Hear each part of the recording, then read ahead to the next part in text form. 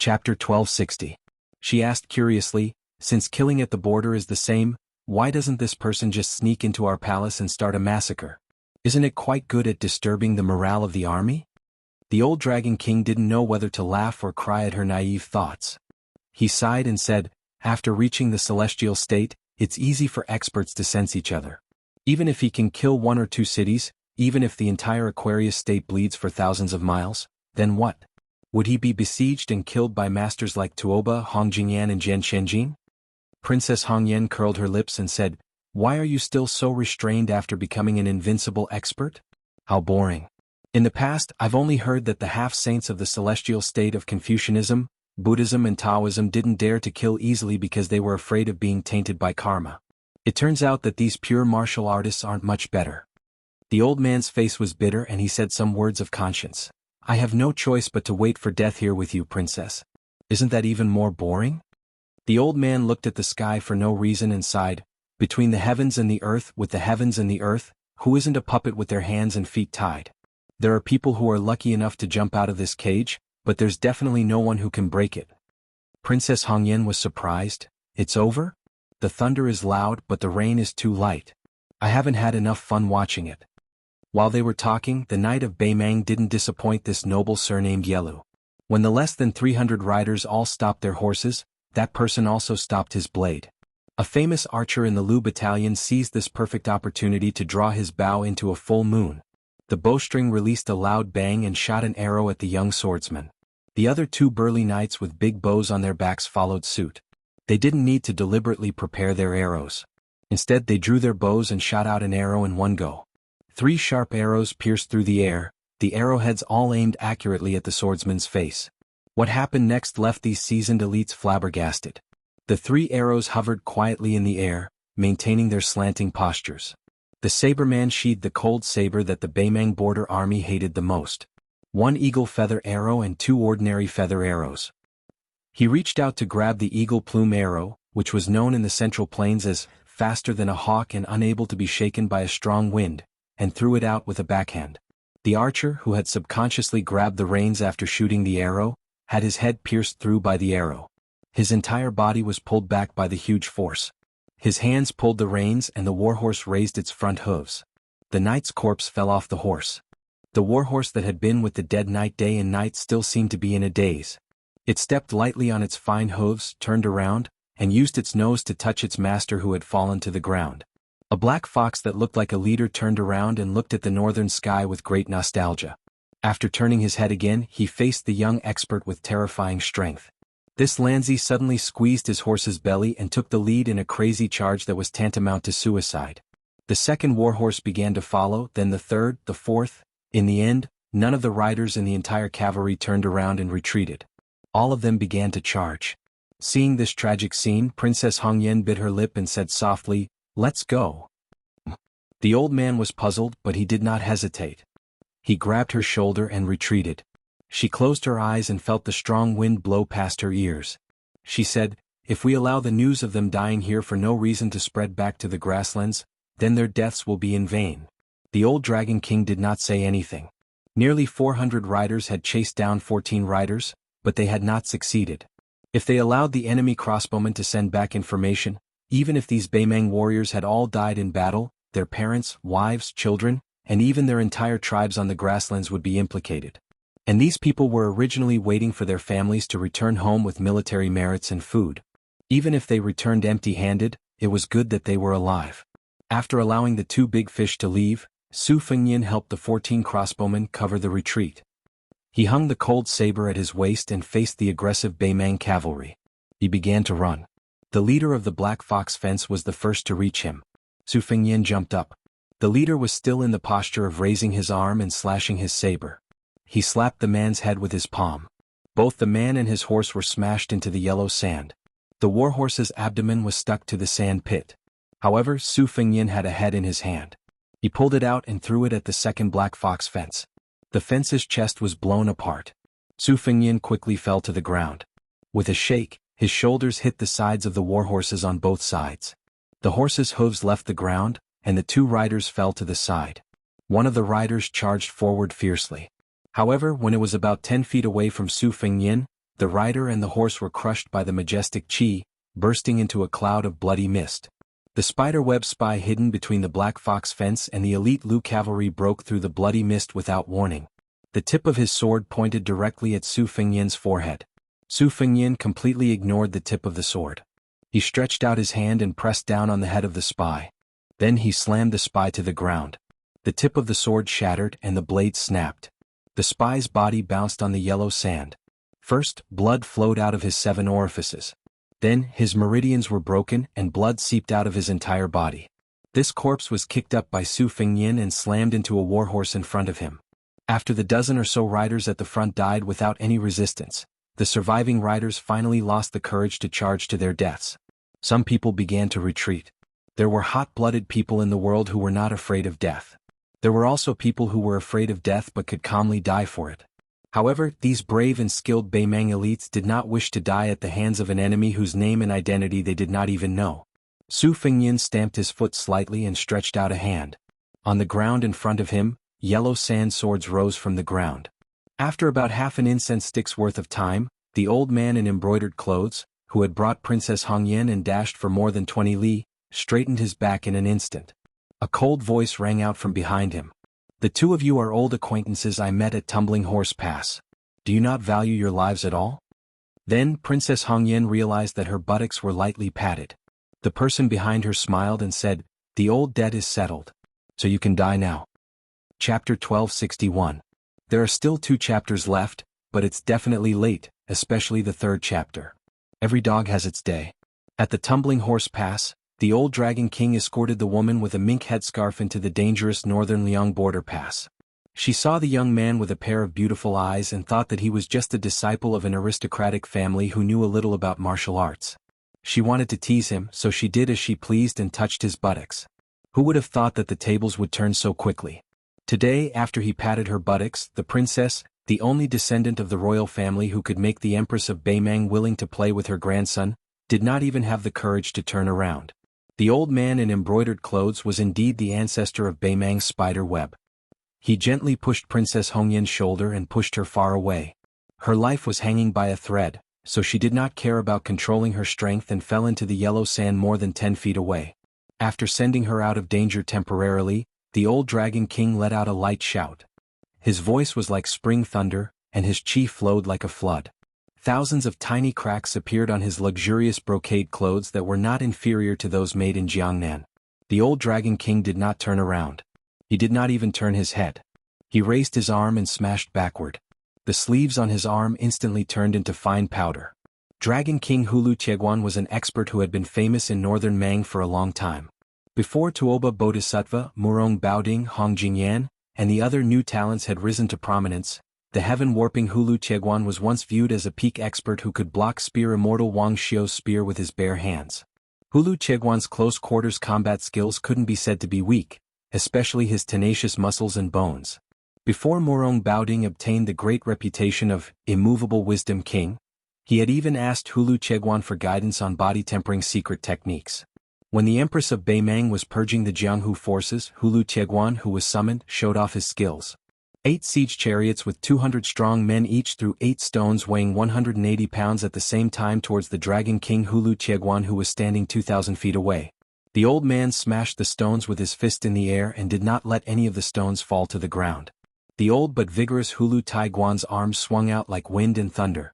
Su Fengyan stretched out his right hand and casually grabbed the old Dragon King's wrist. He snapped his fingers and broke Chongqing. Hulu Chegwan instantly felt that the rapidly flowing qi in his body was cut off, like a fast ship suddenly encountering a chain across the river. Moreover, this chain was not only in one place but in 6 important acupoints of his body, as if it had forcibly set up 6 barriers in his body. Even if you are a fine horse that can travel 1,000 li in a day, under the heavy snow, you will not be able to move forward. Hulu Taiguan was trembling all over. Blood spurted out from the gaps between his teeth. Even if he was injured, he still wanted to break through those iron chains. He tried his best to connect all the meridians in his body. The old Dragon King was very decisive and ruthless. However, since Su Fengyan had made a move, he would not hesitate. He raised his left hand like a knife and placed it on Hulu Taiguan's shoulder and ear. Then he slapped his left hand and grabbed the old man's wrist. Hulu Taiguan's head was violently shaken. What was even more shocking was that the old man's entire arm was pulled out from his body by Su Fengnian. At the same time, the right side of Hulu Taiguan's head was densely covered in bright red threads. They were like countless red snakes wantonly swimming in his skin. Hulu Taiguan's strong points were his extraordinary strength, dragon tendons and iron bones. He was incomparably proficient in close combat. However, he definitely did not know that if he let Su Fengnian get close to him and tremble, it would be tantamount to letting the Liang dynasty's Han Wudi, who was known as the Land Immortal, get close to him. And the only person in the world who was proficient in killing celestial state experts, Han Xingxian, should be able to kill a finger celestial state expert. Hulu Taiguan, whose arm had been torn off, had his feet deeply sunk into the sand. His eyes were wide open as he stared into the distance, not moving at all. Su Fengnian gently let go of the arm and turned around to look at the insufferably arrogant woman with the marten forehead. This sorrowful Princess Hongyan was sitting on the ground in a daze. She did not know why the old Dragon King, who was rarely matched in her mind, was motionless. She only knew that the old man was definitely seriously injured. She would never have thought that the legendary figure of Beimang Hulu Taiguan had already breathed his last. Su Fengnian looked at this woman who had probably forgotten to run away. Neither of them spoke. She suddenly shouted in a stern voice, "Old Dragon King, kill him. He's the king of Bailiang, Su Fengnian. As long as you kill him, I'll personally go to His Majesty and ask for your reward. You can be a great general and be the prefect of discipline." Princess Hongyan was not stupid. On the contrary, she was an extremely intelligent and shrewd woman. Otherwise, she would not have been able to deal with the two surnames, Yelu and Murong. She cried out, "Hulu Taiguan, why don't you make a move?" With a face full of tears, she choked out, "Old Dragon King, at least move a little bit." Su Fengnian looked at this woman's marten forehead, but his left hand was already on the cold saber at his waist. Princess Hongyan suddenly calmed down. She stood up and patted off the yellow sand and dust on her dress. She tidied up her messy black hair and the slanted sable scarf on her forehead. She slowly asked, "Can I choose a way to die that isn't ugly?" Chapter 1262. Su Fengnian did not answer this question. Instead, he smiled and said, "Do you have anything that can be exchanged for your life? For example, the movements of Dong Zhuo and Lu Gui's armies?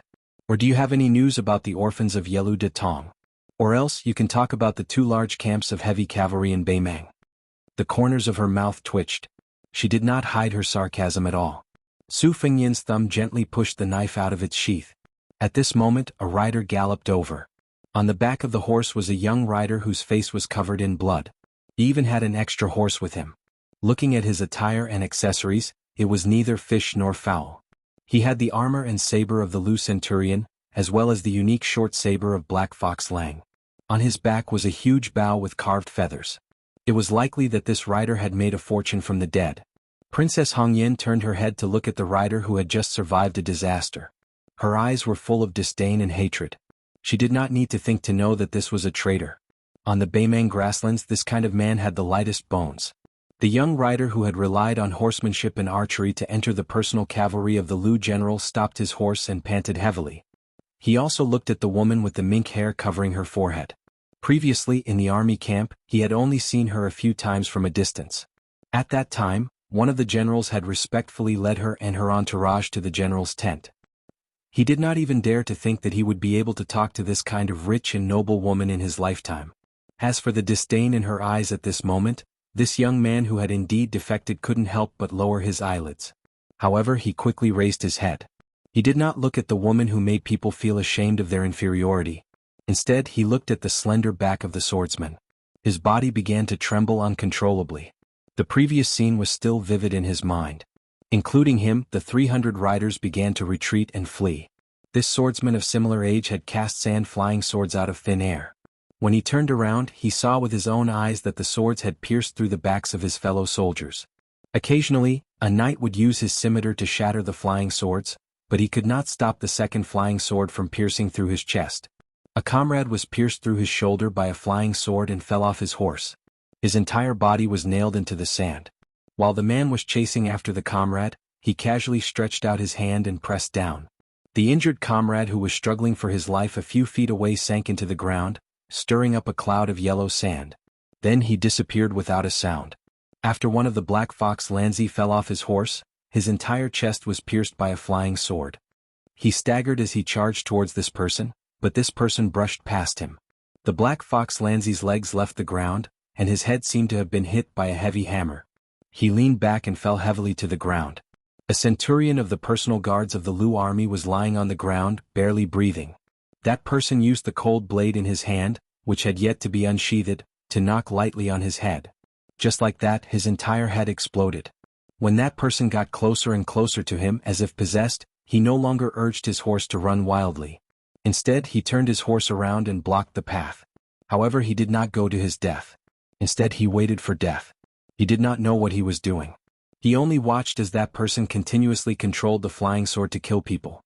If there was someone next to him who had not yet breathed their last, he would use the cold blade in his scabbard or a newly forged flying sword to finish them off expressionlessly. At that moment, in the eyes of this little pawn who was in a state of death, the entire sky was like a swarm of flying swords. Then these flying swords wove together into a vast net. There were 6 or 7 black fox Lanzi who were fighting like trapped beasts. They passed by the dazed pawn, roaring as they charged towards that person. Then, both the riders and their horses were carried into the sky by the flying swords with astonishing penetrative power. In the end, they fell to the ground together. In his eyes, for a few moments, he seemed to see that person breathing in and out. One breath was as fine as a drop of water. One breath was like a gently trembling lotus leaf. One breath was like a whale swallowing heaven and earth. For some reason, that person brushed past him but did not kill him.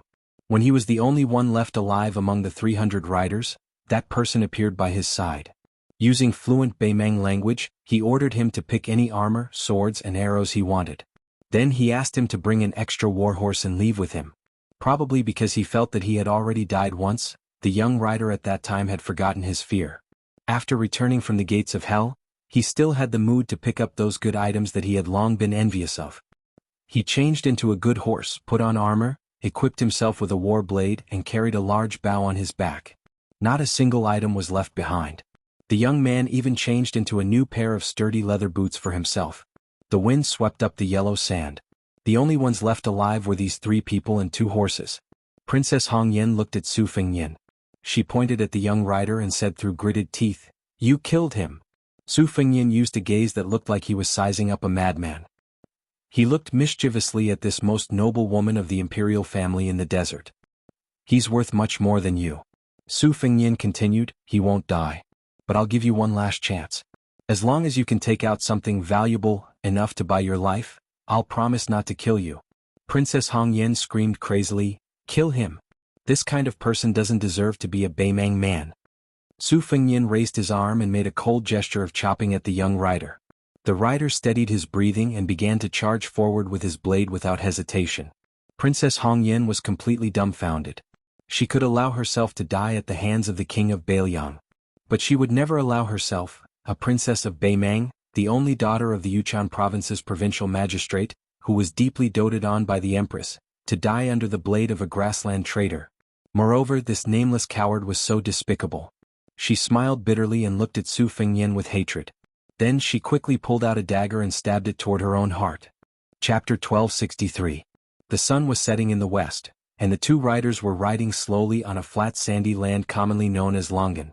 30 miles to the south was Huda City, the most majestic city in Bailiang's border. There were 30,000 elite soldiers, 3,000 heavy cavalry, 6,000 light cavalry, and more than 20,000 infantry inside and outside the city. Even if the people in the city were not listed as soldiers, as long as they were in the prime of their lives, they could put on armor and fight on horseback in a hurry. Behind Huda City was the newly established Huayang Pass of the Protectorate of Northern Liang. To the left and right of Huayang Pass were the 2 great pass cities of Liuya and Taifuling, both of which had more than 10,000 soldiers. Unlike Huda City, which had an absolute advantage in terms of infantry, Liuya and Taifuling were almost entirely composed of cavalrymen in light armor. Clearly, they were different from Huda City, which was mainly used to stop the northern Mang's army from advancing south. These 2 border cities, which were slightly inferior in scale, were more responsible for taking the initiative to attack. Behind the first line of defense was the second line of defense, with Jinyuan, Qinghe, and Grave as the fulcrum, and Shenkan and Shinwu as the flanks in the north of Liangzhou, followed by the Great Snow Dragon Cavalry, which was stationed at the border of Liangzhou all year round, and the 2 deputy commanders of infantry and cavalry, Qin Yunshui and He Zhonghu's army. Coupled with the crisscrossing watchtowers of Wubao Castle, There was no doubt that the northern border of Liangzhou was the most difficult battlefield in Beiliang.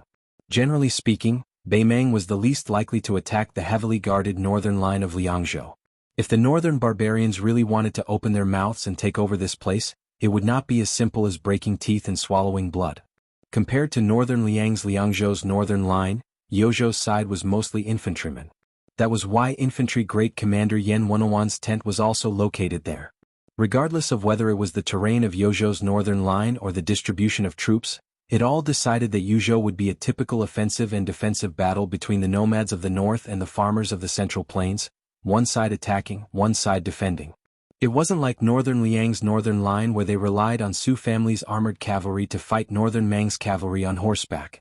Originally, the Dragon Elephant Cavalry was stationed in the middle of Liangzhou and Liangzhou, so they could support both sides at any time and even roam around looking for opportunities.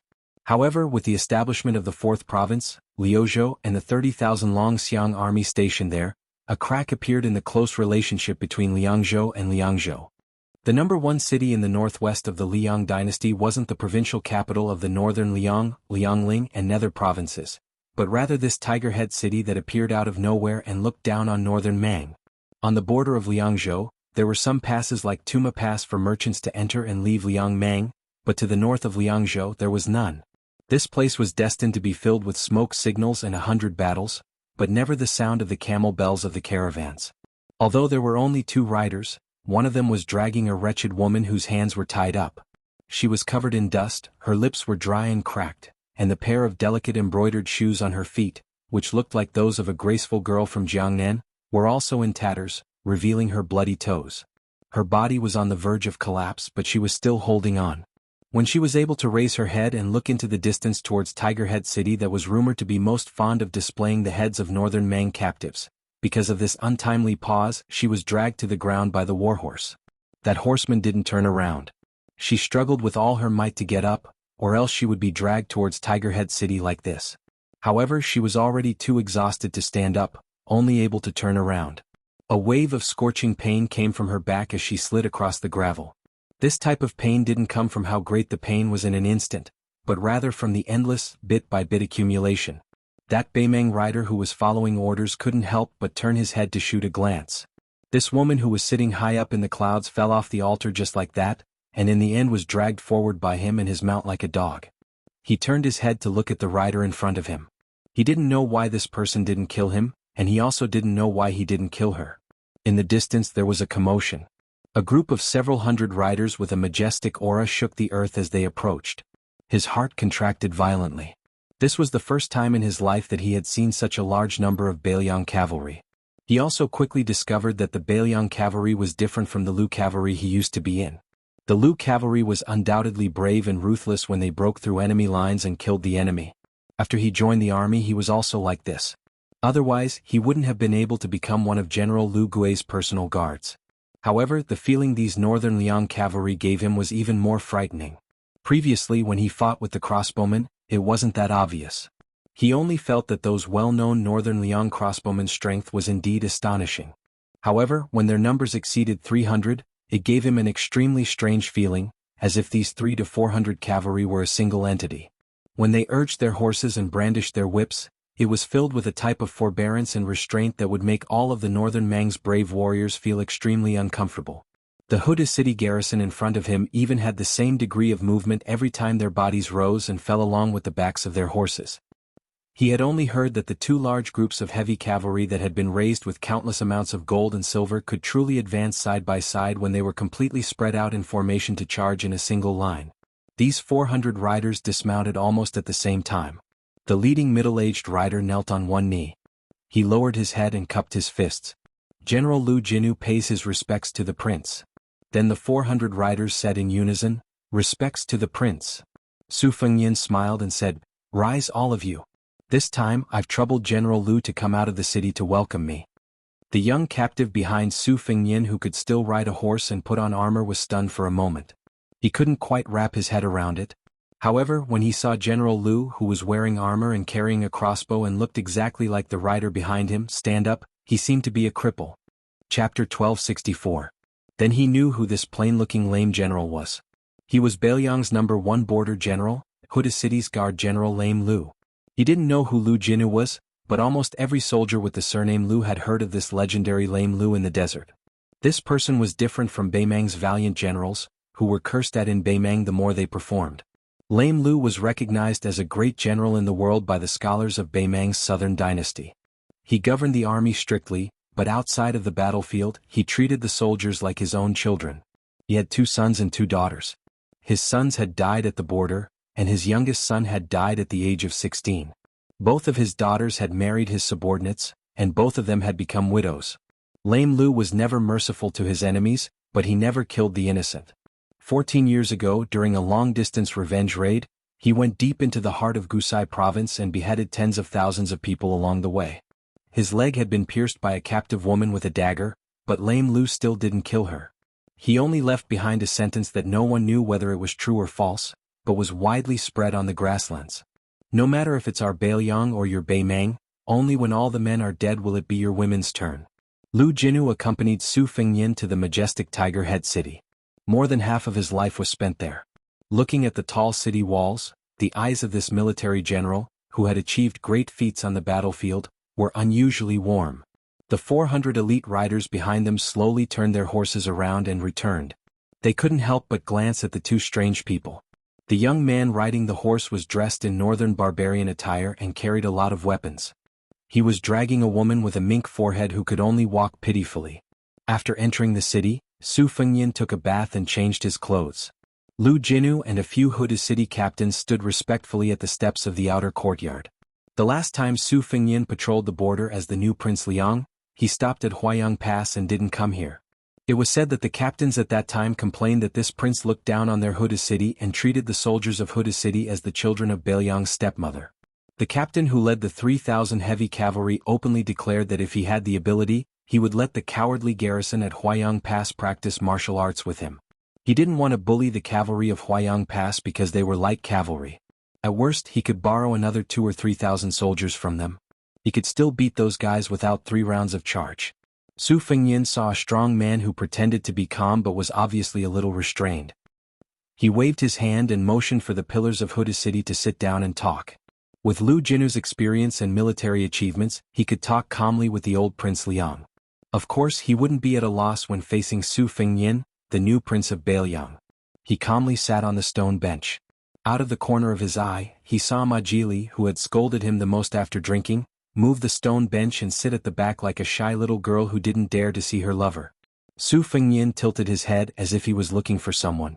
He deliberately asked with a smile, "General Lu is Captain Ma, who said that even if he can't beat me in martial arts, he can drink me down?" Lu Jinu held back his laughter and didn't speak. The captains, who were as rough as the sandstorm in the frontier fortress, couldn't help but laugh out loud. Their laughter was full of straightforward kindness.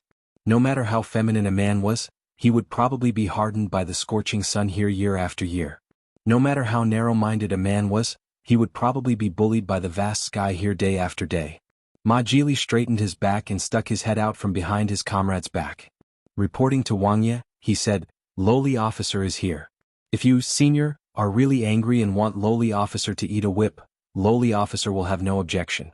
But when I'm being whipped, can you find a place where my subordinates can't see? Otherwise I'll be laughed at by those guys." Su Fengyin obviously didn't want to bicker with this man. He asked, "General Lu, can everyone drink?"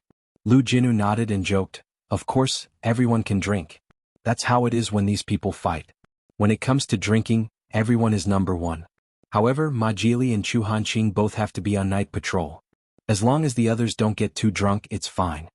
Su Fengyin grunted, "Then let's stop drinking. We can only make up for what we owe in the future."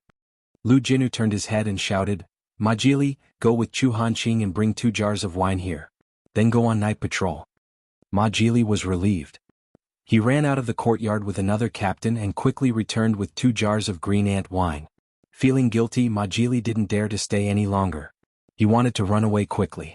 Chu Hanqing, the elegant captain of Huda city, hesitated for a moment.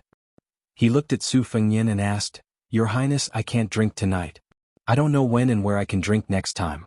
Can I use an empty bowl to offer a toast to your Highness?" Su Fengyin nodded. Chu Hanqing raised the empty bowl high. Su Fengyin stood up and drank the green ant wine in one gulp. Ma Jili asked nervously. Your Highness, how about I also offer you a toast? Su Fengyin smiled and drank another bowl. Su Fengyin sat back down on the stone bench. He looked at the border officers who all had sincere smiles on their faces and asked, General Lu, is there anything else Huda City needs? Feel free to ask. Lu Jinu held the bowl in one hand and rested the other on his lame leg. He shook his head with a smile and said, There's nothing else. Su Fengyin didn't say anything else. He drank silently with these old generals of northern Liang who were already over 40 years old. In the end, Lu Jinu only said one sentence. Since your Highness is sitting here, then I can say something that I thought I couldn't say. Huda City has more than 40,000 people. Today they've all drunk your Highness farewell wine. Even if they die they have no regrets. Chapter 1265. When Lu Jinu and the other generals left the courtyard, Su Fengyin had the guards outside call for the two captives. Elsewhere, Commandery Princess Hongyan was wolfing down food. When she reluctantly walked into the courtyard, her clothes were still ragged, but her mouth was greasy. When she crossed the threshold she even burped. This made the Lu cavalry soldier beside her, who was still wearing his armor and carrying his saber and bow, feel curious. He probably realized that a woman like her was not truly otherworldly after all. There was still half a jar of green ant wine left on the table. Clearly Lu Jinu and the others had shown mercy. Su Fengyin picked up the wine bowl and pointed at a few stone stools. Commandery Princess Hongyan sat down. The young cavalry soldier, who respected Su Fengyin more and more like a god, still stood obediently. Commandery Princess Hongyan glanced at the wine jar and bowl on the table and subconsciously sniffed. She was not afraid of itching when she had so many lice, so she poured herself a bowl of wine. She had tasted green ant wine at Falling Horse Pass, and even in the imperial court and the capital. She did not think it tasted that good before, but today the wine burned from the tip of her tongue to her throat, and then to her stomach. Her entire body instantly warmed up. She felt warm and full. At the same time she looked at Su Fengyin with more provocation.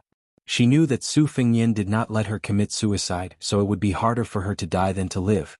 Of course this was not necessarily a good thing. Before entering Tiger Head City, she had thought of countless sinister ways Su Fengyin could humiliate her as Commandery Princess Hongyan. However, looking at the current situation, while the situation was indeed terrible, it was still within her acceptable range. She raised her head and drank the wine in the bowl in one big gulp. Wiping the corner of her mouth, she said with a charming smile, What? Does your Highness want me to serve you in bed? Then why don't you let me change into a clean set of clothes? Su Fengyin asked in return, Do you need me to send you a mirror so you can look at yourself? Princess Hongyan flew into a rage out of humiliation. Just as she was about to raise her hand to throw the wine bowl away, she quickly suppressed this impulse. She silently poured another bowl of wine. Every bowl she could get was a bowl. Su Fengyin ignored the featherless phoenix. He turned his head to look at the rider who called himself Chifu Longguan and said, You are very talented in martial arts. That is why I did not kill you. There was another reason that Su Fengyin did not mention. From the eyes of the dragon crown, one could not see the hatred that even an outsider like Princess Hongyan would have. Even if a person could hide their expression in eyes, the flow of their qi could not be hidden from Su Fengyin's eyes. The fluctuation of qi was directly related to happiness, anger, sorrow, and joy. This meant that Chifu Longguan, this unpolished jade that had been buried, might be able to go very far on the path of martial arts. Of course, the most important reason was that Su Fengyin hoped that there would be someone who could balance his disciple Yudilong in the future. This child was the youngest but was the eldest disciple. Unlike Wang Sheng and Lu Yunzhang, whose personalities were clear, there were too many uncertainties. Su Fengyin did not want to have another Xinyuan Pan in his hands in the future. As for Chifu Longguan, he was like a random cat or dog picked up from the side of the road. His talent in martial arts was not the best that Su Fengyin had seen, but he was the most interesting. For example, Jiang and I and the charcoal girl of the Guanyin sect were called sword embryos. For example, Hong Shixiang and Zhao Ningxin of Longhu Mountain were the reincarnations of enlightened masters and were called Bodhi seeds. The Buddhist sect also had the concept of reincarnated spiritual children. As for Chifu Longguan, he was a little different. He had a bit of everything and nothing was pure. But this was precisely the case. He was most in line with Su Fengyin's martial arts journey. Moreover, in that battle, Chifu Longguan had truly caught the thin line between the breaths of Su Fengyin, this celestial being. In the present world, there were less than a handful of such people, and this nameless soldier was one of them. Chifu Longguan was only 18 years old, but he was already one of Lu Gui's personal cavalry. One had to know that the number one saber user, Gu Jiantang, might not even be as good as Chifu Longguan at this age. Of course, Su Fengyin was even more so back then. Chifu Longguan was a bit nervous. He said in a trembling voice, "King of Bailiang, this lowly one has been an orphan since young. I'll go wherever there's food to eat. If your highness doesn't trust this lowly one, you can let this lowly one join the Bailiang frontier army. Even a foot soldier is fine. I won't hesitate to kill Beimang." At this time, Princess Hongyan laughed sinisterly and fanned the flames. "Orphan? Maybe your parents died under the hooves of the Bailiang cavalry? It's never too late for a gentleman to take revenge." Chifu Longguan was not as shrewd as her, but he was no fool. He couldn't hold back and cursed, "Bitch! Bullshit your mother." The young man said with red eyes, "My parents were beaten to death by you rich and powerful bastards from the Southern Dynasty." Princess Hongyan was furious. The Southern Dynasty? What is the Southern Dynasty? The entire Southern Dynasty is just a watchdog raised by the Yelu family. I am Yelu Hongkai, a lowly person like you who can't even walk within 100 steps of me. Chifu Longguan's breathing was rapid, his chest heaving up and down.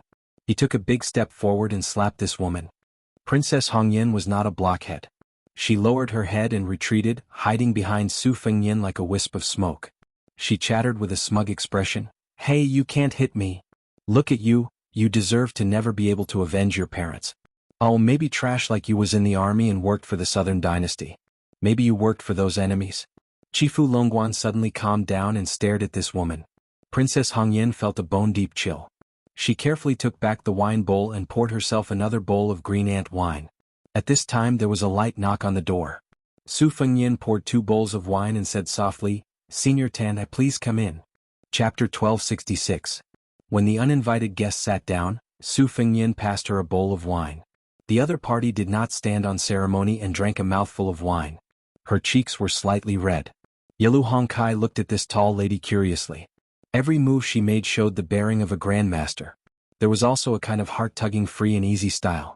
Su Fengyin smiled and asked, "Senior, how did you know that I have arrived at Tiger Head City?" Tantai Pingjing said indifferently, "I heard from my master that the celestial beings look down on all living things in the world, just like how we look at the fireflies in the summer night. Most of the fireflies are fleeting, but there are always a few that are especially bright. At some point they are even as bright as the stars." Su Fengyin suddenly understood. It must have been because they had intercepted and killed the 400 cavalrymen earlier that the Qi Refinement Grandmaster, who was good at observing aura, caught some clues. Then she was just waiting for them near Tiger Head City. According to Tantai Pingjing, or to be precise, according to the explanation of this master of the sect, the top masters of the world were only the people of the world of the immortals in the clouds. However, for masters like Bodhisattva Tuoba and Chao Zhangqing, the fireflies they emitted were particularly eye-catching. Qi refinement warriors were mending the net of law on behalf of the heavens. Naturally, it would be easier for them to find this small group of experts. Su Fengyin asked, "Can it be said that when people seek Tao and attain Tao, they are using the light of a grain of rice to compete with the brightness of the moon?" Tantai Pingjing shook her head and said, "Master said that after cultivating Tao, it is nothing more than a drop of water in the sea. The water of the Yellow River comes from the sky? No, it comes from the sea. Therefore it flows into the sea and never returns? No." Su Fengyin joked, "Your master's words are so sharp, so reasonable." Tantai Pingjing dismissed it with a smile as if she was a venerable. Su Fengyin stared at Princess Hongyan, who wanted to secretly pour a bowl of wine for herself. The latter retracted her hand resentfully. Su Fengyin pointed at the courtyard door. Chifu Longguan took the lead and left. Princess Hongyan waited for a moment and guessed that the brat had gone far away. Only then did she sneak over to the courtyard door and cross the threshold. In the end, a crisp and clear pa sound was heard, followed by Princess Hongyan's furious curses. Tantai Pingjing said softly, "Your Highness has a good eye." Su Fengyin was puzzled. "What do you mean?" She took a small sip of wine. "This man and woman are both people with good fortune. They are worthy of Prince's care." Su Fengyin sneered, "Luck?" Tantai Pingjing's expression didn't change. "If your luck is too good, then that is your destiny.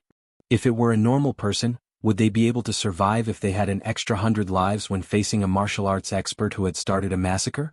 Su Fengyin was about to speak when Tantai Pingjing shook her head and said, "You have your reasons, but it doesn't change the fact that they survived." She continued, "According to our previous agreement, Our Guanyin sect will stay south of Huayang Pass and north of Qinghe Pass. We will also do our best to gather good fortune for Bailiang. However, whether we stay or leave in the end is not up to the Bailiang Frontier Army to decide. Su Fengyin nodded. Of course. She still asked bluntly, what if your highness unfortunately dies? Su Fengyin said helplessly, don't worry. If that day really comes, I will give it all to that charcoal girl before I die. Tantai Pingjing hovered the wine bowl and asked seriously, the war is imminent. Isn't it a bit unlucky for you to say this to me? Su Fengyin smiled at the woman who seemed to be completely ignorant of worldly affairs and asked, what do you think? Tantai Pingjing rested one arm on the stone table and the other hand holding the wine bowl. She raised her head to look at the starry sky. Su Fengyin was in a peaceful mood. He closed his eyes and slowly took a sip of wine. The two people who didn't look at each other casually asked and answered each other's questions. The Beimang army's forces on the border are almost at their limit, but they still have spare soldiers and horses to launch the next wave of attacks on the northern grasslands. Faced with an enemy that the entire Liang dynasty should be able to contend against, aren't you worried about Liuzhou, which has the least danger? Of course I'm worried. It's probably like when Su Xiao watched me go to the Central Plains and Beimang. To attack Liangzhou, Liuzhou, or Yuzhou, which one to attack first has its advantages and disadvantages for Beimang? What do you think? In truth, it doesn't matter where we attack first. My father, Su Xiao, my master, Li Yishan, Yuan Zuozong, Chu Lushan, Yan Wenwan, Chen Yunchue, He Zhonghu, and people like Lu Jinu of Hudu have already done the best they can for Bailiang. You might not believe it, but I'm beginning to think that Bailiang might really be able to hold on. But I don't know who will die on the battlefield in Bailiang. I don't want to know. Then why hasn't Tuoba appeared on the border? It's just like how the Zhao clan Son of Heaven wants to keep Gu Jiantang in the north and not let him go to Guangling Road, because this is the dynasty's final trump card. When that old woman and the imperial tutor needed Tuoba to personally take action, it meant that the situation was starting to slip out of control. Before this, they were all confident that victory was in their grasp. Tantai Pingjing suddenly asked a very off-topic question. Why didn't you kill that Beimang princess? Su Fengyin laughed involuntarily. After a moment of silence, he looked at the starry sky with her. Of course it's not that I like her. It's just that she reminds me of someone I miss very much. We both like Martin forehead coverings, have the same bad reputation, and have the same unyielding character. I could have killed her but I didn't because I wanted her to know how difficult it is to live. Tantai Pingjing poured the last bit of wine into her bowl and finished it in one gulp. Who do you really care about? Su Fengyin stretched out his finger and pointed at the starry sky. He said gently, my elder sister is there. After some time, Su Fengyin came back to his senses. He could not help but hold his forehead and sigh. This number 1 Qi refinement warrior of the dynasty, who had extraordinary status and strength, not only fell asleep drunk, but was also snoring on the table. Su Fengyin could read her mind. He looked at her and sighed. You must be missing your master, right? Chapter 1267. As the morning mist rose, a group of people rode out of Tiger Head City's south gate and parted ways. Chifu Longguan changed into the armor of the Bailiang Light Cavalry, and at the same time received a new identity card. His name was also changed to Chifu Longguan. From today onwards he was a member of the Bailiang Frontier Army. When he left the city, the young man who had betrayed Beimang would occasionally touch the cold saber at his waist. The Bailiang war saber was known as the Grand Su style, which meant that all war sabers in the world had to be made using the Su family's war saber. Chifu Longguan knew that if this war saber was sold in the royal court, it would be impossible to get it without 500 taels of silver. Moreover, there was a price but no market. Countless members of the royal family and the grassland were proud to be able to collect the complete set of Su Yangliang's saber. Chifu Longguan, who was used to being poor, had such a saber. His back straightened a bit and he always felt that he was now a rich man. But there was a secret that made the young rider even more excited than the cold saber light crossbow and his identity. The king of Bailiang had passed on to him a nameless saber manual and a set of Wudong mantras. Chifu Longguan was now full of pride, and he was also willing to fight on the battlefield for the young new king of Liang. He followed the king of Bailiang's orders to escort Princess Hongyan to Luzhou. As long as he threw this Yelu woman to the border, he could ignore her. When the time came he could directly join the Longxiang army. After that, whether he lived or died in the Battle of Liangmang would depend on his own luck. Yelu Hongkai hesitated, then turned his horse around and spurred it to catch up to Su Fengyin. He stopped his horse to block the way and said in a low voice, "You're just going to let me go back to Beimang like this?" Su Fengnian smiled and said, "What else? Let the Jade Cicada Prefecture take out a mountain of gold and silver to redeem you? Even if your father is willing to pay, you are destined not to return alive. A proper princess captured by Bailiang as a captive, the Yelu family probably can't afford to lose face." Yelu Hongkai wanted to say something but stopped. Su Fengnian waved his hand and said, "Your life and death has no bearing on the big picture. Don't think too highly of yourself." Yelu Hongkai smiled playfully and said, "I originally wanted to reveal the whereabouts of the Beimeng army, but since you don't want to listen to my calculations and guesses, then forget it." Su, Yelu Hongkai's eyes, Yelu Hongkai. The woman narrowed her eyes, her face as dark as water. She fiercely slammed her horse whip and brushed past the repulsive fellow. Su Fengnian and Tantai Pingjing continued on their way to Huayang Pass. Seeing the questioning look of this Qi refinement grandmaster, Su Fengnian smiled softly and said, "Given Yelu Hongkai's scheming nature, I can't expect her to tell me the truth. She might even lie about the military situation to trick me once. Instead of being tormented by her words and becoming suspicious of everything, I might as well not listen." Yelu Hongkai smiled and said, "My intuition tells me that once this lady speaks, she will speak the truth."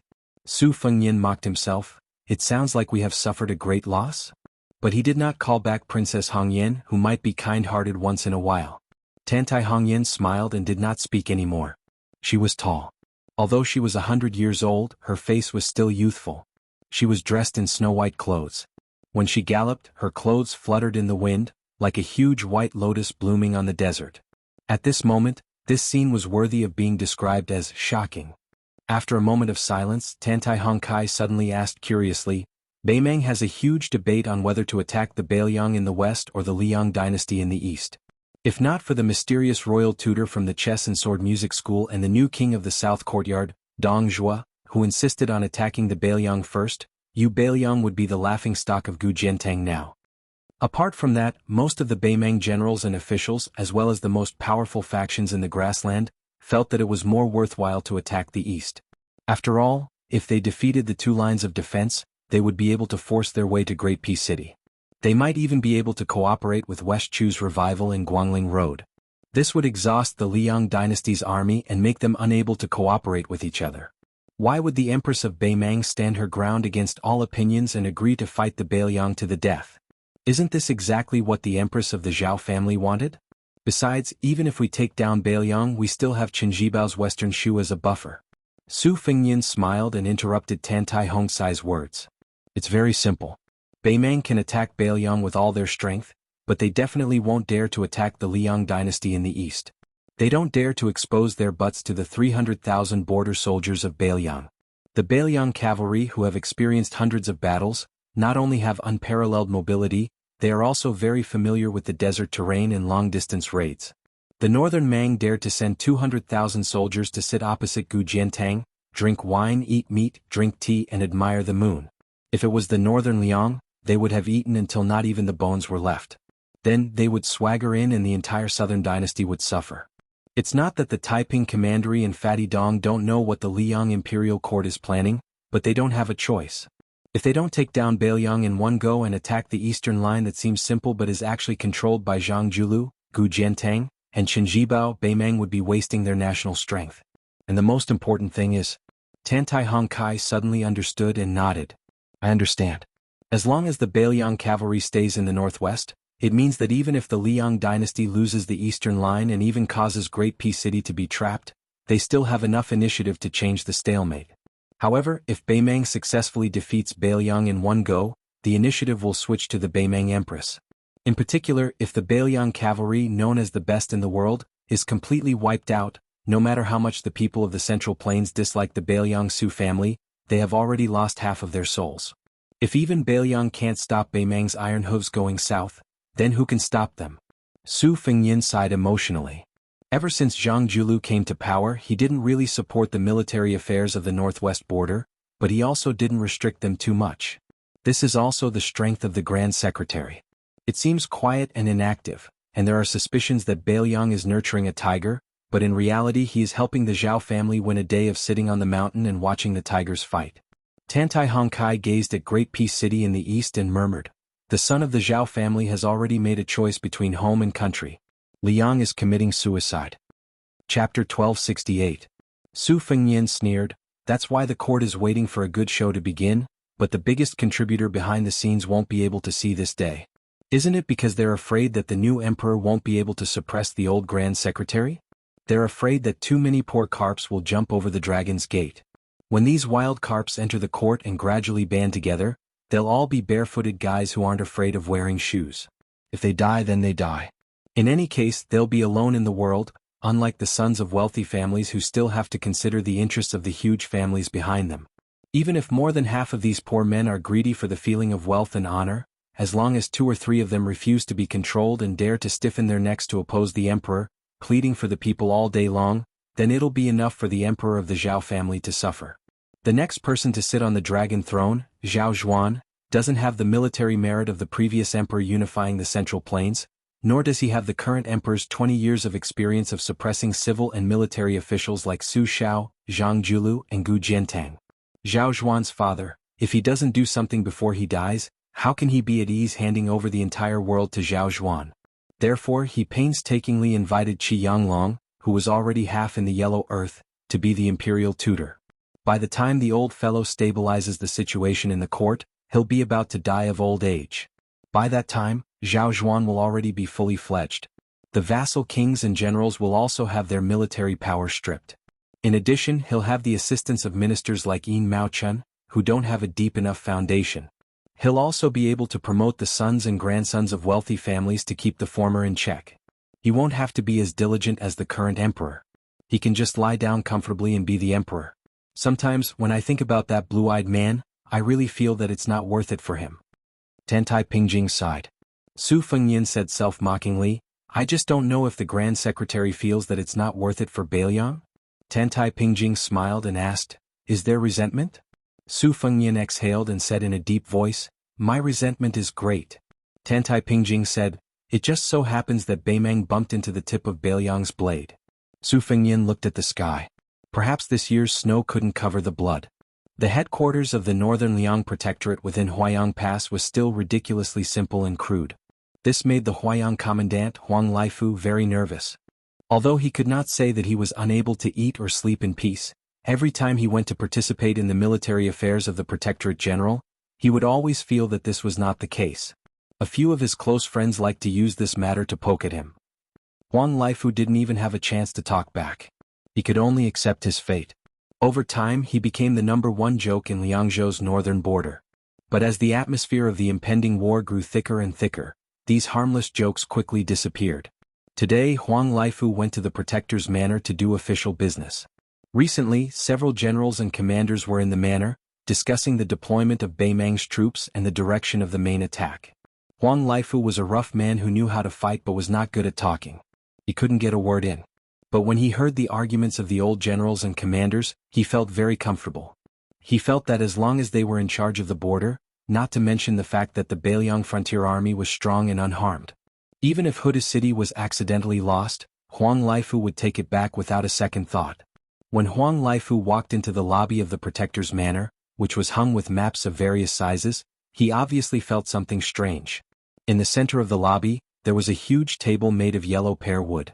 On both sides of the table there were many new faces. Infantry Commander Yan Wenwan, an experienced general, should be visiting Huayang Pass for the first time. Cavalry Commander Yuan Zuozong was also here. Great Ancestor Gu Zhoukong, He Zhonghu, and Qin Yunshui, the 4 new and old deputy commanders, were here for the first time. Qi Danghua, one of the general's adopted sons, was also standing on one side. Yuzhou Provincial Governor Hu Kuei and Yuzhou General Huang Fuqiu stood side by side. Liangzhou Provincial Governor Wang Peifong, who had just been promoted from Yuzhou Provincial Governor to a higher position, was trembling with fear. This Beiliang Provincial Governor, who could be said to have made a name for himself, was standing alone in the most remote corner. Obviously, on this occasion, the fart of any other armored general would be more effective than him, a civil official, shouting at the top of his lungs. But the person that shocked Huang Laifu the most was the second princess, Su Weisheng. She sat in a wheelchair, her hands interlaced as she stared at the map of the border on the table. The Beiliang Protector General held an inkstone in one hand and a brush in the other. The ink in the inkstone was crimson red ink. Chu Lushan stood by Su Weisheng's side, bending over to draw red lines on the map while constantly speaking softly. Huang Laifu tiptoed over. There were already 20-some people standing on both sides of the table, so he could only find a place to sit. He just happened to hear Chu Lushan say in a low voice, "Earlier we sent a ballista archer into the heart of Gusai province and discovered that Lu Gui's army had already set out. Now we can confirm that they're heading for Liuzhou. Other than Lu Gui's 30,000 elite soldiers, the 4 military towns to the south, including tile-building Gentleman's Pavilion, have also moved out in full force.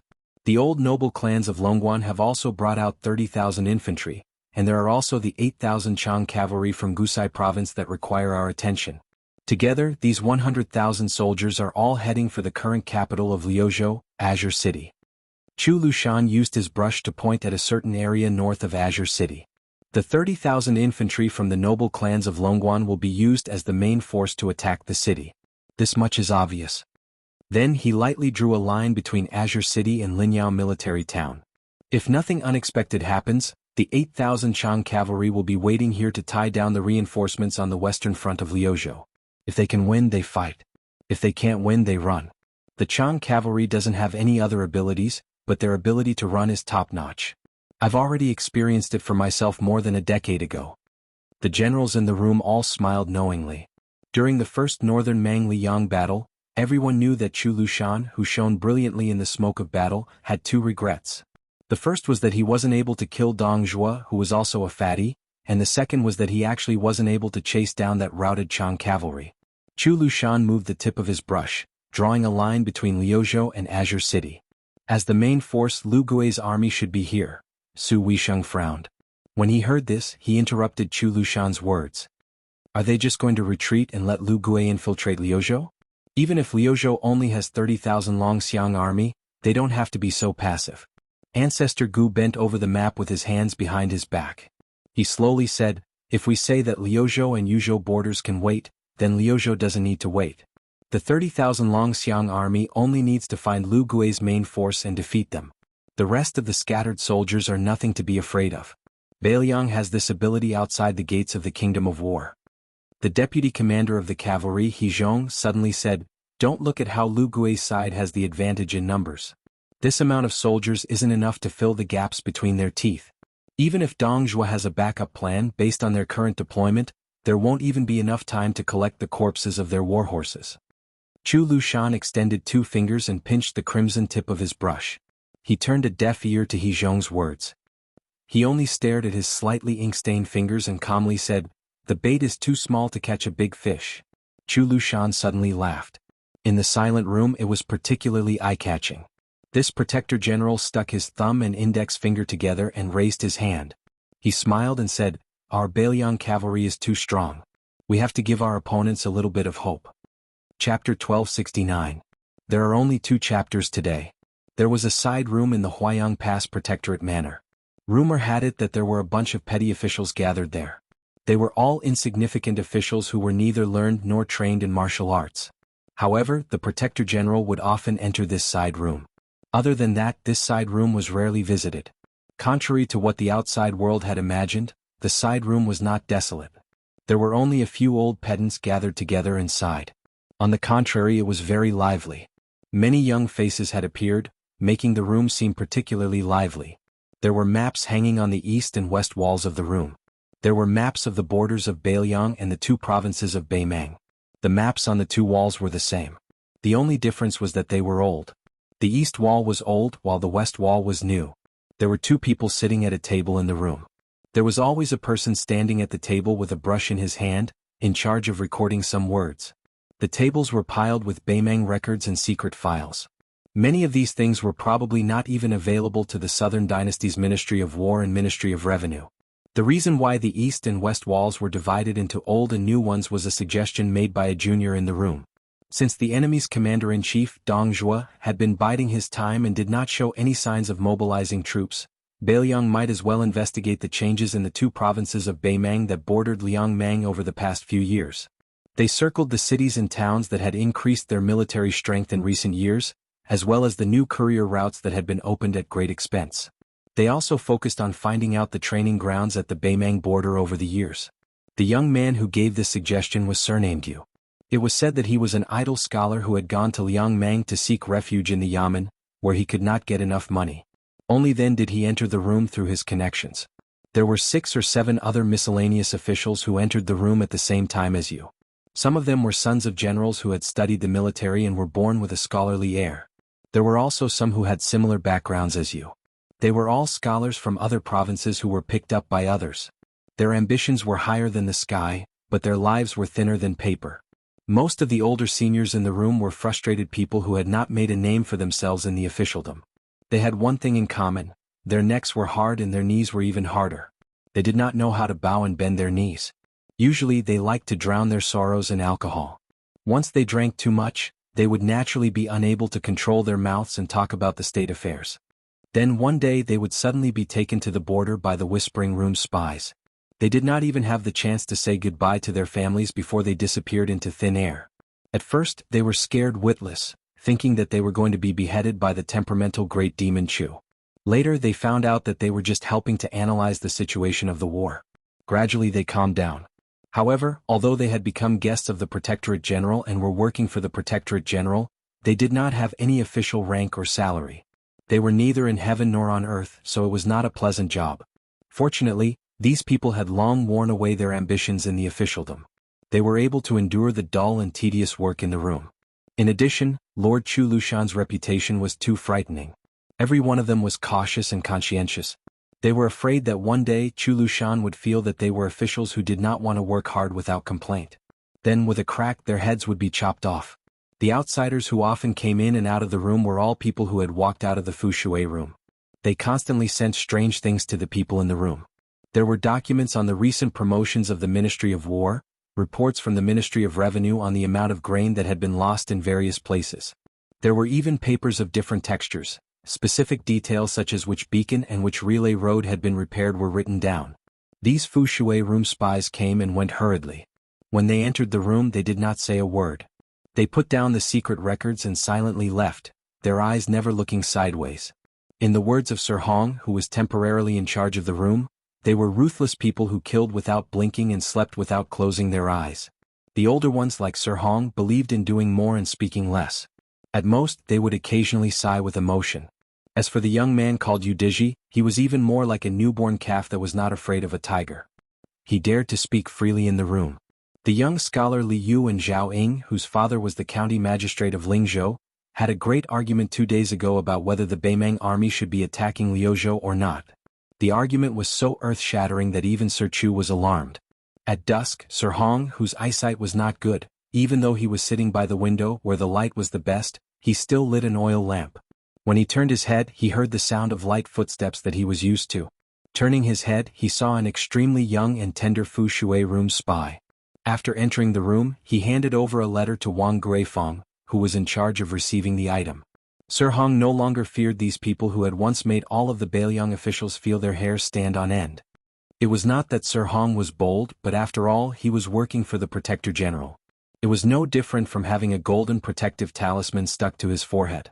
What was there to be afraid of? However, it was impossible for Sir Hong to have a good impression of these people. It was not just him. Most of the people in the room did not want to have anything to do with the Fu Shui room. Sir Hong inadvertently discovered that after his old friend Wang Guifeng and the young spy walked out, he revealed a carefully concealed expression of disdain and bad luck. He used his fingers to pinch the document and quickly placed it on the young man Udiji's desk. Sir Hong stood up and pretended to look at the map on the wall. When he passed by Udiji's desk, he saw that it was a page that had been casually torn off by someone. Most of it was soaked in blood, but the blood had already dried. Chapter 1270. Sir Hong shook his head helplessly. These spies from the Fu Shui chamber were too careless. The things they sent over every few days were either wrinkled, as if they had been pulled out of the water, or grit could still be shaken out of them. Today it was even more exaggerated. It was even stained with blood. In the dusk outside the room, the young spy raised his arm and fiercely wiped his eyes. Then he walked down the steps and left with large strides. The spy saw a young man in casual clothes standing at the door to the courtyard. The two looked at each other. The spy's eyes were filled with well-hidden wariness. His intuition told him that if this person was an enemy he would probably die. The two brushed past each other. Even though the young spy knew that this person could appear in the Protectorate personally watched by Sir Chu, He was definitely not a spy from Beimang. However, the young man still subtly bent down slightly, one hand tucked into his sleeve. Only when the distance between them increased did he feel relieved. He realized that his hand holding the dagger was covered in sweat. The young spy was somewhat curious. That person was not very old, so why was he able to make him unconsciously assume a posture as if he was facing a great enemy? When Su Fengyan quietly walked into the room, Wang Guifeng, whose desk was near the door, raised his eyelids. He only thought that this was another spy from the Fushui chamber. He stood up and extended his hand. Su Fengyan asked quietly, "Where is the thing that was just sent over?" Yu Diji suddenly raised his head. Just as he was about to speak, he saw the incognito king of Beimang shake his head slightly. He understood and stood up, handing the paper to Su Fengyan. He was none other than Yu Wandao, the eldest grandson of the Yu family, a powerful clan in the Central Plains. His pseudonym was Yu Diji and he worked as a handyman in this house. He was a nobody, and he spent all his time picking and choosing from those secret records and documents. In fact, as long as Yu Wandao wanted to get an official position, Hu Kuei, the provincial governor of Liangzhou, who was deeply respected by Su Fengyan, could make him a fourth-rank general, not to mention others. The piece of paper that Yu Wandao handed to Su Fengyan was a page from the famous prose collection, Small Window Leisure, written by Lu Jingsheng, the literary giant of the former Southern Tang dynasty. It was widely circulated among the remaining elders of the spring and autumn period. However, the pages of this Southern Tang edition could not be considered very valuable, and the text on the page was also very popular. However, the line of hastily written words added at the end of the page might not be worth 1,000 gold, but it was definitely more valuable than the life of the writer. Before the great battle, the scouts would die first. But many people didn't know that spies would die earlier. Moreover, they would only die silently. It couldn't even be considered tragic. Yu Wandao wanted to open his mouth to explain that those scattered, obscure and unwritten words should be linked together in the secret file unique to Fushui Room to explain why. Outsiders didn't know that Fushui Room had an extremely hidden book of explaining words. Different death warriors and spies corresponded to their own written explanations. Therefore, even if a secret spy report was intercepted by Beimang, it would still be meaningless. The spy who sent this page was codenamed 24-Foot in Fushui Room. Yu Wandao needed to flip to the 24th chapter of the Book of Explaining Words on his desk to obtain the exact content. Su Fengyan was silent. Tightly holding the page, he walked to the wall and raised his head to look at a map of Gusai Prefecture. Sir Hong was confused. Unlike those inflexible spies of Fushui Room, he guessed that this person might be the son of a general who was related to some important figure in the protectorate. Otherwise, he wouldn't be able to walk into this room. Looking at the situation, Yu Diji, whom he and Wang Guifeng privately said was Yu Diji, was most likely familiar with this person. Sir Hong pulled on Yu Deji's sleeve and said softly, "Little Yu, is this your friend? This is against the rules. If the Protector General finds out, you and I will both have to bear the consequences." Yu Wandao said softly, "It's fine." Even the usually easygoing Sir Hong couldn't help but feel anxious. The rules set by Protector General Chu were greater than the sky at the border of Bailiang. How could a little scholar say it was fine? When the time came, everyone in the room would be implicated by Yu Deji, who had broken the rules. Just as Sir Hong was about to remind the young man that it was time to leave the room, he suddenly heard the man murmur, "The historian's family is unfortunate, the country is fortunate, the country does not prosper, the family prospers." Sir Hong, who had studied hard for many years, immediately understood. Wasn't this a passage written by the great Southern Tang prose master Lu Jingsheng in Small Window Leisure?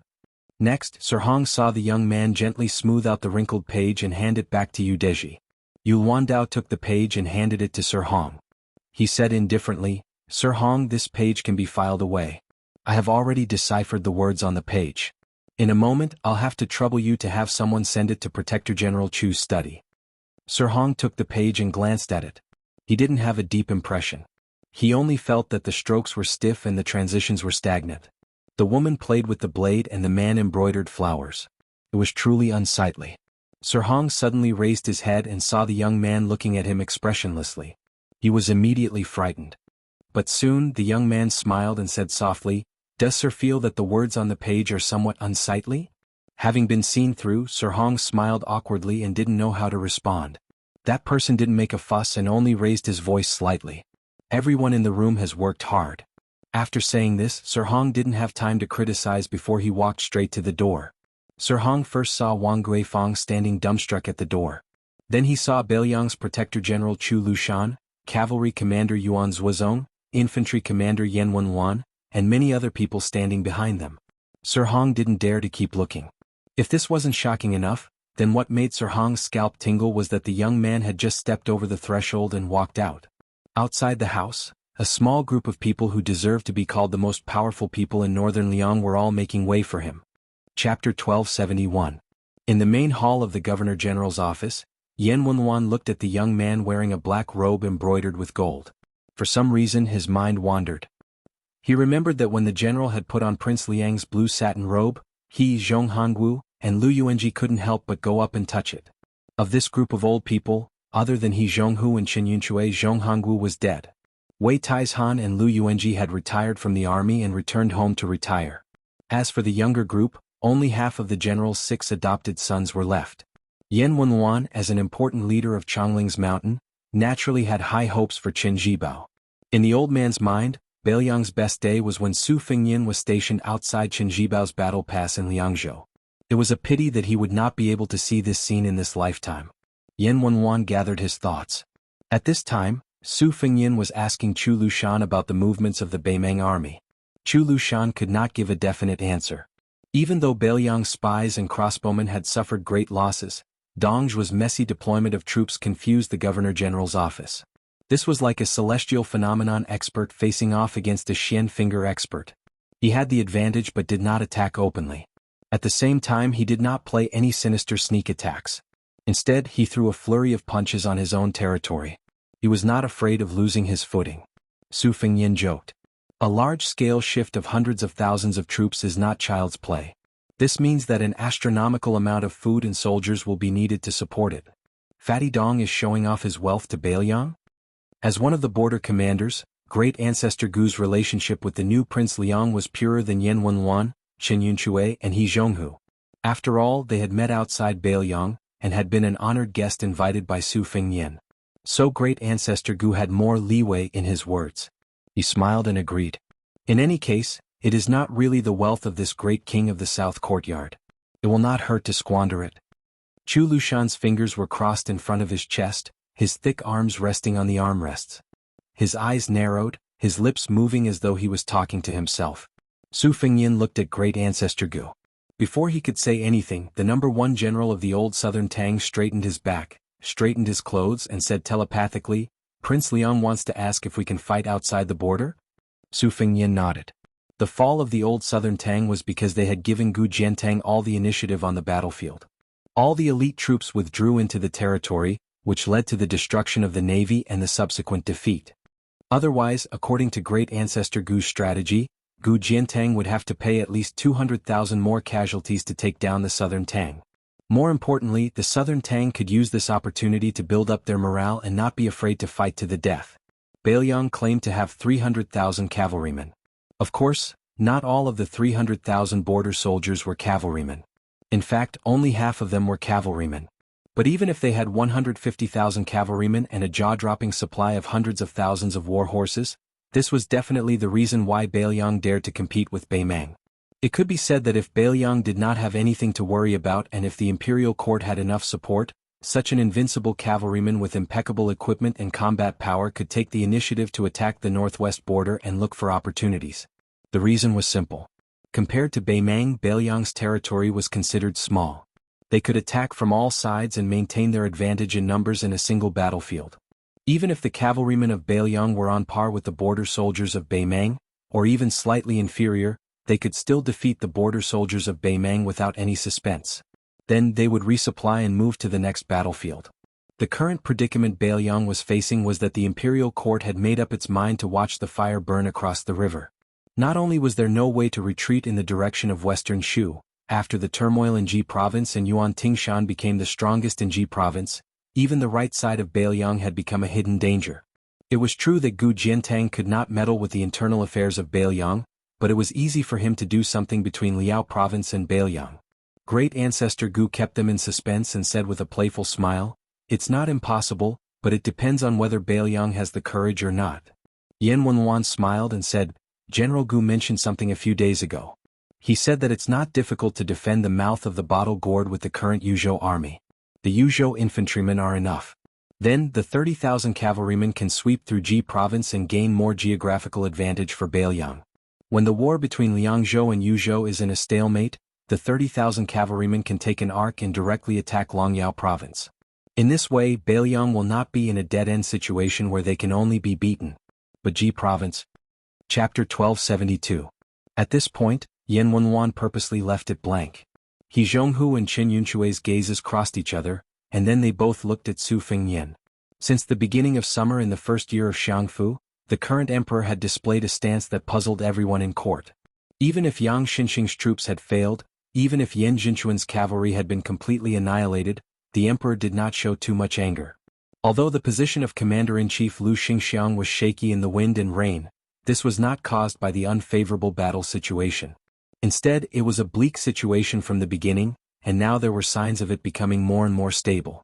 After Yan Jinchuan died in battle, it could be said that he was extremely honored.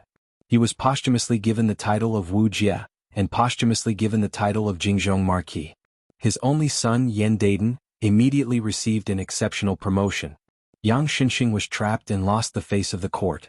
However, it was said that a secret memorial was sent to the emperor, adding fuel to the fire for the Imperial College's Jean Lanting to impeach Grand Secretary Zhang Julu. It should have saved the lives of the Yang family, and it was not impossible for them to return to Jizhou in the future. Compared to the defeated Guangling Road, the emperor of the Zhao family obviously placed more attention on the calm Jizhou. He personally approved many memorials. Outsiders did not know the inside story, but Beiliang's side, especially Yan Wenwan and the other military leaders, knew very well that the emperor's wariness towards Chao Changqing and the rest of the West Chu rebels who were causing trouble under his nose was far less than the Beiliang cavalry. Su Fengnian did not give a direct answer but said softly, Qin Zhibao cut off the west line of Liang, which should be the first step of Yuan Binshi's plan. The second step is to let Jizhou approach step by step. In the past, Yang Xinxing did not have the ability to do so. Even if he wanted to keep Beiliang in check, his tens of thousands of old soldiers in Jinan were unable to do so. The imperial court simply let him go to Guangling Road and hit a wall. Because of this, the local forces in Jizhou were cut off. Taking this opportunity, the imperial court needs a trustworthy new person to fill the gap. Not only must he be able to convince the public, he must also have the courage to challenge Beiliang. That mad dog Yuan's meteoric rise should be a business deal between Yuan Binshi and Gu Jiantang. Yuan Binshi can further restrain Beiliang, and Gu Jiantang can be more assured in the periphery of the east line. Everyone is happy. Great ancestor Gu sneered, this mad dog really wants to be the new master of Jizhou. How can it be so easy to sit on the seat of the new master of Jizhou? Beiliang really can't stop him. Compared to Western Shu, Jizhou is even more of a pushover. The first thing Gu Jiantang will do is to be beaten into a sieve by Beimang's iron cavalry. Even if Yuan Tingshan is the son-in-law of the Gu family, can he really be compared to his own son? Chu Lushan laughed and said, wealth comes from danger. Small people are always like this when they go to the gambling table. If they want to gamble, they will gamble big. They are never afraid of losing their family fortune. Speaking of which, when we fought with my foster father from the north to the south, we also put ourselves in the same situation. Although Yuan Tingshan isn't likable, he's definitely very interesting. Su Fengnian suddenly turned to look at Yan Wenwan and asked, General Yan, if you only have infantry in Yuzhou, how many Beimang soldiers can you stop? Yan Wenwan said without hesitation, one gourd outside Tuma Pass can hold 150 to 60,000 Beimang soldiers. With Honglu General Chao Xiaojiao and Hong Xinjia as partners, they can both attack and defend at the border. Within Yuzhou there is also the Hu leader Huang Fuqiu. 300,000. It is not a problem for the Yuzhou infantry to stop 300,000 Beimang soldiers. However, there is a time limit to this. However, this time limit is enough for the 30,000 light cavalry to provide reinforcements or attack in an emergency. Su Fengnian laughed and said, all right then.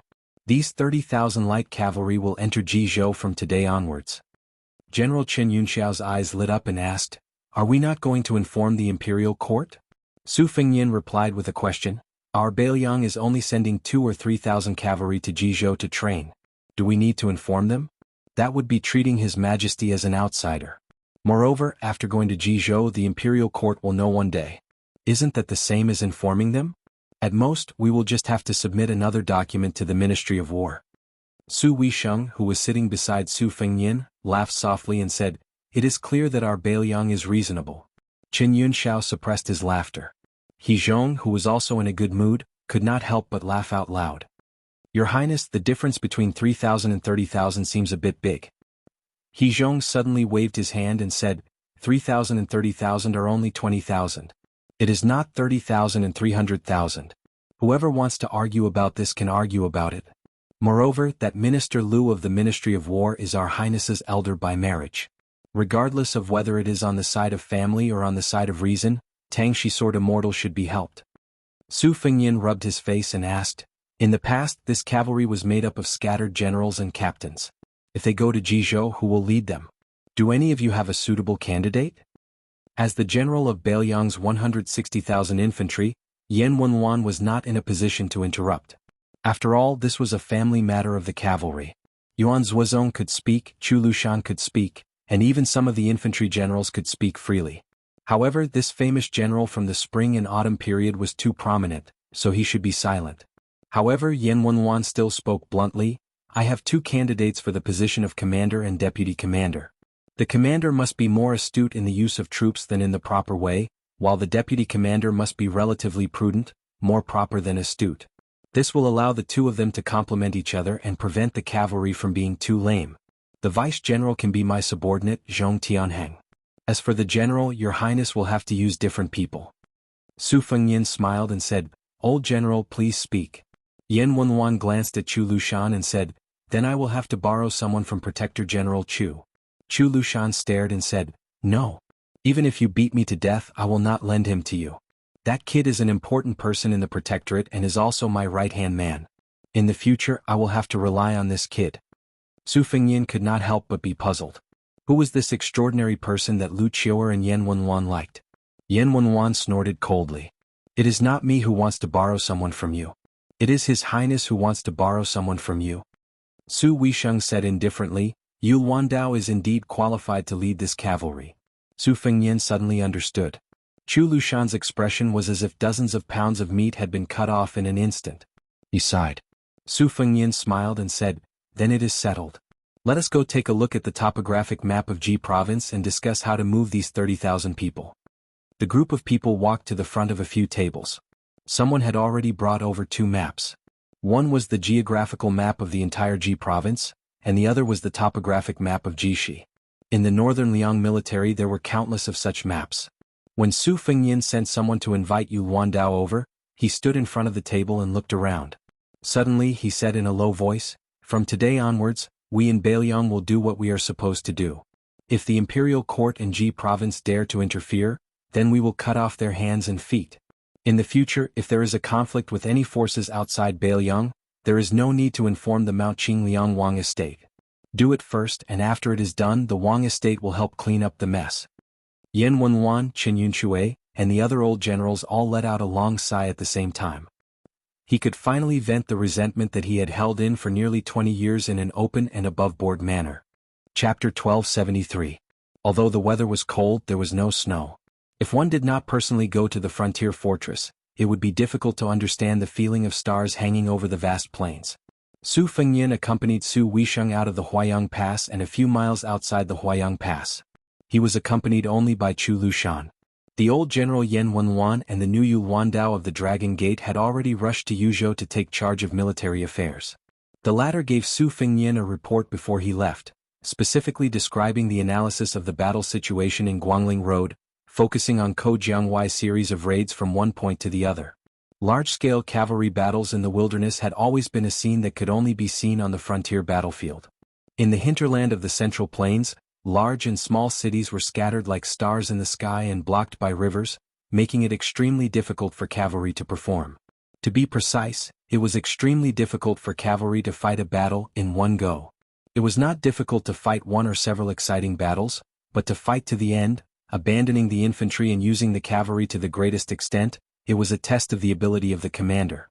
Chu Lushan used the faint starlight to read the report carefully along the way, admiring it so much that he could not put it down. When Su Fengyin and Su Weisheng stopped at a small broken ground, Chu Lushan carefully put away the priceless rice paper, looked at the sky and sighed softly. Lu Xingxiang's proudest work in his life was that snowy night in Luzhou, helping Gu Jiantang take down the entire Dongyue without shedding a drop of blood. As for me, I was fortunate enough to not fail my mission when thousands of cavalry marched into Shu. In the past 10 years, these two battles have been deduced countless times by the old scholars who teach the art of war in Shangyin Academy and Imperial College.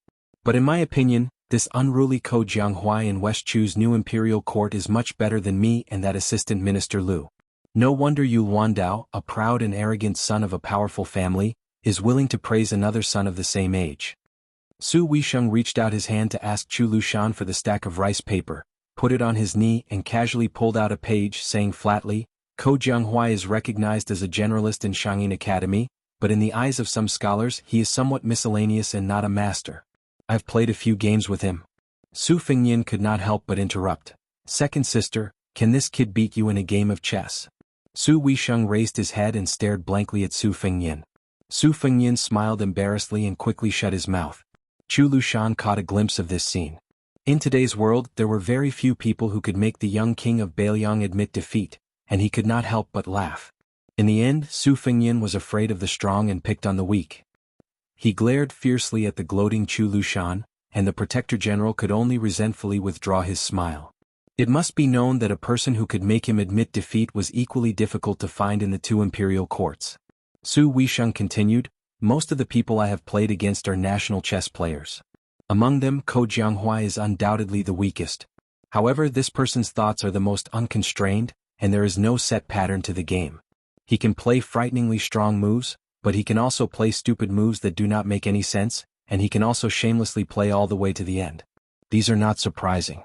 What is truly impressive about Ko Jianghu is that he has the least desire to win. This kind of opponent is very difficult to deal with on the battlefield.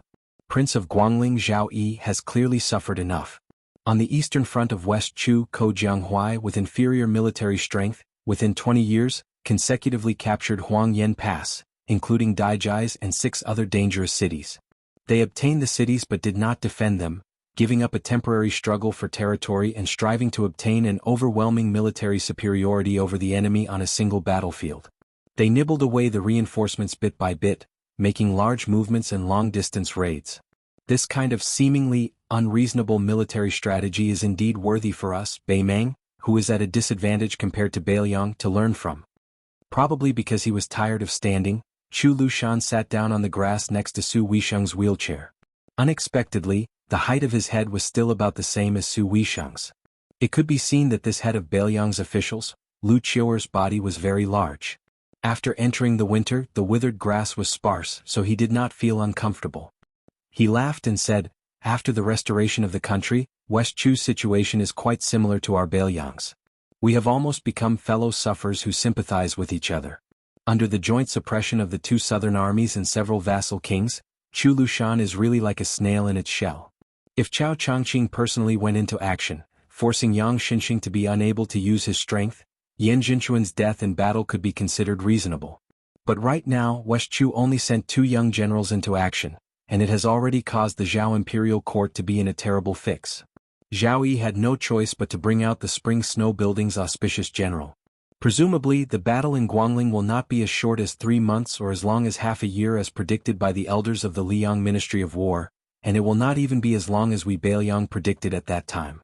By the time the last wisp of smoke dissipates, I am afraid it will take at least 2 years. Su Fengyin laughed coldly and said, the Zhao family son of heaven used the New Year's auspicious talisman.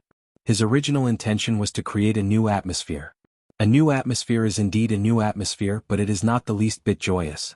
Suppressing Bailiang and indulging Guangling, these were all created by him. I don't know if he has any regrets. Other than handing over the dragon robe and dragon throne to Crown Prince Zhao Zhuan, there is also this big mess. Chapter 1274.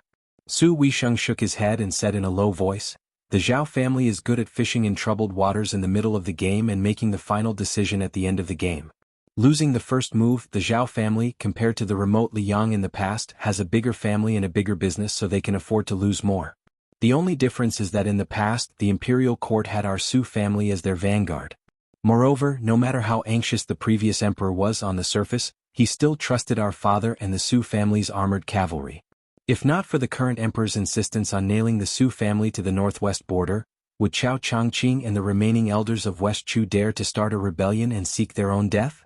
If the Beiliang frontier army could send out 50,000 men to quell the rebellion, how could Yang Xinxing and Yan Jinchuan lose their integrity in their later years? Chu Lushan said darkly, "There's nothing we can do about it. The Zhao family's emperor is determined to be the enemy of the world. The feudal princes who split the territory, the new civil officials who gradually gathered together, and the military generals who set up independent territories, in his eyes, none of them are good people. He wants to help his son solve this problem before he dies. The chessboard is too small to accommodate so many big chess pieces. If he really did succeed, the crown prince Zhao Zhuan could really be a carefree emperor who doesn't attach importance to martial arts and focuses on civil affairs. Gu Jiantang has Chen Zhibao holding him back. Without Zhang Julu, the civil officials have no leader. When the time comes, they would be too busy trying to figure out the emperor's heart. How could they care about governing the country and pacifying the world? Besides, at that time, the world would be at peace. The military generals would have retired to their fields, so it would be even less of a chance for the civil officials to fish for merit. Other than currying favor with the emperor, the civil officials after Yonghui really have nothing to do. Don't say that old man Yuan Binshi's calculations are very smooth. Su Fengyin waved his hand and said, "There's no point in talking about this. Right now, Dongzhua's specific deployment of troops and generals, other than the direction of Liuzhou, there are no detailed intelligence reports. Luqiu, how long do you think Liuzhou can hold off Lu Gui's army? After that, how many Beimang border troops can be implicated and thrown into the pocket of Liuzhou?" With a smile on his face, Chu Lushan said, "With Little Prince's 30,000 Longxiang army helping to defend Lu province, they would not be able to defeat Lu Gui's hundreds of thousands of disorganized troops even if they were to fight for 100 years. In the eyes of future generations, no matter how we fought in the early stages of this unprecedented war with Beimang, there was no better or worse strategy. It all depended on who could accumulate advantages in the divided battlefields. From the current situation, Dongzhou clearly did not put too much thought into Liuzhou. He invited the most prestigious and also the youngest of the 13 great generals, border commander Lu Gui, to that side because he did not wish for Lu Gui to take advantage of the situation to rise up in the Central Plains. At the very least, he did not want Lu Gui to rise up too quickly and too fiercely. What I am most worried about is that Dongzhuo will attack Yuzhou in a spurt of energy, attacking the Yuzhou defense line to the death without regard for losses. In the meantime, he will place his most elite troops, the Tuoba and Hong Jingyan, on the northern front of Liangzhou to tie down the main force of our cavalry." Su Weisheng nodded and said, "If we attack Yuzhou in the short term, it will be the most muddle-headed method Beimang can use. However, in the long term, it will be the best method to preserve Beimang's national strength. After all, Beiliang is not the Central Plains, which has a great depth. Even if Yuzhou has a few cities that can be defended, and there are many fortresses and military cities south of the mouth of the gourd, the saying that the mouth of the gourd alone can swallow up 160,000 soldiers is not an exaggeration. However, as long as Beimang has the courage to do so, they will only have to send out 100,000 soldiers to cripple Yuzhou. Next, they will have to rely on Liangzhou's main force to reinforce Yuzhou. Once this situation develops, whether or not Liuzhou is defended will no longer affect the overall situation. This is also the reason why Yan Wenwan insisted that Yu Luandao lead 30,000 light cavalry to Jizhou. He was determined to use Yuzhou to win more time and space for all of Beiliang. However, this is an action that has no choice. In the end, they will lose more than they lose. The Liang imperial court is happy to see this, but Beiliang cannot afford it." Su Weisheng folded his hands on the paper on his knees and looked into the distance. Bodyguard Chu insisted on having Liuzhou enter a stalemate, attracting the attention of both the North and South imperial courts of Beimang. He hoped that Beimang's border army would send troops to Liuzhou, but he was also worried that Dongzhuo would focus on attacking Yuzhou. Over the past decade or so, Father has poured a lot of effort into Yuzhou and spent a lot of money on the soldiers. 7 years ago, during the raid led by the Dragon Waste province, he purposely stopped the border army of Liangzhou from reinforcing Yuzhou. He watched as the 30,000 soldiers of Yuzhou lost their cities and fortresses one after another and sacrificed their lives for the northern barbarians. He wanted to make Beimang fear Yuzhou's border army, and hoped that one day, Yuzhou would not become their fatal weakness. Chu Lushan said in a low voice, "Merciful people don't command troops." Chu Lushan suddenly exhaled a mouthful of turbid air. That old woman has been purging Beimang's Jianghu forces for many years. Now she can finally be put to use. On the border, those experts are keeping a close eye on the big and small passes. As long as they see someone quietly crossing the border, they will kill him on the spot regardless of his identity. Many of our men of sacrifice spies who have been lurking for many years can hardly pass on important military intelligence. This time, the chess and sword music school and the Princess Grave have all been mobilized to seal off the news from the border and cooperate with Dongzhuo's border army. This move is really ruthless. Fu Shui Room has suffered heavy losses after being traced back to Beimang. Many provinces have been uprooted after many years of operations. Chu Lushan, who was squatting on the ground, rubbed his cheeks. That's not all. Not long ago, Beimang deliberately let a spy return. He had 16 heads of his colleagues from Fu Shui Room in his luggage. When the spy saw me, he cried and said that if it wasn't for the fact that he hoped Fu Shui Room could take back these heads, he would rather die than return to Beiyang. After the spy put down his luggage, he borrowed a cold knife and committed suicide that night. He didn't say his last words, he didn't write his will, he didn't leave anything behind. Chu Lushan said in a muffled voice, "Our new cold knife hasn't even started killing the northern barbarians, but it was used as a suicide by one of our own. If I continue to hold in this resentment, my lungs will explode from anger." Su Fengyin didn't say anything. His hands were clasped in the large sleeves of his purple gold embroidered robe. After winter, the continuous battle in Guangling Road had come to an end. It was Beiyang's turn to be engulfed in smoke. There was no snow this winter. No one knew when it would snow. However, the cold knives at the waists of the 300,000 border soldiers could be unsheathed at any time. Chapter 1275. More than 8,000 valiant Chang cavalry went from the border of Gusai Prefecture to between Qingcang and Linyao. Just as Chu Lushan had expected, the light-armored Chang cavalry were used by Lu Gui to cut off the connection between the two towns. The Chang people were once a thorn in the side of the overlords of the Central Plains. The Dafeng dynasty had been harassed by the Chang people for a full 200 years. Every Chang person rode sheep to shoot birds and rats when they were young, and when they were slightly older they rode horses to shoot foxes and rabbits. They were basically born to be elite soldiers on horseback. The light cavalry of the various countries in the Central Plains had gradually stepped onto the stage. To a large extent, it was because the Chang cavalry had forced them to do so. The Chang cavalry was also one of the teachers of the Central Plains. Before and after Su Shao took over Beiyang, the Chang people had withered day by day. This was especially so for the Su family, who often used large numbers of Chang cavalry to train their troops.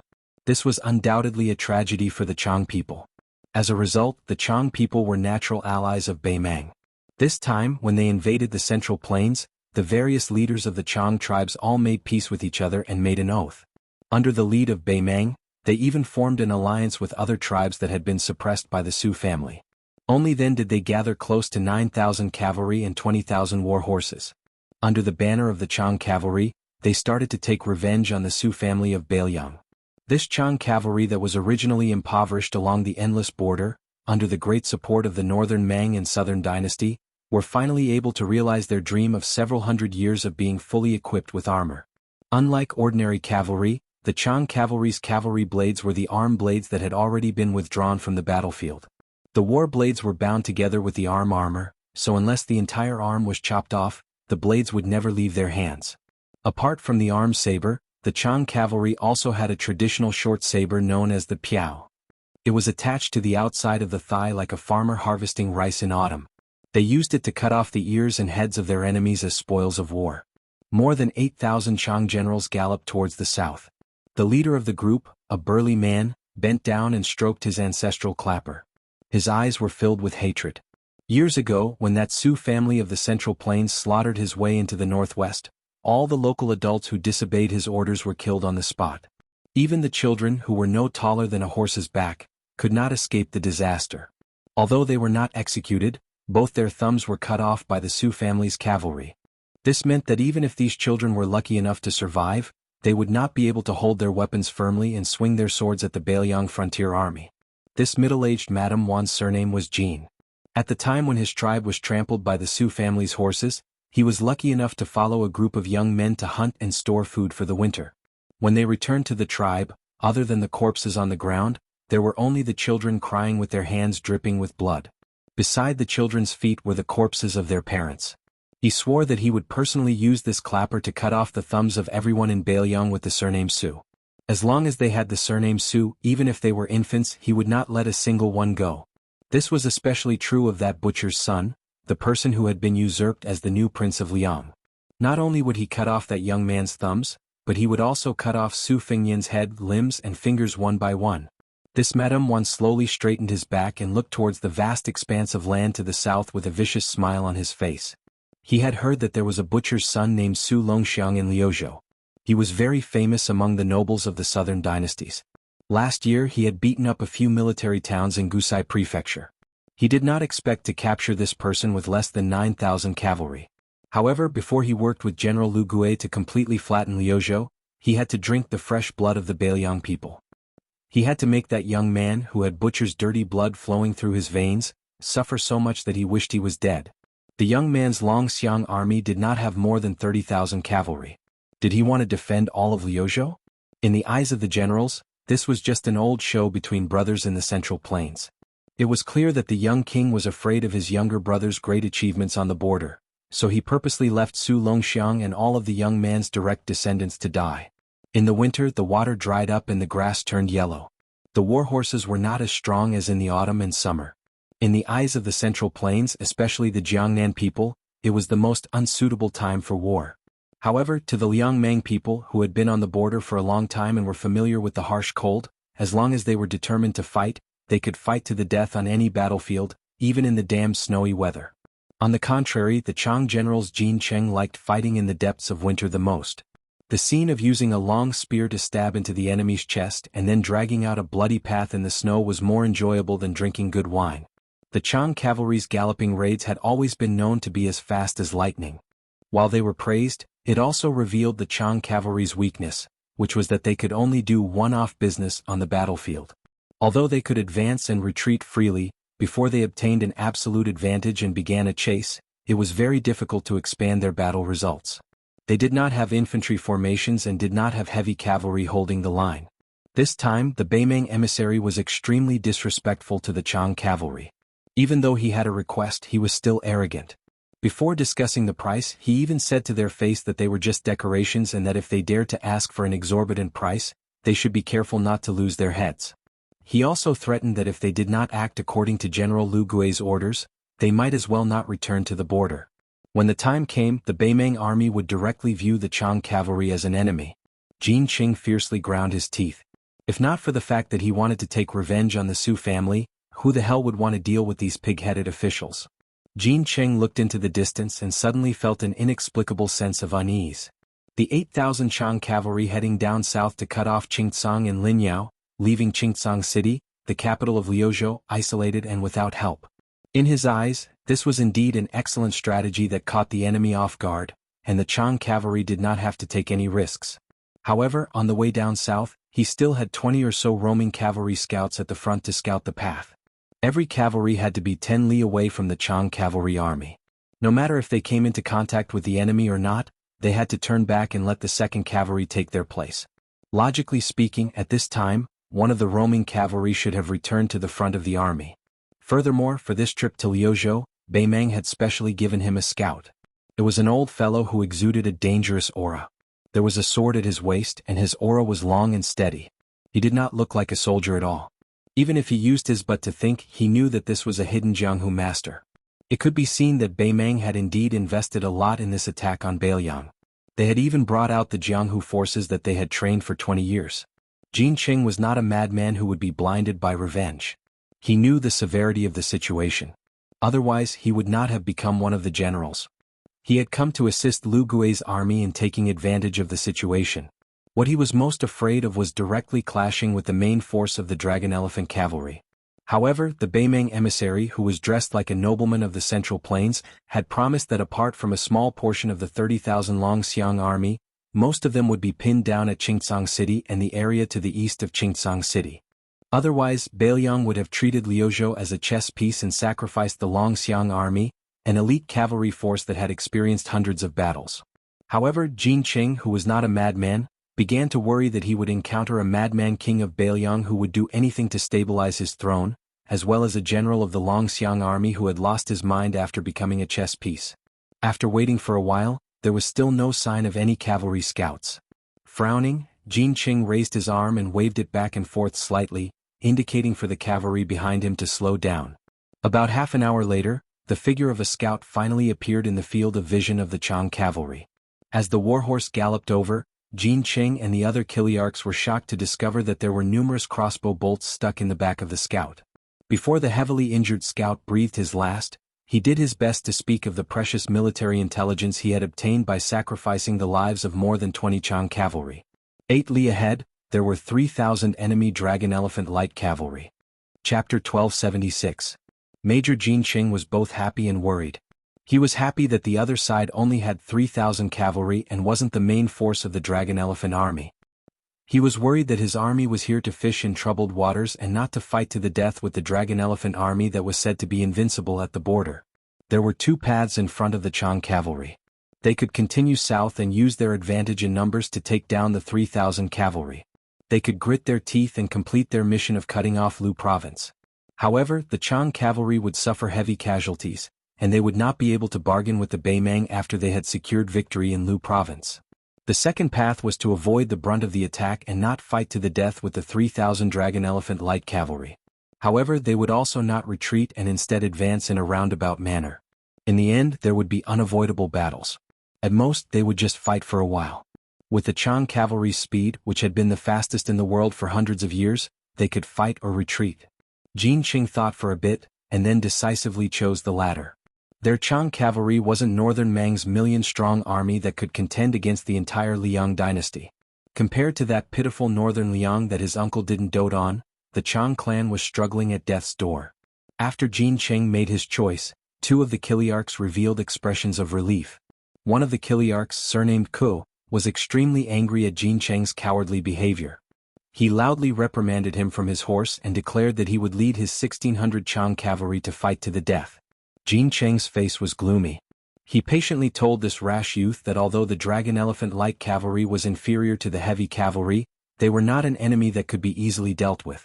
If other than the 3,000 cavalry there was also the Longxiang army, then their 8,000 men would not be able to leave Lu province alive.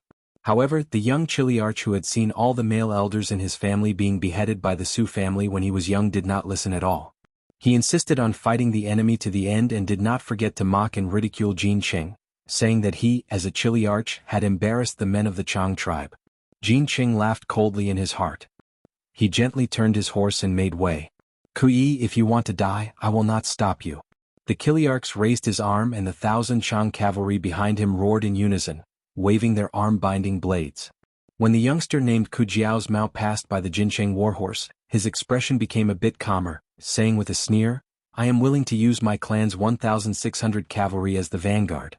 If Major General still wishes to obtain the first batch of military contributions in Liang Mang's great battle, I believe with Major General Great's astuteness, you should already understand what to do.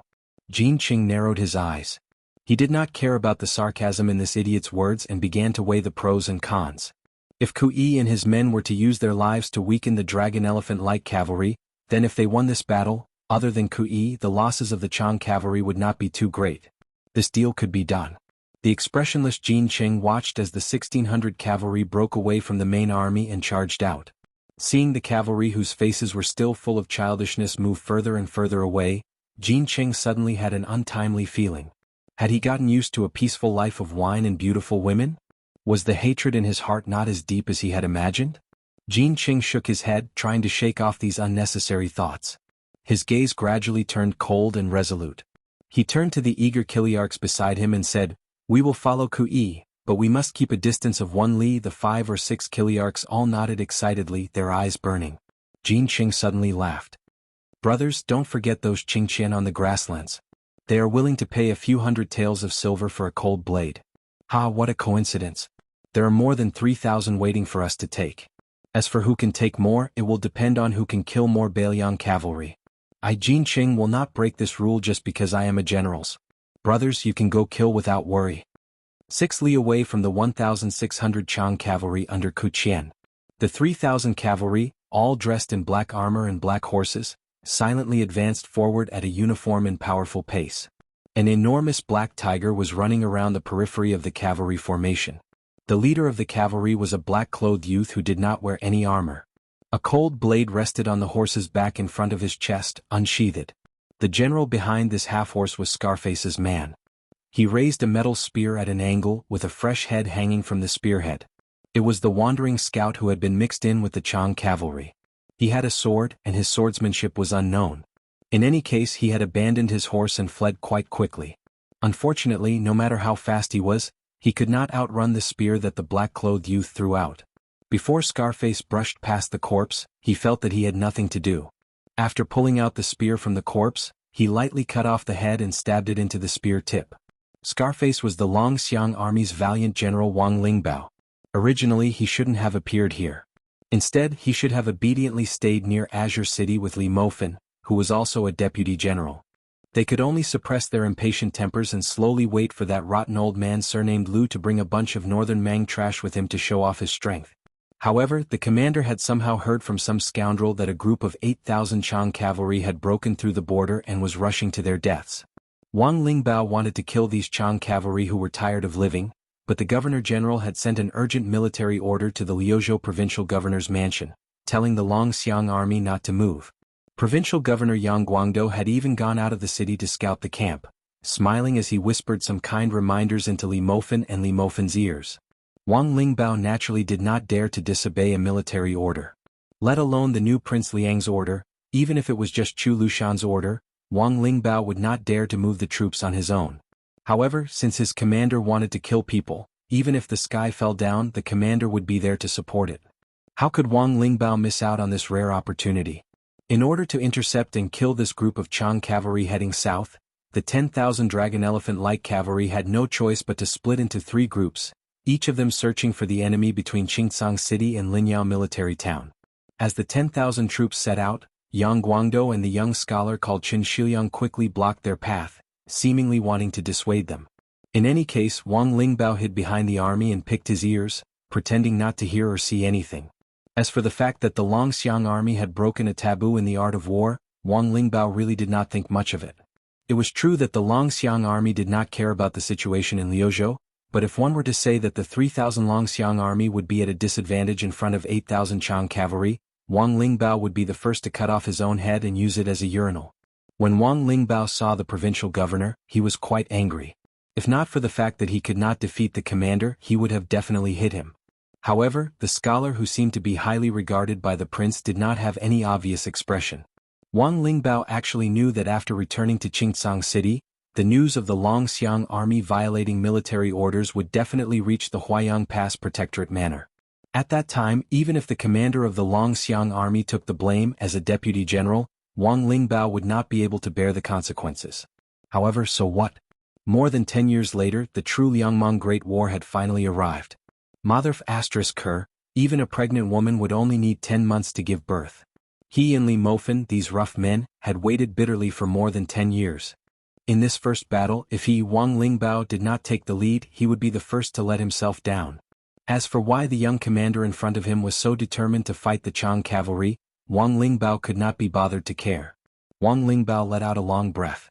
With a flick of his wrist, he shook off the head that was in the way. Looking into the distance between the two sides was less than 2 li. He could already see that the enemy cavalry had begun to speed up. Wang Lingbao softly muttered, "Beiliang is guarded by us.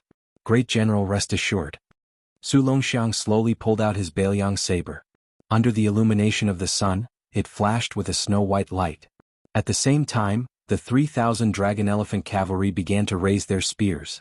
Chapter 1277. The two cavalry armies began to charge at each other without any fancy moves. The terrain was flat and wide, making it easy for cavalry to spread out.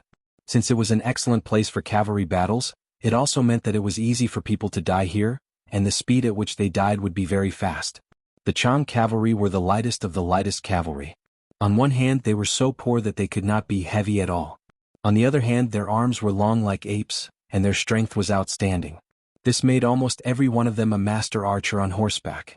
The young Chang Chiliarch Kui, who had a blood feud with the Beiliang Su family, finally stopped purposely suppressing the charging speed of the cavalry. With a wave of his hand, he covered the eyes of his horse with a black cloth, and the speed of his steed suddenly increased. If there were spectators looking from a horizontal line, they would definitely be stunned by the muscles of these warhorses as they ran. The habit of covering the eyes of the horses during a charge had never been popular in the Central Plains, but this was an old custom that had been passed down for hundreds of years on the grasslands. At the beginning, it was to ensure that the warhorses would not be afraid when facing the infantry of the Central Plains, and at the same time to deliberately startle the warhorses. Before the fierce collision between cavalry armies, the cavalry would whip the warhorses to make them explode with greater strength, using the warhorses' speed to drive the cavalry's charge forward. However, among the elite cavalry armies in the world, perhaps only the Bailiang cavalry disdained to use this kind of insignificant skill. This was attributed to the fact that every horse in Bailiang had turned from raw to mature, and the large horse farms had poured in countless efforts. Of course, there was also countless amounts of silver. In northern Liang, every time a familiar horse stepped onto a large-scale battlefield, there would be one or even several war horses that would die before it could do so. On the battlefield, only the roars of the 1,600 or so Chang cavalry could be heard. In comparison, the 3,000 Longxiang army, who were also light cavalry, seemed especially strange at this time. One reason was that they were collectively silent before the battle, but more importantly, they were practically fugitives who used light cavalry as heavy cavalry. After the dragon elephant light cavalry raised their spears and charged, they charged straight at the enemy, even giving up on the lethality of a wave of light crossbows. The Bailiang cavalry was good at fighting and dared to fight to the death. The Central Plains had always been good at a combination of riding and walking when it came to war. The infantry was in the middle and the cavalry was on the two wings. The latter was not used to break through enemy lines head-on. Other than being limited by the natural factor of the cavalry bow being inferior to the infantry bow, especially the large crossbow, the main reason was that the cavalry's greatest advantage was its great mobility. In the long series of classic battles of the spring and autumn period, this indisputable pattern of war was displayed to the fullest extent. As long as it was a general who could be crowned as a famous general, even if it was an infantry commander, he would still be able to command a cavalry army of several thousand men in an orderly manner. This was probably the so-called chronic illness becomes a doctor. At that time, the large group of Li Yang's higher-level generals who had been influenced by the flames of war didn't know how to ride, or rather, didn't know how to ride, so they were too embarrassed to greet their colleagues when they went out. However, this kind of combined riding and walking tactic, once they moved to a place where supplies were difficult, it was inevitable that they wouldn't be able to acclimatize. After the current emperor ascended the throne, he took the initiative to launch several great battles against Beimang, and he suffered enough. Many situations that seemed to be in a good situation at the beginning were ruined by some battles that occurred outside the main battlefield. Take Beimang's Tuoba Bodhisattva and Dong Zhuo, two generations of famous Beimang generals, for example. These two became famous by relying on their light cavalry, which could easily be as long as 1,000 li long-distance raids. In one breath, they circled around to the rear of Li Yang's army and directly smashed one or even several main supply lines. The famous generals of the Liang imperial court, especially the cavalry generals, were greatly vexed by this, but for some reason, there was never a genius general who was able to break away from the infantry and meet force with force against Beimang's cavalry. Even so, the signs of the cavalry having to be separated and assume independent responsibility, as well as a series of books on the art of war that were derived from it, still appeared. Lu Xingxiang, who had been recruited by Zhao Yi to go to the distant Guangling riverbank, and Su Gong, who had never had the chance to go on an expedition beyond the Great Wall, each produced a military book. Unfortunately, it was not passed down to the generations, but it was widely praised within the military. Su Xiao greatly admired that dragon general Su Gong, who came from the Gumusu family, and thought that this person should have been able to overshadow Lu Xingxiang, who led the charge in the southeast. However, that group of Liang's higher-ups all knew in their hearts that if at that time Chen Jibao and Chu Lushan were given the opportunity, then in Beimang, this brand-new battlefield, these two would undoubtedly become meritorious figures not inferior to the four great generals of the spring and autumn period. However, at that time, even if the new son of heaven, out of selfishness, was willing to give Chen Jibao the opportunity to display his skills, that large group of founding elders would not allow the Su family to have a successor. In close to 20 years of constant warfare with Beimang, the Beimang cavalry also developed a set of extremely powerful and mature tactics. For example, the Beimang cavalry lacked crossbows but had many bows. Unless it was an elite soldier with astonishing strength, it would be difficult for an ordinary cavalry bow to break through the armor from 80 paces away. When the two armies collided and charged, under Chen Jibao's influence, the Beimang cavalry was abnormal to the point where they directly abandoned the crossbows in the process of exchanging fire. Relying on their advantage in armor, they allowed the Mang cavalry to throw out their arrows and fire at them, while their own side only focused on charging forward.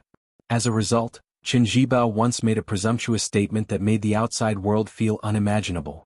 Under the premise that the military strength was roughly equal or even slightly inferior, the Beimang cavalry could only survive 40 paces.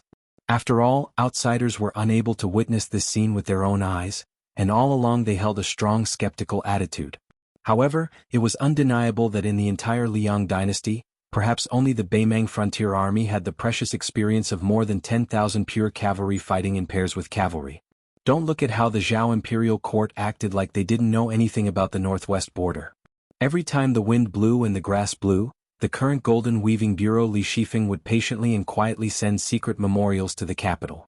And the contents of these memorials were bought by Guangling Prince Zhao Yi and Yanqi Prince Zhao Bing through who knew how many favors and connections, so that the various advisors could ponder over and over again. At the same time, the Liang imperial court was not waiting for death.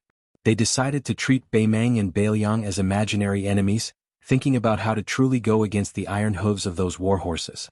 After all, the outstanding generals of the Central Plains who stood out from the smoke of war were not useless people. They were quite effective. The division of troops and weapon combinations of the infantry and the cooperation of the weapons could be said to be at the peak of perfection. In the imperial examinations of the spring of Yonghui, there were even similar questions that had a deep meaning. This led to many bold and unconstrained ideas in the answers. Although most of them were seen as the nonsense of a scholar, there was an argument that suddenly shone brightly after many years of silence. That was to use extremes to fight extremes. The examinee who failed in the imperial examinations at that time proposed to invest all of his financial and material resources to develop the deformed heavy cavalry and strive to cross the threshold of 10,000 people. Even if he had to sell everything, he had to develop one or several heavy cavalry units and place them in an important town not far from the border. At that time, his answer sheet was like a clay ox in the ocean in the Liang imperial court. However, at the same time, the Beimang palace began to crazily use money to build heavy cavalry units. It was not until many years later that the Liang imperial court realized that these were the two units of cavalry that Beimang named after the country's surname, the Yelu heavy cavalry and the Murong heavy cavalry. The number of people barely touched the threshold of 10,000. However, even the layman civil official knew that to raise these two units of heavy cavalry, it was the same as cutting off the country's flesh and blood to feed these two large gluttons. This was because the true cost of the heavy cavalry was not in the establishment of the structure but in the maintenance of the soldiers. The Liang imperial court, who was slow to realize this, was forced by public opinion from all levels of society, especially Gu Lu of the Ministry of War and the Eastern Border Army. Only then did they bite the bullet and follow behind Beimang to create the Duoyen cavalry and the Yanmen heavy cavalry. The former had less than 8,000 cavalry and the latter had less than 5,000. As for why the scholar who went to the capital to take the imperial examinations would mysteriously die in a nameless alley, who cared? However, if someone knew of this secret they would sigh. A little essay of less than 1,000 words written by a nameless Jiangnan scholar had actually affected the life and death of 2 million soldiers in the desert frontier fortress. The enemy was 80 paces away from us. The front line of battle spread out like a line. The surging tide of Chang cavalry skillfully knocked their bows and shot arrows. The violent jolting of the back of the horse during the fast charge, the armor of the enemy cavalry, and the lack of time to switch shots in a hurried battle were all important reasons why cavalry archery was only the icing on the cake.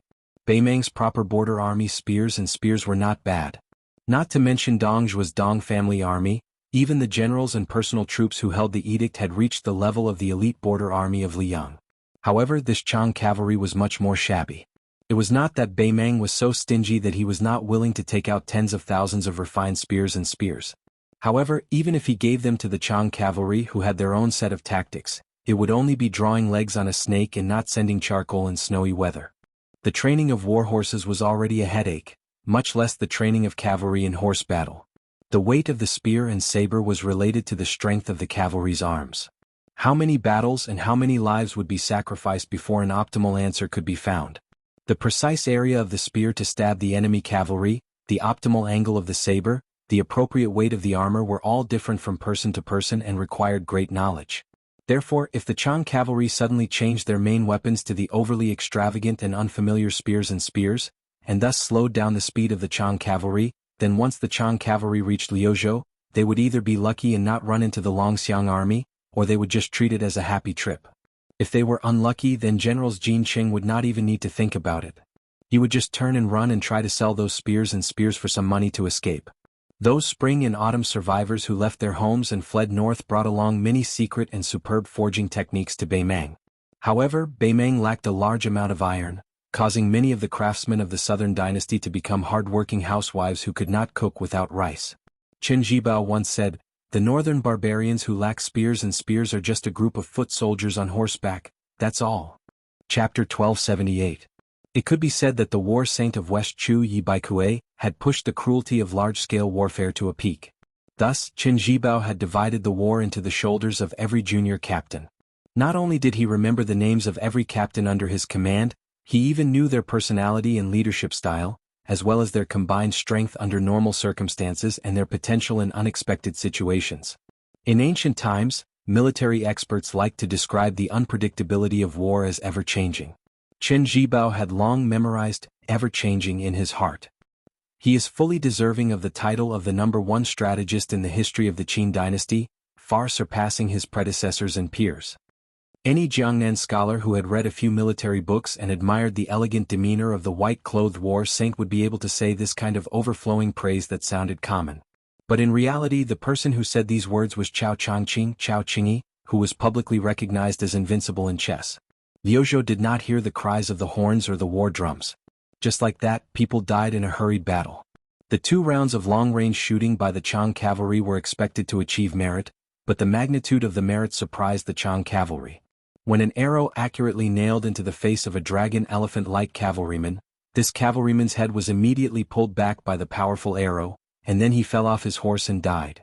The ownerless warhorse continued to charge forward. Many of the Chang cavalry cheered. The arrowhead of a Chang arrow struck the breastplate of a dragon elephant-like cavalry soldier, creating a string of sparks, but it did not pierce through. However, this northern Liang border army soldier's luck was truly terrible. His warhorse was struck in the neck by another extremely powerful arrow through the gap in the armor. The horse neighed, tilted slightly and crashed into the ground. The light cavalryman who had rolled away quickly stood up. His arm that was holding the spear had been broken, but without his spear he quickly pulled out the cold saber at his waist. He faced the Chang cavalrymen who were only 20 steps away from him and began to run in a straight line. Kui felt a bone-deep sense of powerlessness. It wasn't just because the 2 rounds of arrow rain only brought less than 100 casualties to the dragon elephant-like cavalry, it was also because even though the enemy cavalry could clearly use their spears to deflect the incoming arrows, not a single one of them did such a thing that would damage the impact of the spear. Not a single one. The 2 armies suddenly charged out, and it was hard to tell whether the enemy was dead or alive. The young Kiliarka's recklessness had brought disaster to the 1,600 cavalry that he and his clan had painstakingly gathered over the past 20 years. Even if the Chang cavalry saw that the situation was not good, the front line facing them started to move to the left, hoping to use the speed of the Chang cavalry to reduce the losses on the battlefield. The vanguard of the Chang cavalry moved slightly to the left. However, the dragon elephant-like cavalry reacted in an instant, charging to the right as a whole. The thunderous hooves of the horses did not decrease in the slightest. The rapid changes on the battlefront were actually not much when it was divided between 2 enemy cavalry positions. The Longxiang army and the Chang cavalry were embedded in each other's formation. In the blink of an eye, more than 300 Chang cavalrymen were pierced through by spears. These Chang warriors were all dead before they could even get off the back of their horses. Among them, dozens of Chang cavalry corpses were lifted into the air by the dragon elephant iron spear. The line that symbolized life and death was filled with the blood of the Chang cavalry. There were some lucky Chang warriors who managed to dodge the spears of the first row of dragon elephant-like cavalry, but the spears behind them quickly pierced a hole in their bodies. Some of the luckier ones who managed to survive were instantly killed by the third row of dragon elephant-like cavalry, even if they managed to survive the second row of dragon elephant-like cavalry. One of the Chang cavalrymen had just had his shoulder pierced by the second dragon elephant-like cavalry. He swayed, and before he had time to rejoice, a third iron spear pierced through his neck. His corpse fell backwards, sliding a short distance on the horse's back before finally falling dead on the sand. The deputy general of the Longxiang army, Wang Lingbao, directly shot out 3 candied haws. Discharge. The dragon elephant-like cavalry easily pierced through the window like a heavy hammer. Scarface and Wang Lingbao lightly shook their wrists, sending the 3 Chang cavalrymen off the iron spear. They did not turn around to observe the battlefield, not even looking at the corpses on the ground. They continued to charge forward. They were not far from the second Chang cavalry. Behind Wang Lingbao, the ground was covered in Chang cavalry corpses and blood. Many of the Chang cavalry horses that had fallen off their horses slowly came to a stop after running for a short distance. The 300 injured Longxiang army cavalrymen raised their blades and stabbed the surviving Chang cavalrymen. Some of the Chang cavalrymen spoke in a language that the dragon elephant light cavalry did not understand. They were probably begging for mercy, but none of them showed any mercy. Ever since the general led the 100 cavalrymen out of Liaodong, the Su family cavalry did not have the habit of taking captives in. Apart from the 40 at the two ends of the 1600 Chang cavalrymen, the rest of the Chang cavalry were all killed by the 3000 dragon elephant light cavalry. The young Chiliarch who had charged into Flo province for the sake of revenge and for the sake of establishing himself also died after killing one person and assassinating two others. Chapter 1279.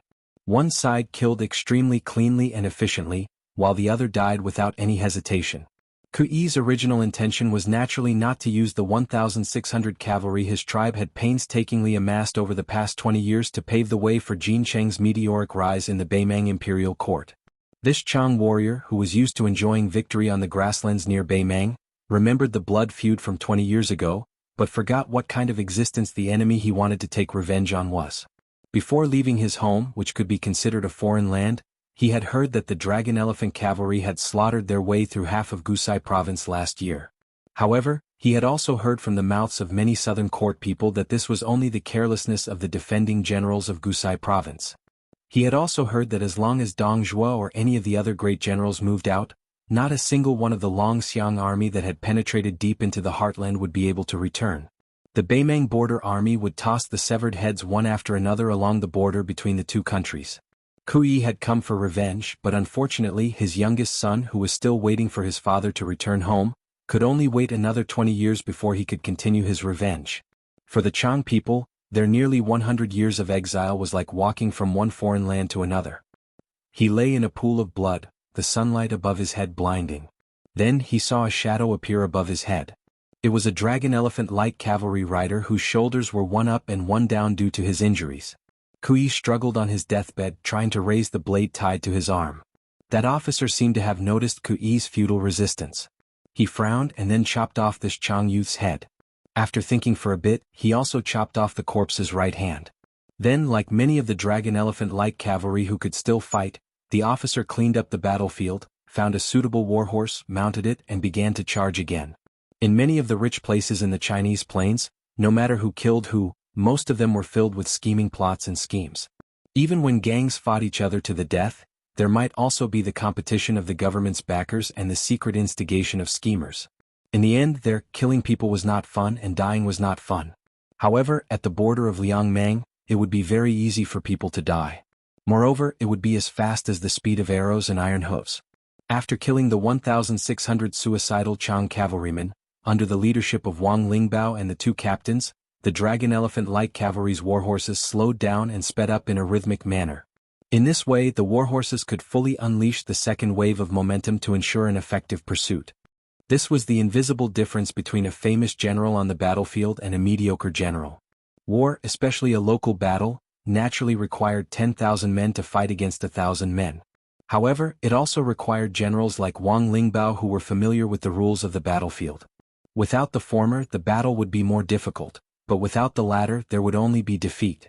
About half a li away, General Jin Cheng was completely dumbfounded. However, this middle-aged Chang cavalryman who was more experienced than Kui, did not hesitate at all. Without saying a word, he led the Chang cavalry in an arc and retreated. The reason why they did not stop and flee was because the Dragon Elephant Light Cavalry, whose fighting strength was negligible, did not allow them to waste even a little bit of their fighting strength. Wang Lingbao calculated the distance between the two sides and the warhorse's speed. He squeezed his horse's belly and wanted to go to Su Longxiang's side to tell him his thoughts. However, this young commander of the Longxiang army had already raised his arm and made a simple hand gesture that everyone in the Beiliang frontier army knew. Quickly stop him.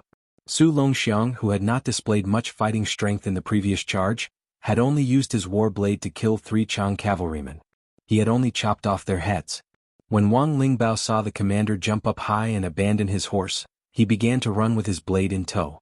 Wang Lingbao laughed, not knowing whether to laugh or cry. Our commander really makes one feel helpless. After Su Longxiang made that hand gesture, the dragon elephant cavalry that had been purposely maintaining an orderly formation finally changed. The more than 400 cavalrymen charged out of the army in an instant. These elite cavalrymen decisively followed the war god commander in their hearts to kill the remaining 7,000 Chang cavalrymen. The aristocratic families were particular about the fact that the country could be destroyed, but the legacy of the family name could not be destroyed. However, for an army, the backbone supported by countless martyrs could not be broken. The backbone of the Beiliang cavalry. It would rather be broken. As for whether or not the Beimang had the ability to break this backbone, they would have to kill each other. As Su Longxiang ran faster and faster, a giant black tiger rushed to his side. Then, the 400 cavalrymen behind the black-clothed youth and the 2,000 dragon elephant cavalry saw an extremely strange scene. Su Longxiang bent down without slowing down, his hands grabbing the two legs of the black tiger. His body spun, and just like that, he smashed the black tiger into the center of the Chang cavalrymen. After the giant black tiger crashed into the ground, it continued to roll. Dust was kicked up from the ground. Countless mud-like corpses and a large number of people were thrown off their horses. Scarface and Wang Lingbao's mouth could not help but twitch. Those fellows that were smashed would definitely be in a lot of pain. When the 400 fast riders at the front were about to catch up to the tail of the Chang cavalry, Wang Lingbao glanced at the large crater that was created by the black tiger's explosion. On the mashed-up corpses, large flowers of blood bloomed. Chapter 1280. The first year of Xiangfu. Early winter. Near the city of Liangzhou, a delicate and pretty girl in thin clothes and a young monk in a shabby kasaya were walking together. Stupid Nanbei, we're almost at Liangzhou. Why am I getting more and more nervous? It's almost as nervous as the first time I peeked at the love letter that the vixen at the foot of the mountain wrote to my father. You're nervous when you're close to home. Anyway, Su Fengyan's home is half your home. A monk is pleading for you. Aren't you afraid that the Buddha living in the Western paradise will drown you with a sneeze? Master still has his wife. I don't see him being afraid of wind, rain, or thunder. Stupid Nanbei, we don't even have a copper coin to buy beautiful rouge and face powder this time. Will he think that I'm getting uglier and uglier? How can he? This is your promise. If it's not like this when the time comes, I'll beat you up. Amitba, stupid Nanbei, let me ask you a question. You Buddhists, stop. Lizi, your home is my home. What do you mean, you Buddhists? I was picked up by Master and brought up the mountain. It was Master's wife who helped me shave my hair. Master's wife said that I was crying at that time. Look, how old was I at that time? I already knew that I didn't want to be a monk. Okay. Just answer me directly. Why do Buddhists say that the heart is all prajna? Then, are those bodhisattvas' great wishes a kind of obsession? If so, how can there be hope to become a Buddha? Oh, Lizi, why don't I answer you after I become a Buddha and burn the Saraira? Is this how you used to preach to those big and small baldies? No wonder the old abbot always likes to owe copper coins. Mother asked me to urge him, but the old abbot always laughed bitterly as if he had eaten something bad. It must be that the old abbot dislikes your preaching. Stupid Nanbei, why are you crying? Can you be a little more promising? The old abbot has become a Buddha, not dead. Cry when you cry, laugh when you laugh, eat when you eat, sleep when you sleep, and recite when you recite. When the wooden fish rings, I am Buddha. This is what my master taught me. Come on, how stupid are you? You can't even comprehend Buddhism. If you become a Buddha, who will be willing to believe in Buddhism in the future?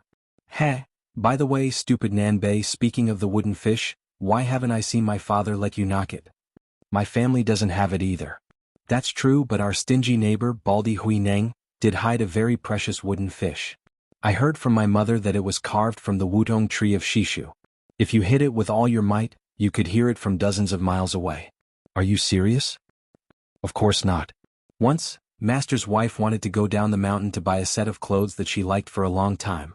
Coincidentally, Master didn't have any extra money, so he took me out to hide from Master's wife and secretly met with Abbot Huineng to drink. Abbot Huineng drank happily and sat on the ground holding the wooden fish for most of the night. At that time I stood outside the door to keep a lookout for them. I didn't feel that the wooden fish was very loud. Actually, Master's wife was thinking about the value of the wooden fish. Once, when Master's wife saw me washing clothes, she let it slip. She said that in the future she must bring the wooden fish home and then give it to you as a dowry. How impressive. My mother? No wonder every time my mother saw Baldi Huineng a few years ago, she would ask him how old he was. Alas, fortunately, my mother only wandered around the small town at the foot of the mountain and never went into the Jianghu. Otherwise, Which young master would be willing to pay attention to her? Anyway, master is watching over master's wife, and master's wife isn't willing to go into the Jianghu. Besides, master's wife always said that the women at the foot of the mountain are either tigresses that eat people without spitting out their bones or foxes that only have skin but not brains. Especially that great P city, the streets are full of shameless and indecent women. It has always been master's forbidden area. How can master's wife be at ease with master? Otherwise, master's wife wouldn't have followed master to the capital this time, right? Wu Nanbei, do you believe that I won't tell my mother? Ba. Master, no wonder you don't talk back every time master's wife scolds you. The more you say, the more mistakes you make. I kind of understand. Stupid Nanbei, what are you muttering about? On the road, the young girl puffed up her cheeks and clenched her fists as if she was knocking on the wooden fish. Dong dong dong, when the wooden fish sounds, I am Buddha. Yaya dong dong dong, the young monk secretly turned his head and snickered. On this day the sun was warm. As the center of Beimang's southern dynasty, Shijing City was originally called Good Son-in-Law City. It was once just a normal city. With the influx of scholars from the north, it gradually had deep and secluded courtyards in Jiangnan. It had thick black tiles and white walls in the style of respecting one's ancestors. It had the private library of an aristocratic family that cultivated and studied. It had the unfamiliar sounds of reading, elegant high hats and broad belts, beautiful women's long dresses that dragged on the ground, and all kinds of food that dazzled the locals. Good Son-in-Law City became more and more prosperous day by day until it became Beimang's auxiliary capital. With continuous expansion, there was a court where the local nobles and foreign scholars each occupied half of the country. There was a system of 3 provinces and 6 departments. There were many talents and it was beautiful. With the passage of more than 20 years, this city seemed to have grown from a thin little girl into a plump, beautiful woman. Then, on this imperial road that was slightly more deserted than usual, a group of people walked slowly. The leader was an old woman. The old woman's age was naturally not something that New Shijing City could compare with. The old woman with an old fox fur draped over her shoulders was followed by an old Confucian scholar. Further behind, there was a middle-aged swordsman with a sword and a burly man in his 50s walking side by side. The old woman suddenly chuckled softly and said, "I heard that our war god met that family of 3 at Mount Hui, but they didn't fight." The old man in the green shirt nodded. Chapter 1281.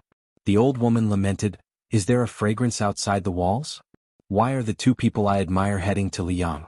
One of them dared to charge to the foot of the imperial capital's walls alone and meet my gaze. The other one is a sect by himself. If I remember correctly, this sect with only one person is ranked higher than the princess's grave in your chess and sword music school, right?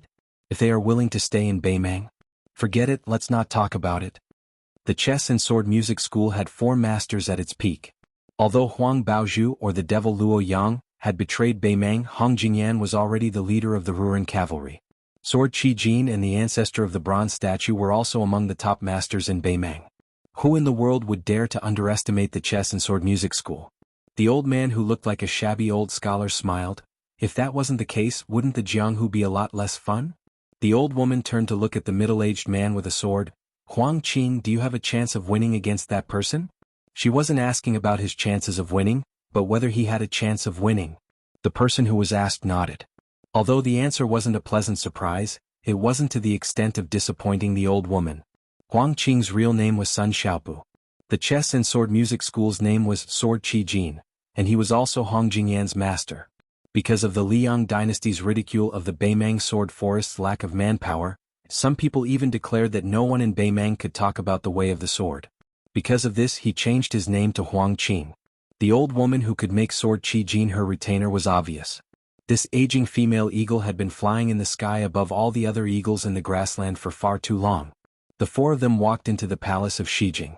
Then, under the careful guidance of the eunuch from the ceremony directorate, only Empress Murong and the prefect of peace entered a secluded attic. Inside the attic, there was a grayish-black hornless dragon vat made of an unknown material. The vat was less than half a person's height, but it was so huge that it occupied most of the attic's main hall. Empress Murong placed her hands on the cool rim of the round vat, squinting her eyes as she looked at the clear water in it. This vat was called Slumber. Only after she had usurped the throne did someone secretly enter the palace to report to her that there was a dragon hibernating at the bottom of the vat. At a glance, he couldn't tell if there was a flood dragon, but the scene in his line of sight was already strange enough. There was no wind or waves. The surface of the water was clearly still, but it was uneven everywhere. If one were to look carefully, one could vaguely see that there were many small carps of different colors floating in the water. Empress Murong raised her head and looked around. Other than the prefect of peace beside her, there were only 9 people in the room. Among them there was the immortal Nan Ming, who was second only to the state preceptor Yuan Qingshan endowed sect, the most secretive qi cultivator in Beimang, and the astrologer Yelu Guanzhu, whose ancestors had been predicting the future for the Beimang royal family. Even Huang Songpu, the former king of the southern courtyard in the southern dynasty, had not seen the 9 real hermits who had lived here for decades. As for the other dignitaries in the southern dynasty, they did not expect to see them. They probably did not know that there was such a strange attic in western capital, such an inexplicable vat, and so many strange people gathered here. Empress Murong asked softly, "Where is Zhao Dun, the prince of Liang, who said that he would not attend the court because he was unwell?" Immortal Nan Ming, who had a head full of white hair but a face as tender as a child, walked to Empress Murong's side with a thin purple bamboo pole. He extended the pole and gently drew a small circle at a spot 2 feet above the water surface.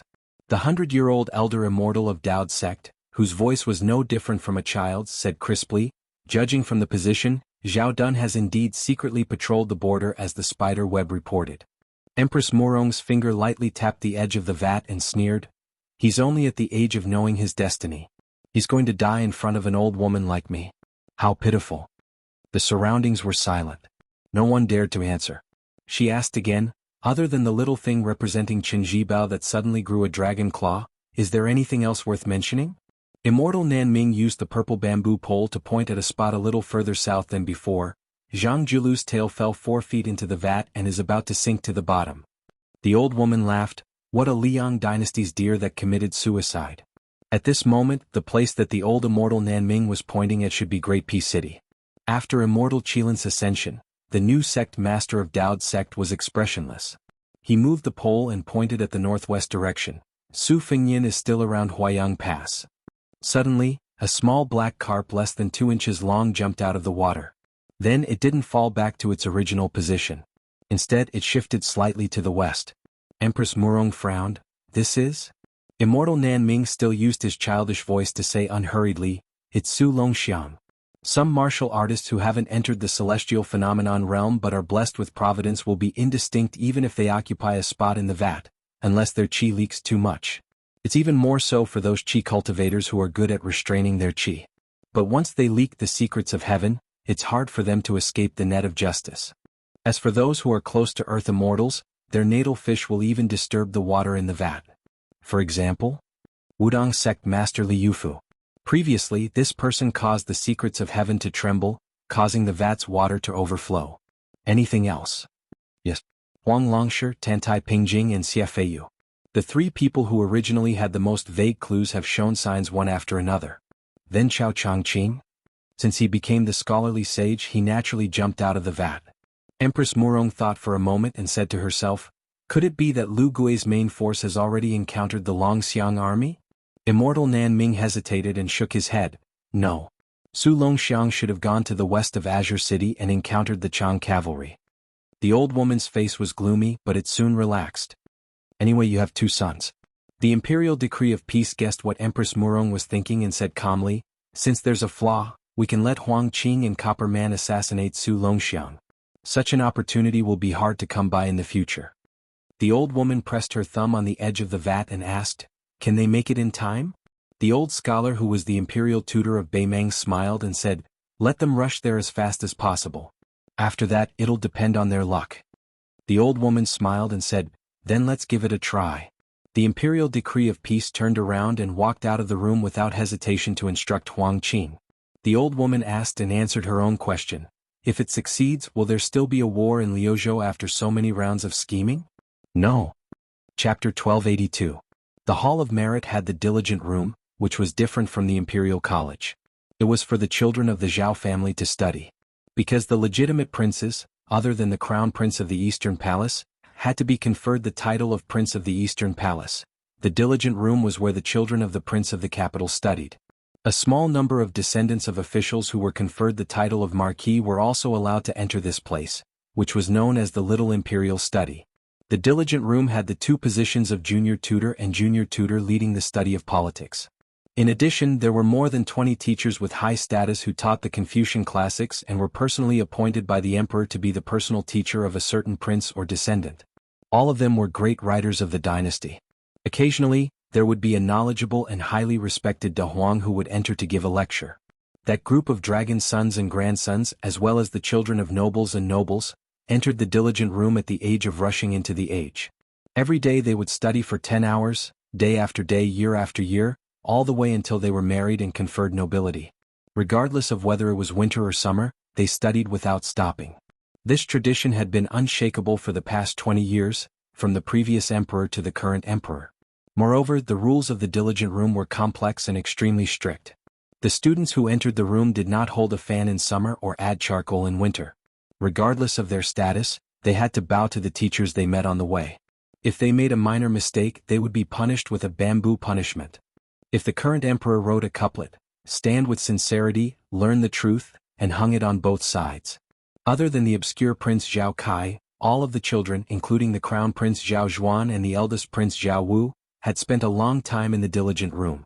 If the position of junior tutor and junior tutor was said to be extraordinary and was expected to be conferred the title of marquis, then the teachers of the diligent room were worthy of being called the emperor's teacher. As for the two positions of junior tutor and junior tutor, they had always been empty. The two masters of the Song family had dominated the literary world for 30 years, but they still could not obtain this position. The previous junior tutor, Ma Rong, was the teacher of the previous emperor and the current emperor. He was not well known outside of the capital, but 4 years ago, when Ma Rong died of illness, the emperor and the empress personally went to the mourning hall of the Ma family to wear mourning clothes and keep vigil for a night. After Ma Rong's death, the positions of junior tutor and junior protector were empty. The nobles of Tai and city all thought that Qi Yanglong, who had just entered the capital, would temporarily assume the position of junior protector as a transitional position between the past and the future, and then become the official leader of the Liang dynasty in one fell swoop. However, a young man, who didn't even have the qualifications to assume the position of junior protector, abruptly barged into everyone's eyes and took the position of junior protector. This person had obtained the title of Jinshi at the tail end of the Yonghui era, but he was far less eye-catching than the top three. He had entered the Hanlin Academy and served as the Yellow Gatekeeper, but he was also lukewarm. It wasn't until he became the daily librarian of the Imperial Study in the Forbidden City that he received a few more glances from the important figures in the capital.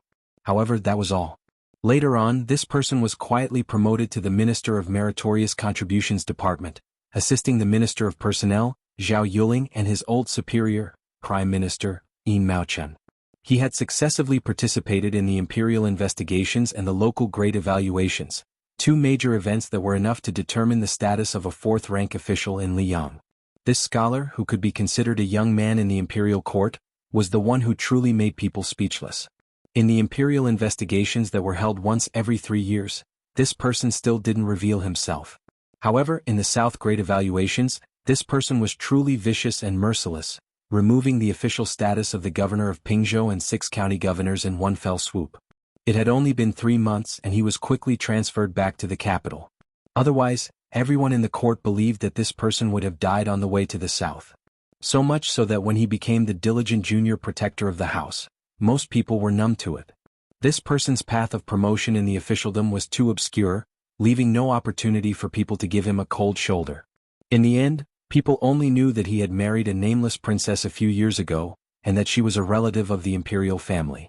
In the imperial court, he had never participated in the struggle between factions, nor was he close to civil and military officials. He had never interacted with the eunuchs in the palace, not even once drinking wine with prostitutes. There were very few people who wanted to get to the bottom of things, and after they learned the truth they became more and more confused. This person was actually from Beiliang? Originally, it was already very surprising that the court had produced Jin San Lang, who had made a meteoric rise. Unexpectedly, this person's fame was even greater than that. It should be known that Jean Lanting's path of promotion could not be said to be glorious. It was said that first, he had relied on a recommendation letter from the old Prince Liang to enter the officialdom in the capital. Later, he had squeezed his way into the government through the elegant tricks of Lanting Shuxian. And as a fellow countryman of the Right Chancellor of the Imperial College, he had a clean background, and his path of promotion was open and clean. Even though he had married a princess, there had not been any rumors of a husband depending on his wife's status. And over the years he had held several positions in the capital. Whether it was the short-term Huangmen of the Hanlin Academy, the long-term Eastern Palace assistant lecturer, or the even shorter-term household assistant manager, he had always been a scholar who was quite close to the imperial family. It was likely that even if he were to shout on the streets that he was from Beiyang, no one would be willing to believe him. He was a scholar born in Beiyang, Qinhuang. Of course, nowadays, everyone in the capital should respectfully address him as Qin Xiaobao. Today in the diligent room, it was only 4:45 in the morning. The sky was still dusky, but the sound of reading could already be heard. The diligent room was divided into upper, middle, and lower rooms. Generally speaking, 6 to 9 years old were in the lower room, 10 to 15 years old were in the middle room, and 15 years old and above were in the upper room. Among them, the age of the women was calculated separately. Only when the men and women were married and had obtained the approval of the teachers could they withdraw from the school. Today was Confucian Day. In each of the 3 rooms, there was an elder reading the classics of the Confucian sage Zhang Sheng. The degree of difficulty was naturally different. Outside the lower room of the diligent room stood a young scholar, wearing a purple robe and a mutton-fat jade belt bestowed by the emperor. He looked at the young children who were shaking their heads and doing their best to recite the classics. According to the rules set by the previous emperor, they were not allowed to wear a marten hat or fur coat in the room. The winter cold was bone-piercing. At this time, there was only a small copper stove placed under the teacher's desk. Most of the children who were born with the same surname as the country were no different from the children of poor families attending private schools. Most of their cheeks were frozen red, and their hands and feet were trembling. Taking advantage of the time when the teacher was reading, they hurriedly lowered their heads and blew a mouthful of hot air on their frozen fingers. Outside the room, in addition to this scholar who was dressed in special clothes and was quite unfamiliar to the eyes of ordinary people, there was also an old eunuch in the palace who was allowed to wear a red python robe. He stood outside carefully. The old eunuch was a little absent-minded and did not notice the arrival of the scholar. This was not surprising. He said that he had to keep an eye on the diligent room in case of accidents, but he had been standing here for more than 10 years. He had changed 7 or 8 robes. After more than 10 years, the affairs of the palace had always been strict, so how could there be any accidents? No matter how they acted outside after coming of age, the domineering children of the Zhao family all stood respectfully like him when they were studying, while they sat there obediently reading and reciting books. Even famous princes and princesses like Zhao Wu and Zhao Fengya had to tuck their tails between their legs after entering the diligent room and sitting down. The old eunuch looked outside the room and saw that a large red lantern had been hung on a branch in the courtyard after winter. He sighed quietly. He had heard that it was not peaceful outside. The remaining evildoers of the Guangling underworld had found a little girl surnamed Jianghu from somewhere and revived the country just like that. Many of the old fellows in the palace who had escaped from the West Chu imperial palace back then were now trembling in fear. When they were free, they did not even dare to drink a few mouthfuls of wine, saying that they were afraid that others would misunderstand them and think that they were drowning their sorrows in wine. It seemed that the barbarians in the West were also not peaceful. If the big barbarian Beimang wanted to make trouble, the small barbarian Beiliang also wanted to make trouble. He could be considered to have seen some storms in his life, but he just could not understand why these fellows did not want to live a peaceful life. Why did they have to make trouble blindly? Even that grand secretary was obsessed. Say, you, Bai Yin, are not even as old as me, a eunuch, but you have already achieved such a high position. Why are you still not satisfied? Isn't this clearly seeking your own death? For no reason, the old eunuch thought of the flowers and plants in the courtyard and could not help but sigh. He thought to himself, Grand Secretary, human lives were not like those plants. If they were gone this winter, they would be there again next spring. At this time, a small and tiptoeing figure appeared outside the courtyard. He bent over and trotted in. As a result, when he saw the old eunuch who looked like a door god, he immediately looked as if his parents had died. The old eunuch only dared to laugh in his heart. This little fellow was the grandson of Commandery Prince Feng. Although he was not the eldest grandson of the eldest branch, he was still very doted on. However, this child had always been a punching bag in the lower branch. After all, the title of Commandery Prince Feng could frighten people outside the palace, but here no one took it seriously. In addition, the little fellow's body was weak and his temperament was soft. He was bullied all day long to the point that he did not dare to go home and complain to his elders. Even if he changed into a new pair of festive boots, they would be trampled into old ones by those naughty fellows. He looked at the child's sickly pale face and his pitiful appearance as he desperately covered his mouth to prevent himself from coughing. Although the old eunuch felt sorry for him, he, a eunuch, did not dare to violate the rules set by the previous emperor. If he was late once, he would be punished with bamboo. If he was late twice, he would be demoted. If he was late 3 times, he would be demoted again. Until he had no more rank to demote, he would be directly expelled from the diligent room. About 10 years ago, in the hands of the emperor, there was a lawless old prince who was the only legitimate grandson. He was directly demoted to a commoner. The old eunuch stopped the sweaty grandson of Commandery Prince Phone. With a cold face he said, "If I remember correctly, this is the 2nd time you have been late. You go in first. I will record it and send it to the imperial clan court." The child coughed and said intermittently, "Grandfather Lu, I really did not mean to be late. I have a cold." The old eunuch waved his hand. He was not willing to listen to the child's explanation. The royal family was not a big or small matter. This was the principle that the elders in the palace had taught the younger generation with countless bloody facts. He was only a servant. Why should he seek trouble for himself? Chapter 1283. It was at this moment that the old eunuch realized that there was a dazzling purple color beside him. He was shocked and even more shocked. After he came back to his senses and was about to bow, that person smiled and shook his head. The old eunuch, who was already the head eunuch of the palace, could only bow. The scholar in purple robes and jade belt walked to the old eunuch's side and grabbed the child's cold hand. He used a bit of force to pry open the child's fingers, only to discover that the child had coughed up blood. The scholar looked at the teary-eyed child and smiled gently. He rubbed the child's head and didn't say anything. He took the child's other hand and crossed the threshold of the lower room. The lecturer in the room was a famous literary figure from the Hanlin Academy. He glanced at the scholar's robes and then at the late child with a displeased expression. However, no matter how far this literary figure had distanced himself from the quarrels of officialdom, he was still somewhat afraid of the deep meaning of the purple robes. He stopped his recitation and reached out to grab a bamboo whip from the desk. With a straight face he said to the child, "Zhao Li, stretch out your hand." The child was about to step forward to accept his punishment when the scholar, who was no older than 30, said in a warm voice, "Lecturer Han, Zhao Li isn't being naughty. He just caught a cold and coughed up blood at such a young age." Yet he still insisted on entering the room to study. In the end, this is pardonable. The demotion from the imperial clan court is unavoidable, but can this bamboo punishment be waived? The old scholar snorted coldly, "Waive the bamboo punishment? What kind of scandal is this?" The scholar still smiled faintly and said, "The law is nothing more than human feelings." The old keeper cast a sidelong glance at this latecomer far above the rest junior and sneered, "Law, sentiment, and reason. Even Grand Chancellor Qi doesn't dare to say which of the 3 is more important. I wonder where did Lord Junior Guardian learn from?" Chen Wang, who was destined to become the first Lord Junior Guardian of the auspicious Talisman era, said calmly, "This junior is self-taught and has no teacher." However, Chen Wang secretly believes that as long as there is a reason in the world, there is no distinction between big and small. The Confucian sage Zhang said it, the emperor said it, and even the common people said it.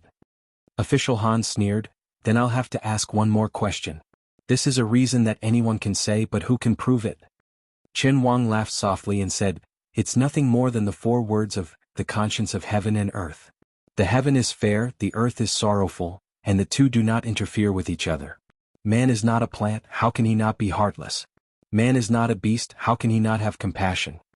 Official Han's face was ashen as he tightly gripped the bamboo whip that he had used to beat countless descendants of the dragon clan. "Other people might respect you and be a bit afraid of you, Chen Wang, but I, Han Yuxing, would not take you, a Bailiang barbarian, seriously." The keeper was just about to explode in anger when he noticed a rare guest standing by the door, clad in a bright yellow robe. He quickly put down his bamboo whip and rose to bow. The other children also rose to their feet and saluted. "Greetings, Your Highness the Crown Prince." Zhao Zhuan laughed heartily and said, "I've disturbed Scholar Han's teachings. Forgive me, forgive me. There is one thing I must explain to Scholar Han. Zhao Li's nephew was on his way to the diligent room when I stopped him and inquired about his well-being for a long time, causing him to be delayed.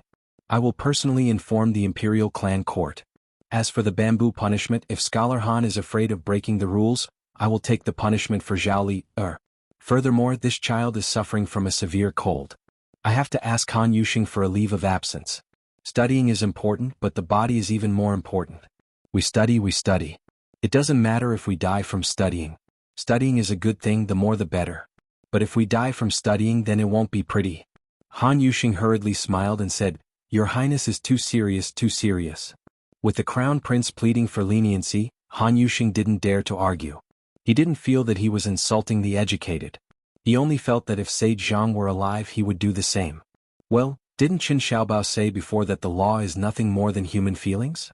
Zhao Zhuan rubbed Zhao Li's little head and said with a smile, Don't forget to ask your aunt for more sweets in the future. Then he let the old eunuch lead Zhao Li to find an imperial physician. He walked with Chen Wang on a dark path. After a moment of silence he joked, Chen Wang, it seems like you're not happy being the junior guardian. Chen Wang laughed and dismissed it. Zhao Zhuan stopped and looked at this guy. He asked seriously, It's said that a place's environment nurtures a place's people.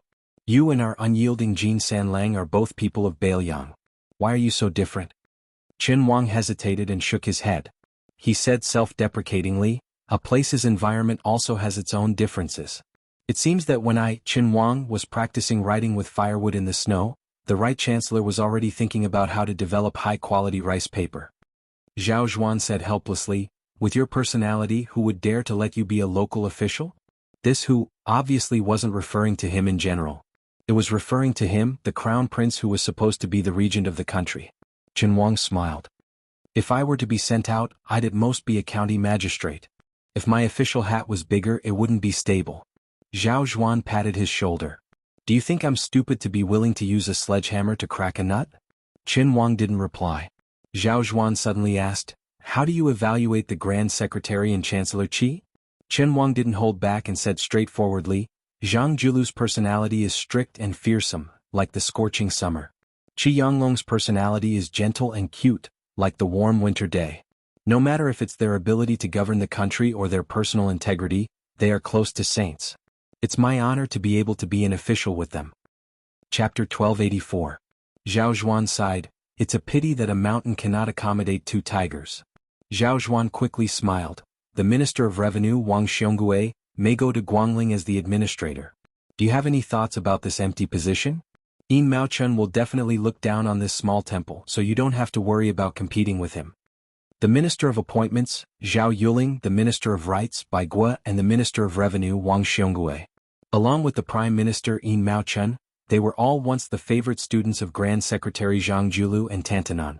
Now, only Wang Xiongui, who was publicly acknowledged as the least talented of the four scholars of Yonghui, was still persisting in supporting the facade. It sounded like even Wang Xiongui was going to leave, and to become the Guangling administrator, the biggest joke in the world. Even a blind person would understand the meaning of the imperial court's words. To kill a flying tiger, first cut off its wings. Chen Wang only shook his head and said nothing. Zhao Zhuan grunted and reflected, I was too hasty. Not only did I not help you, I even made you the target of public criticism. You're halfway through a journey of 100 li. Zhao Zhuan seemed to be talking to himself. Father is secretly patrolling the borders. It doesn't seem like a good idea to drag it out and delay the court session. Chen Wang, who had once been evaluated by Ma Rong as being prudent, did not say these two words. However, Zhao Zhuan looked at the dawn sky in the east, and his eyes were already burning. Regent. After Zhao Zhuan withdrew his gaze, he was once again the gentle and gentlemanly crown prince. He smiled, I heard that Mr. Yuan brought someone with him on his travels. Chen Wang asked, Can I tell you? Zhao Zhuan smiled helplessly, Why can't you and I talk about it? That person is the young phoenix of the Song family, Song Kelly, who is regarded as a fallen phoenix. Chen Wang asked doubtfully, Isn't Song Kelly a county magistrate in a county north of Guangling? This person is quite accomplished in suppressing the bandits. This is an impressive achievement, but it was deliberately suppressed by the higher-ups. Zhao Zhuan took a deep look at Qin Xiaobao. Then he smiled so widely that his eyes narrowed into a line. He pointed at the cautious guy with his finger and said, Keep pretending, keep pretending. Others might not be aware of Mr. Yuan's plan, but how could Chen Wang not grasp the crux of the matter? The Song family was destroyed in an instant. No matter how it appeared on the surface or what it did behind the scenes, most of the old foxes in the first 5 or 6 rows of the imperial court actually saw one thing clearly, but those who could see two truths were really not many. Grand Secretary Darren and Yin Maochun are definitely 2 of them. Next, even if there is only one person left, it will definitely be you, Chen Wang. Chen Wang didn't admit anything, but he didn't deny anything either. Zhao Zhuan sighed softly. Yin Maochun, Bai Guo, and Song Dongming were all Mr. Yuan's Minister of Concealment candidates. Even if the latter two were eliminated, Yin Maochun should have been the next Grand Secretary no matter how you look at it. Who would have thought that in the end, Song Kelly would quietly snatch the position from him? Chen Wang hesitated for a moment, then said, Mr. Yuan chose Song Kelly, but Grand Secretary Darren also made a choice. Zhao Zhuan was really confused about this matter. He asked curiously, it definitely wasn't Wang Xiongui nor was it Zhao Yuling. Then who could it be? Chen Wang said calmly, the Minister of Rights, Bai Guo. Zhao Zhuan instinctively laughed. He clearly didn't believe this absurd statement. Bai Guo? Impossible, impossible. Even though Bai Guo has an excellent reputation throughout the court, and everyone in the capital's officialdom is close to him, I also admire this wanton and extremely talented Minister of Rights. But if you say that after more than a decade of careful selection, Zhang Julu finally chose Bai Guo, who had given up once, to be the next master of Gu Hut, I wouldn't believe it even if you beat me to death. Chen Wang said calmly, I can't really beat you to death, Your Highness.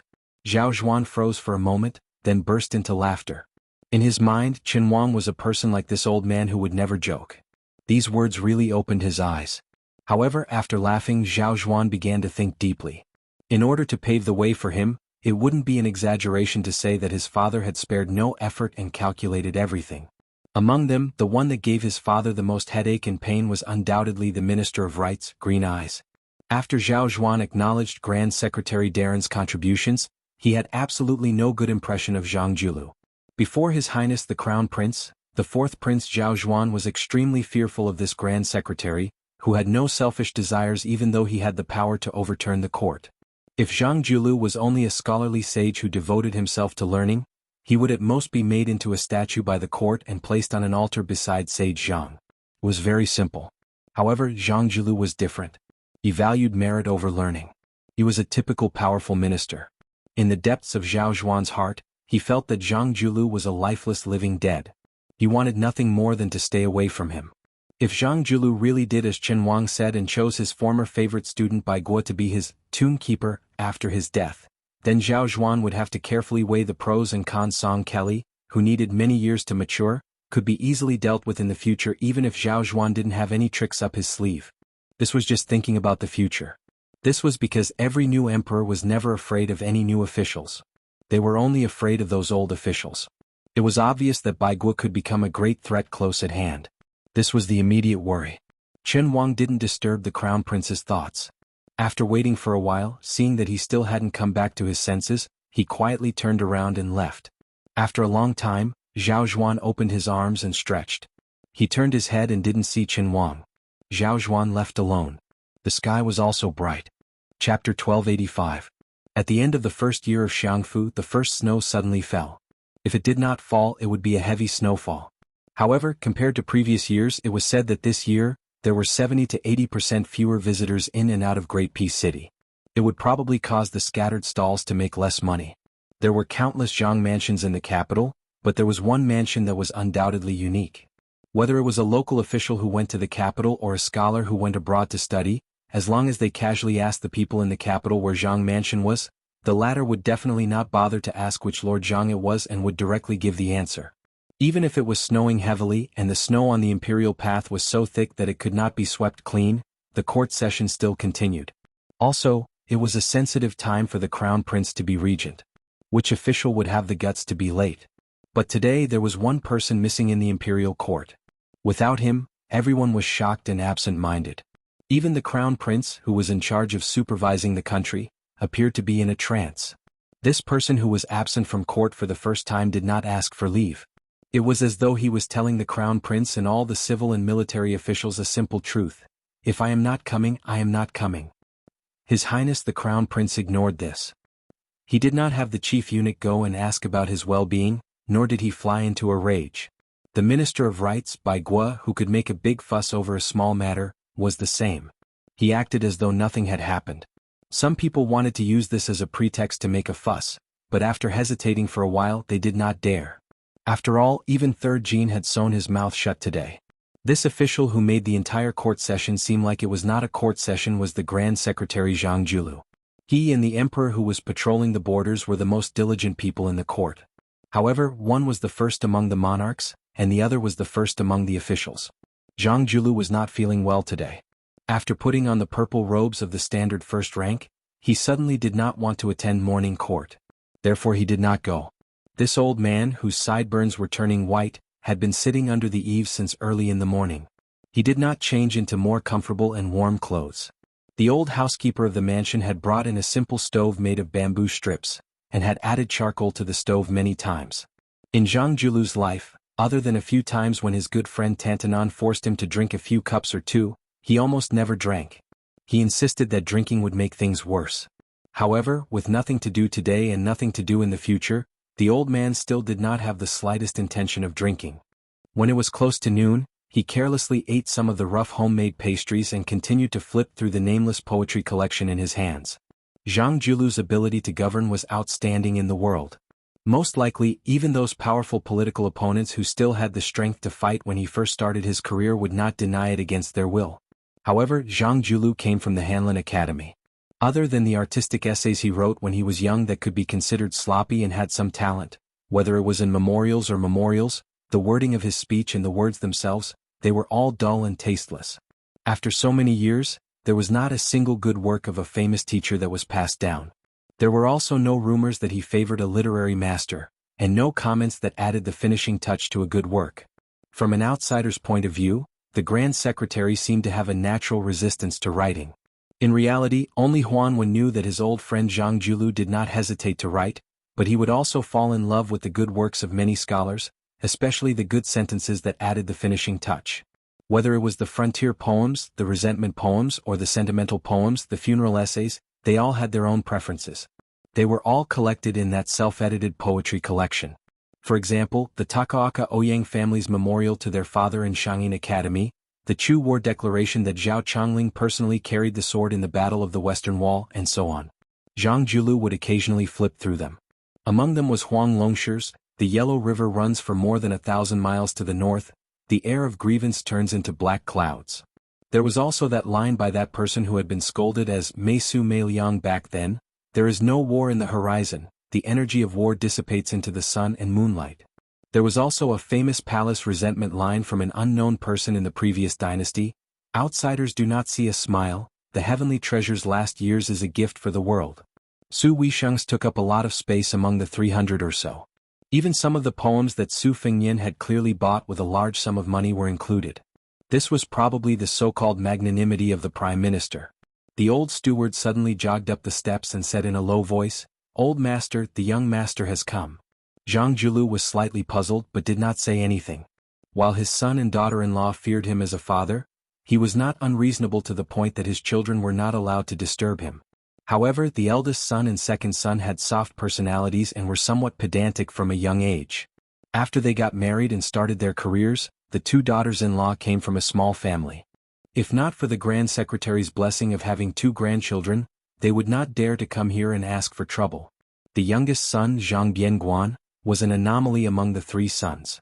His personality was the most stubborn, but his relationship with the Zhang manor was also the most rigid. It was as if father and son would never have any contact with each other. For Zhang Bianguan to take the initiative to walk into this manor was indeed like the sun rising from the west. Although Zhang Julu's face was expressionless, he still unconsciously glanced in the direction of the courtyard gate. Even a vicious tiger would not eat its cubs. How many fathers in the world truly loathed their own sons? Chapter 1286. Zhang Bianguan was still as sloppy as ever. He ran into the yard with an item in his hand that was not commonly seen in the capital. It was a small copper stove made of bamboo that was popular in the countryside of Jiangnan. Inside there was a charcoal fire covered in ash for warmth. The elderly all liked to carry this item when they went out for a walk or chatted at home. The ancestral home of the Zhang family was south of the Guangling River. Before Zhang Julu made a name for himself in the imperial examinations, he often used this when he was studying hard. After all, compared to a large stove, it saved a lot of charcoal fire. Even poor families could use it if they gritted their teeth. After he became famous in the capital, only his grandfather, who had moved to Tian City to live out his retirement, occasionally used it.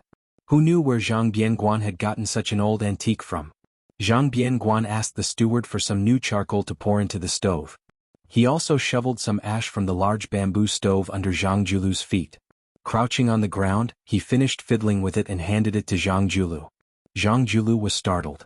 He took it and placed it on his lap. With one hand holding the book and the other holding the stove, the warmth immediately increased. Zhang Bianguan asked for a small stool from the steward and grumbled endlessly, "How old are you? You don't know how to admit your old age.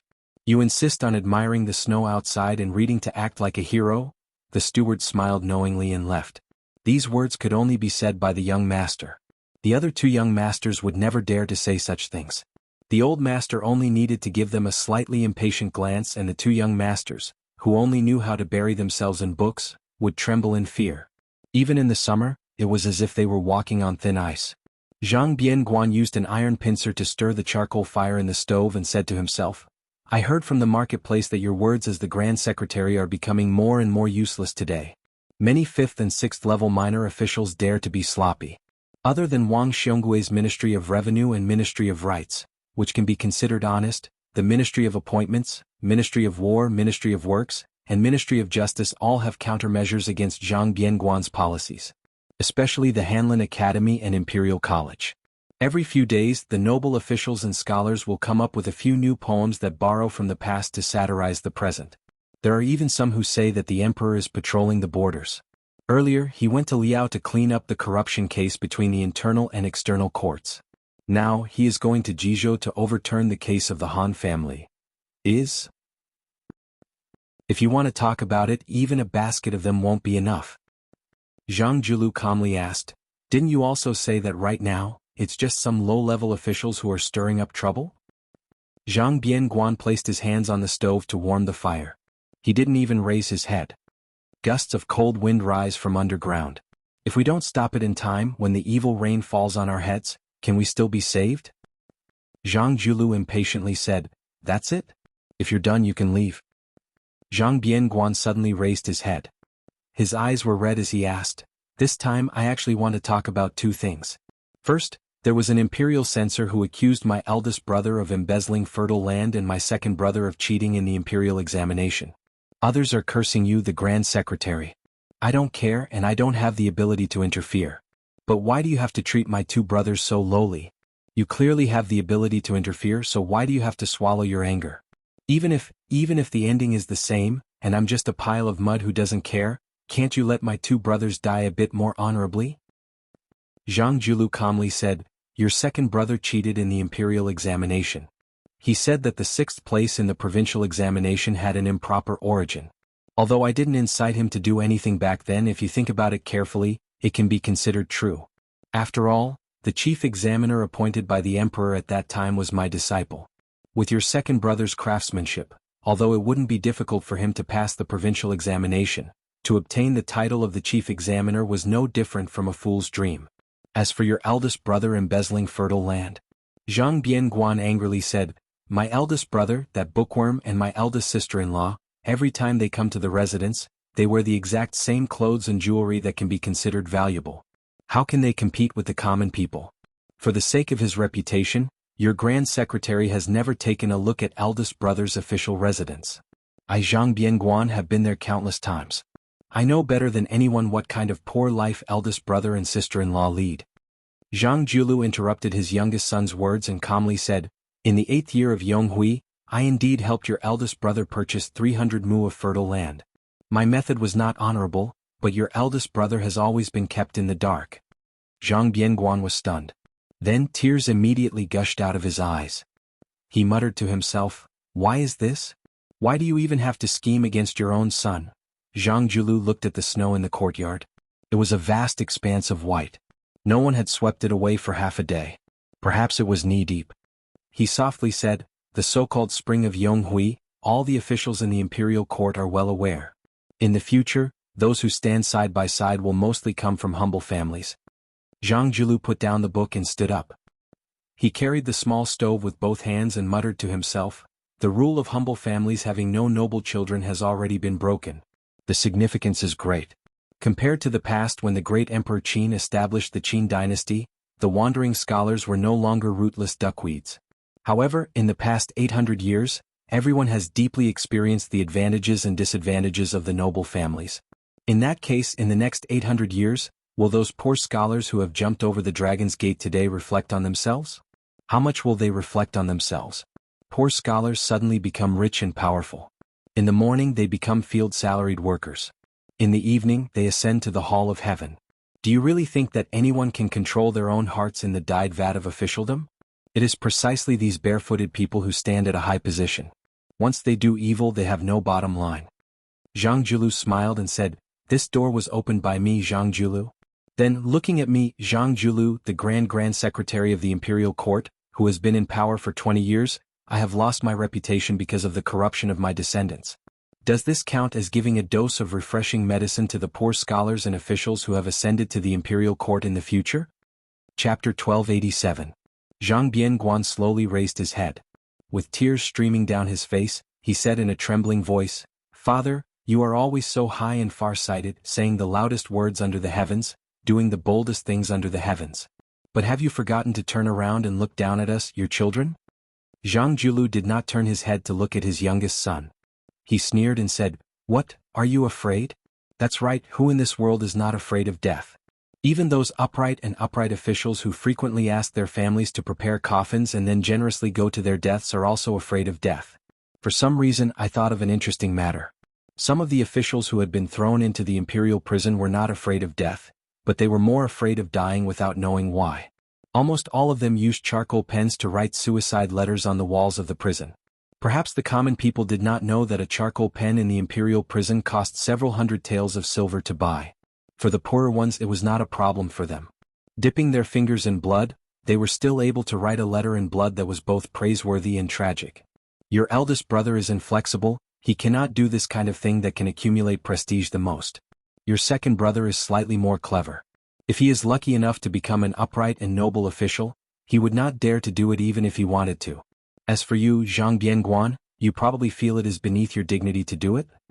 Zhang Bianguan stood up and snatched the small stove from Zhang Julu's hands. He fiercely smashed it into the snowy ground below the steps. The raging charcoal fire that rolled out of the stove quickly dissipated.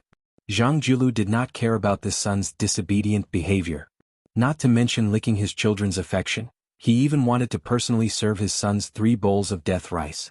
Even if his son wanted to beat him, the Grand Secretary, a few times, it did not seem to be a big deal. Zhang Julu slowly turned his head. Looking at his ashen-faced youngest son, he asked, "Do you really think your eldest brother and second brother do not know the situation of the imperial court at all?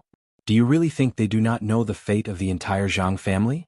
Only you, Zhang Bianguan, can be smart all your life but they can't be smart for once?" Zhang Julu retracted his gaze and sneered, "Then you are too self-righteous. Among my sons you, Zhang Bianguan, are the most thoughtful.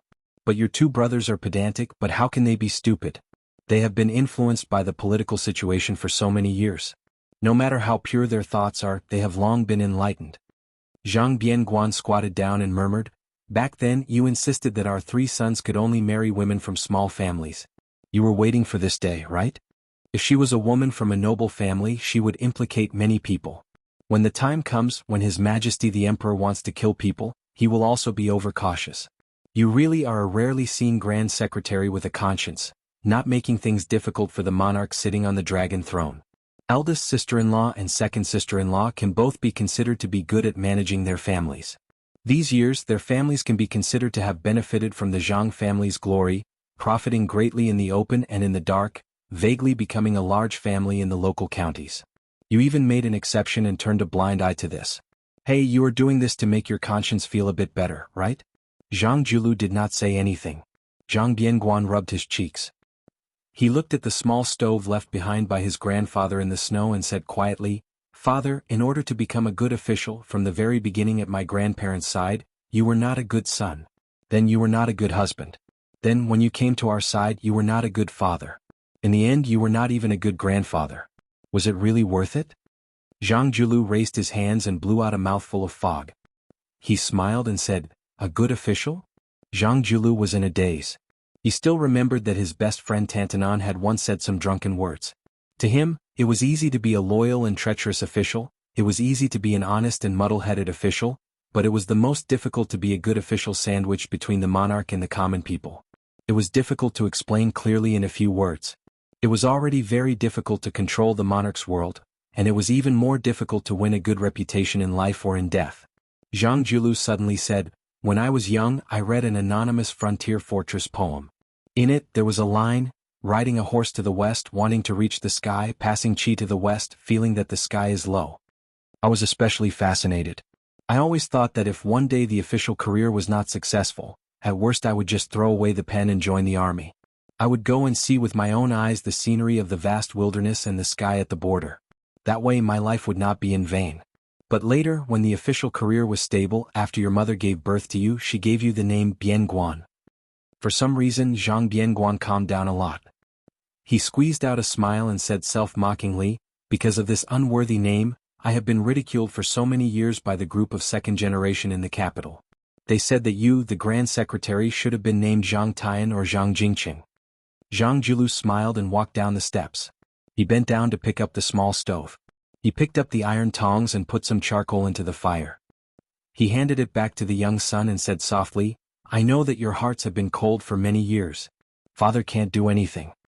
Zhang Bianguan was stunned and forgot to speak.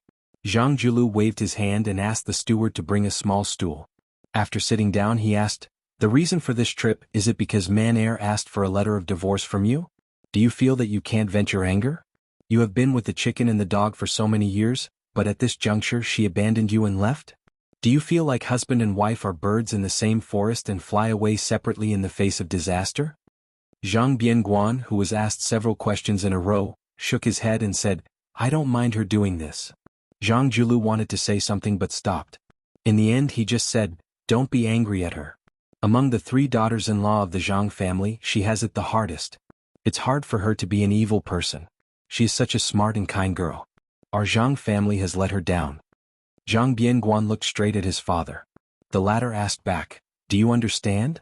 Zhang Bianguan suddenly remembered something and suddenly choked with sobs. When a woman is ruthless, she is the most ruthless. When a woman is infatuated, she is the most deeply moved. Zhang Bianguan seemed to have untied the knot in his heart and nodded vigorously. Chapter 1288. Zhang Julu smiled and asked, "That Tantanon always said that even if one has eternal fame, it is not as good as a cup of wine when one was alive. In the past I did not believe it. Why don't the 2 of us drink a few cups today?" Naturally, Zhang Bianguan would not refuse. Thus, the most powerful official in Jianghu and the most useless playboy of Great Pea City, this pair of strange father and son, separated by a stove, sat across from each other on a small stool and slowly drank wine. The wine jug was placed on the edge of the stove. Zhang Bianguan said, "Father, in reality no one is angry at you." Zhang Julu drank a mouthful of wine and did not speak. Cup after cup, the father and son drank like this. The steward tiptoed over to deliver a second jug of wine. Along the way, he brought a thick fur coat for the Grand Secretary. In the end, Zhang Bianguan staggered away in a drunken stupor. Zhang Julu saw him to the gate of the mansion and gave the fur coat to his son to wear. Zhang Julu stood on the steps and reached out to catch some snowflakes in his hand. There was nothing one could do about the affairs of the world. When one could say it, one did not want to say it. When one wanted to say it, one could not say it. Perhaps half a year ago, no one would have believed that the West Chu Navy would be able to fight the Guangling Navy downstream like a lion hunting a rabbit. Like an arrow on a bowstring, they were only waiting to go down the river and head straight for the spring snow building. Even in the darkness, just by the light of the lanterns, those towering ships exuded a savage aura of war. Presumably, every old remnant of West Chu who saw this scene would find it hard to restrain their joy and sorrow. For 20 years, the world had only heard that the Bailiang cavalry was the best in the world. Did anyone remember the majestic sight of the Dechu Navy of the past? In the last few months, there had been an endless stream of old remnant people walking or riding carriages to the riverbank to look at this scene from afar. They either knelt or clasped their hands, all of them weeping and then laughing madly as they returned home to tell their old friends. Chao Changqing personally commanded the navy. The Divine Phoenix was named after the capital city of Dechu. A middle-aged Confucian scholar in green, who had been holding a lantern and admiring a painting, raised his head and gently extinguished the lantern. Walking out of the cabin on the top floor, he gazed toward the right bank of the Guangling River. He saw a group of cavalry dressed differently from the navy suddenly appear. Afterward, the leading knight and a few retainers leisurely crossed the river on a small boat. At the bow of the small boat stood a person. His figure was tall and slender. As the boat approached, the knight's face became clearer under the light. He was determined, conceited, and full of heroic spirit. He lacked the gentleness of a gentleman. However, this young man really couldn't ask for more. It would be strange if he was just a kind and gentle scholar who could trample the territory that Jianghu had painstakingly built for more than 10 years and 3 months. One of the deputy commanders of the Dechu Navy, Song Yuanhang, stood beside the Confucian scholar in green. After seeing the uninvited guest, he did not hide his displeasure at all. Not only him, but the Navy generals who had walked out of the cabins on the lower levels of the Divine Phoenix ship also did not have a good impression of this young man. It was not a bad thing for a young man to show off his ability, but to be so arrogant that he did not consider the rules as rules was rather annoying. Similarly, as the son of one of Dechu's most powerful families, Pei Sui, who had made great contributions earlier, was very humble. Ko Jianghu, if it weren't for this person in charge of the Navy helping him smooth things over, he would have long rolled up his things and scrammed back to Shangyin Academy to read his books on the art of war. Earlier, he had repeatedly disrupted the plan and acted on his own initiative to move troops and generals. Not to mention that he had come to visit the Navy tonight, and he didn't even give a greeting? Did he really think that the great Dechu couldn't accomplish great things without one Ko Jianghu? The scene that followed made the Navy commanders on the ship even angrier. Ko Jianghu did not board the ship to greet the commander of Dechu's 3 armies, Cao Changqing. Instead, he stood at the bow of the small boat with his hand on his sword. He raised his head to look at the green-robed man. After directly calling his name, he asked in a low voice, "Cao Changqing, why won't you allow me to take down the 6,000 soldiers that Song Li dropped into my pocket?" The white-haired Cao Changqing did not make a sound and met the young man's gaze. The tall Ko Jianghu had no awareness that he was talking to Dechu's second stabilizing needle after Yi Baikue. His tone was angry and dissatisfied, almost questioning. The opportunity is fleeting. Song Li is not an idiot who doesn't understand military matters. Wait until he has a firm foothold on the Eastern Front and straightens out the internal conflict in the Spring Snow Building before I want to do it in one go. Ko Jianghu, you are already General Ko. As for the imperial edict to remove you from your position, you will receive it a few days later. However, it is all the same whether it is early or late. Cao Changqing. I, Ko Jianghu, originally thought that Dechu still had 2.5 people who knew how to use troops and enough to conquer the world. Since there is only half left tonight, then there is no hope of reviving the country. It doesn't matter if I am an official or not. I want to open my eyes and see if that half can help you take down the Spring Snow Building. Ko Jianghu angrily threw his sword into the Guangling River. The small boat turned around and left. Song Yuanhang quietly asked, "Minister, has this kid lost his mind?"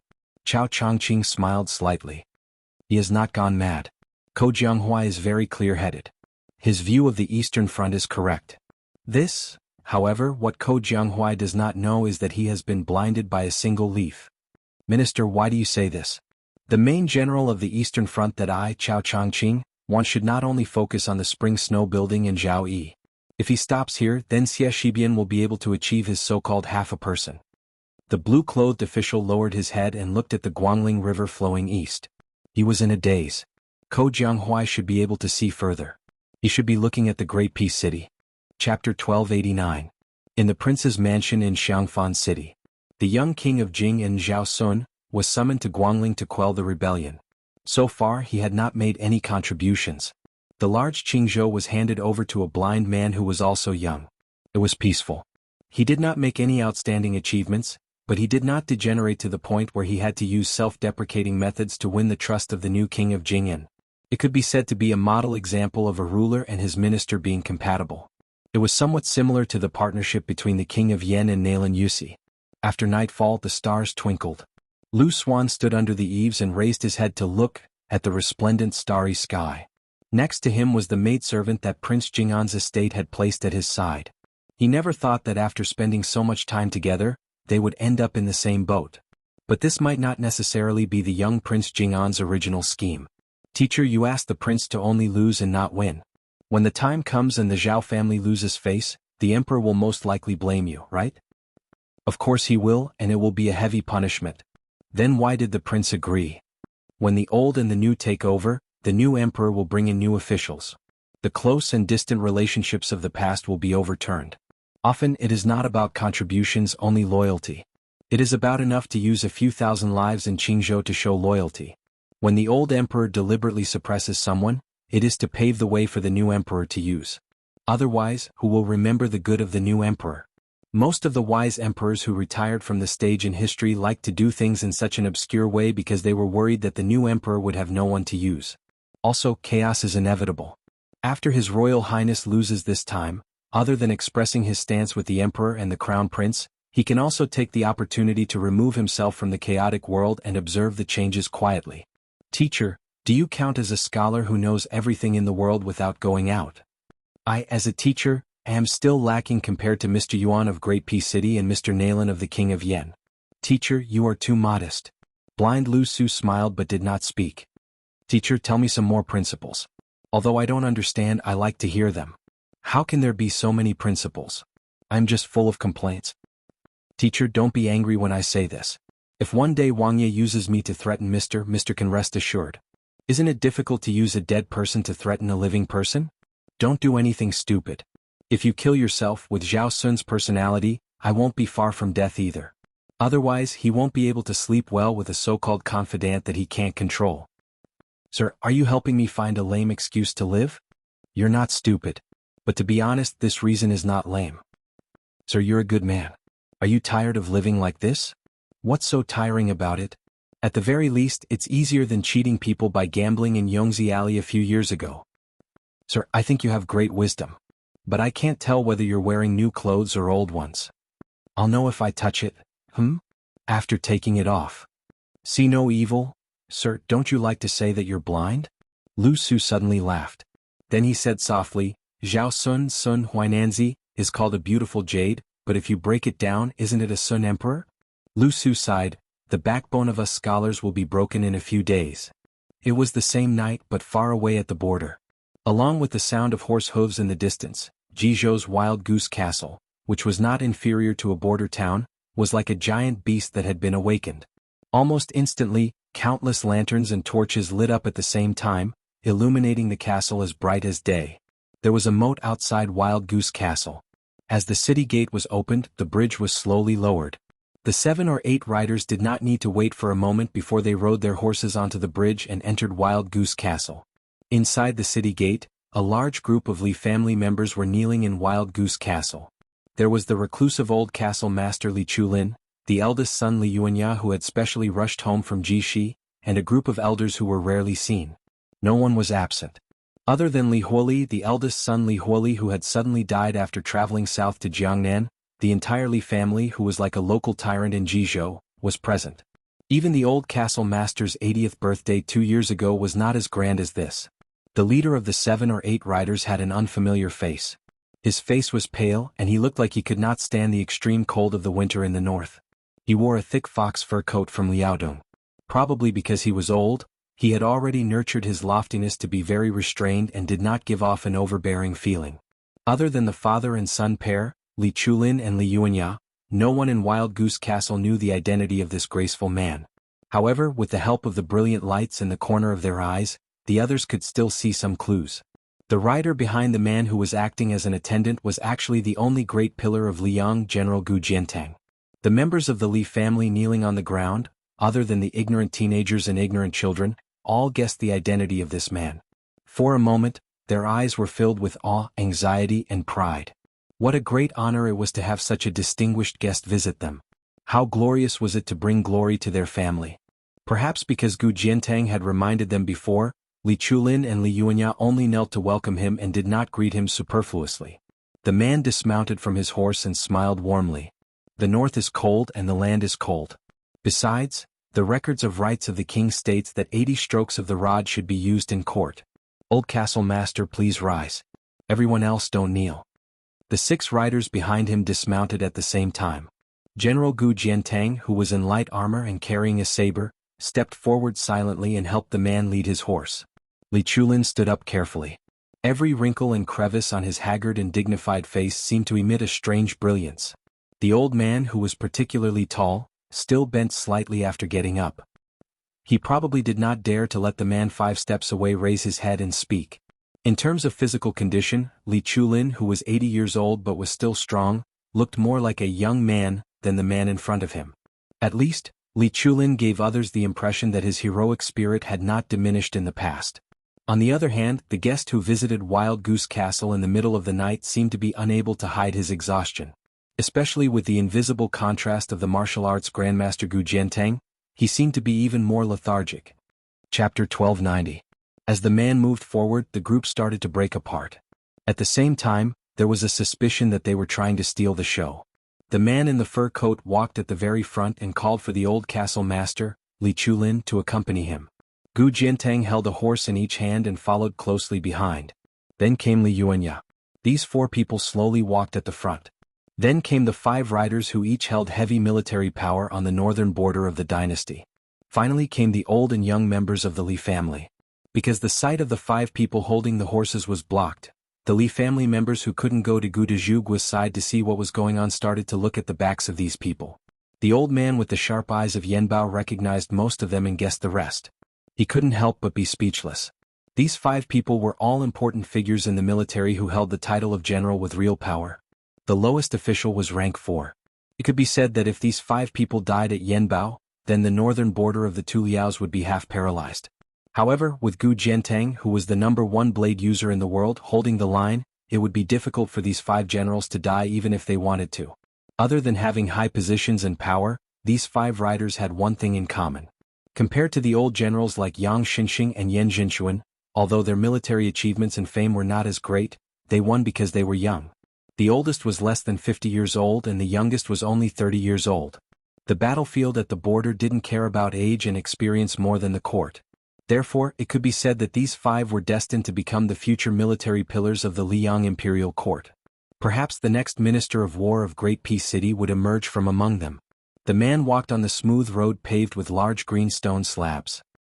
He raised his head and looked at the numerous fire dragons that stretched up from the lanterns. He sighed softly and said, "This is the first time I have entered Ji province in my life. I should have come earlier. My Zhao family is about to conquer the world. Usually, when I go to the diligent room to teach the Zhao family members, I always say that we can't slack off. We can't be misled by the ancients and believe that after conquering the world, we have to dismount from the horse and protect the world.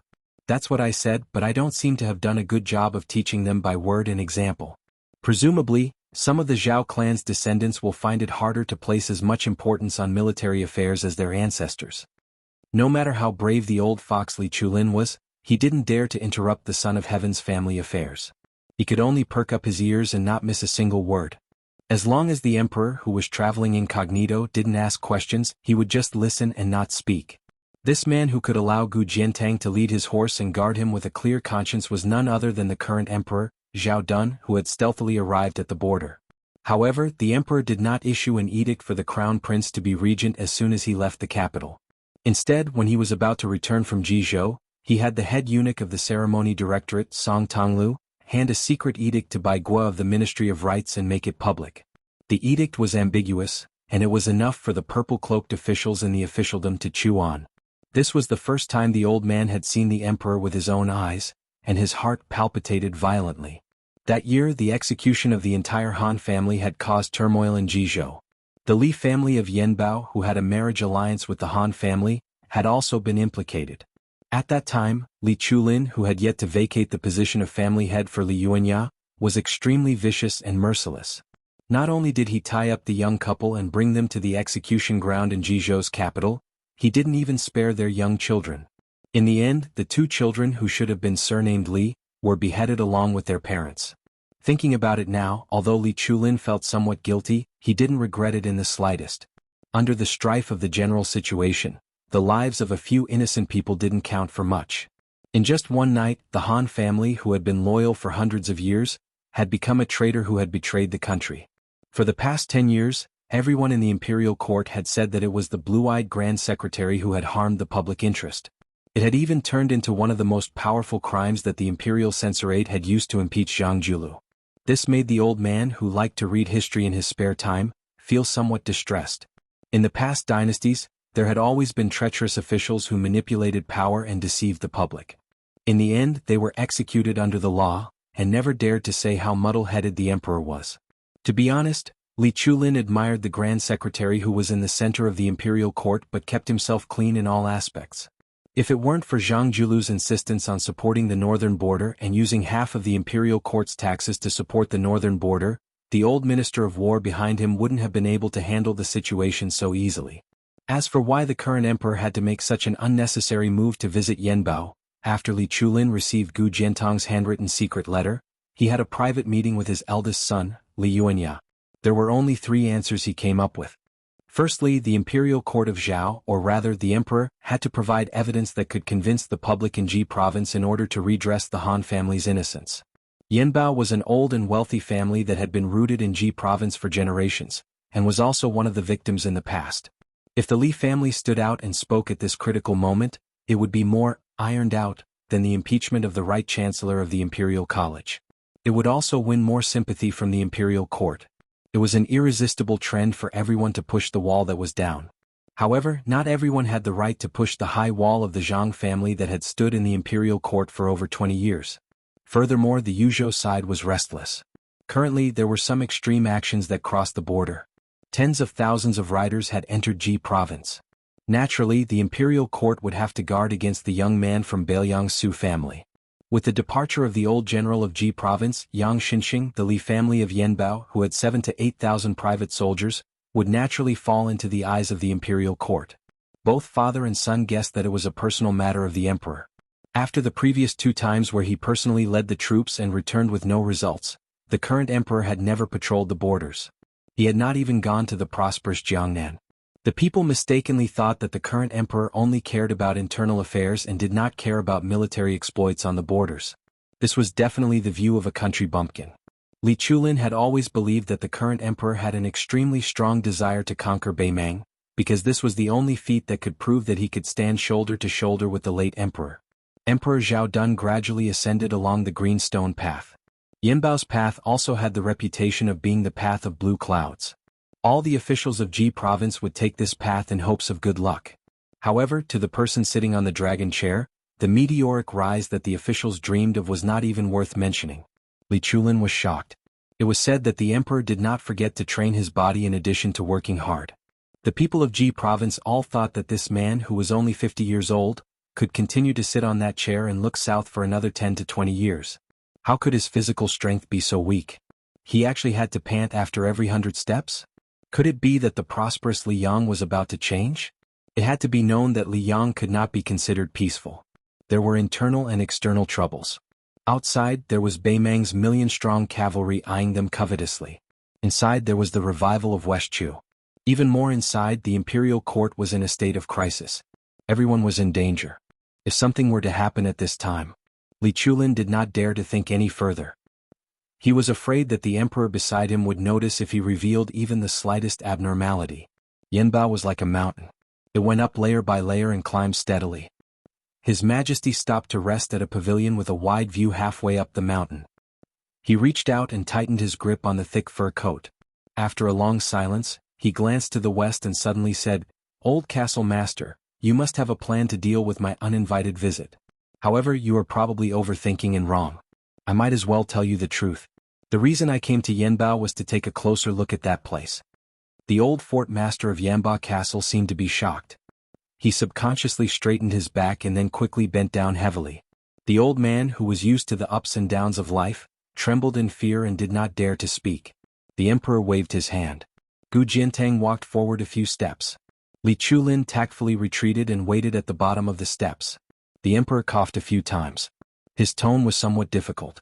"Jiantang, I have changed my mind. Follow me back to the capital tomorrow. When the time comes, you will send him off. Since I do not dare to see him, and none of the civil officials in the imperial court are worthy, I have thought about it. Only you, a general with the title of Pillar of the State, are worthy." I actually know a little about the thoughts he has buried deep in his heart. Gu Jiantang said calmly, "Does your Majesty have any words to pass on?" The emperor hesitated and said self-deprecatingly, "Just tell him that the Dun in Zhao Dun's name is worthy of the world. Only he Zhang Julu is ashamed." Chapter 1291. The arrival of the Emperor Zhao Dun and the Crown Prince Zhao Zhuan took advantage of the situation to govern the country. The Liyang court did not become turbulent because of this. On the contrary, under the direction of the Crown Prince Zhao Zhuan, as well as the strong support of the Crown Prince Yin Maochun and the other eternal Hui Spring officials, the court even showed signs of greater vitality than before. Zhao Zhuan showed the same diligence as the current emperor. He never missed court meetings, sat through the night, and frequently summoned his officials. The crown prince did not disappoint and showed the presence of a wise ruler. Imperceptibly, the heavy haze that covered Great Peace City at the end of the first year of auspicious talisman faded slightly. Under Zhao Zhuan's management, a series of dazzling and far-reaching changes in power unfolded in the center of the dynasty. Qi Yanglong, as everyone expected, became the head of the secretariat, which had always been empty, and became an extremely rare prime minister in Liang's history. Together with Zhang Julu, the leader of the secretariat, he was called the Grand Secretary by the people of the capital. Wang Xiongui, who had always been a tiring official in the capital and had been promoted to Minister of Revenue, was sent out to become the Guangling Taoist administrator.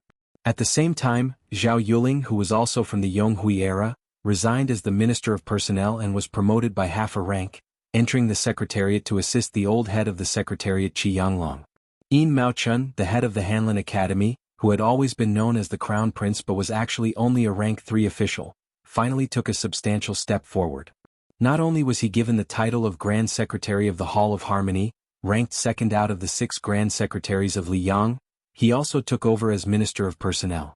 With the Beijing investigation and local reviews as a foundation, the Liang court was not surprised by this move.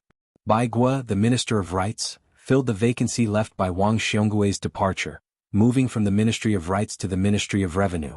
Although their ranks were the same, one was the Minister of Rights of the Yamen, and the other was the Ministry of Revenue that was in charge of land taxes. Everyone could see that Bai Guo had also stepped onto a new level and did not fall too far behind Zhao Yuling and Yin Maochun. As for the Right Chancellor of the Imperial College, Jin Lanting, who had a public conflict with Yao Baifeng, he became the luckiest person in the Liang dynasty in the past 5 years. After the left assistant minister of the Ministry of Rights was promoted to minister, Jin Lanting, who had been on the cusp of Great Peace City for the past few years, once again gave everyone a huge surprise. He was promoted to secondary grade 2 left assistant minister of the Ministry of Rights.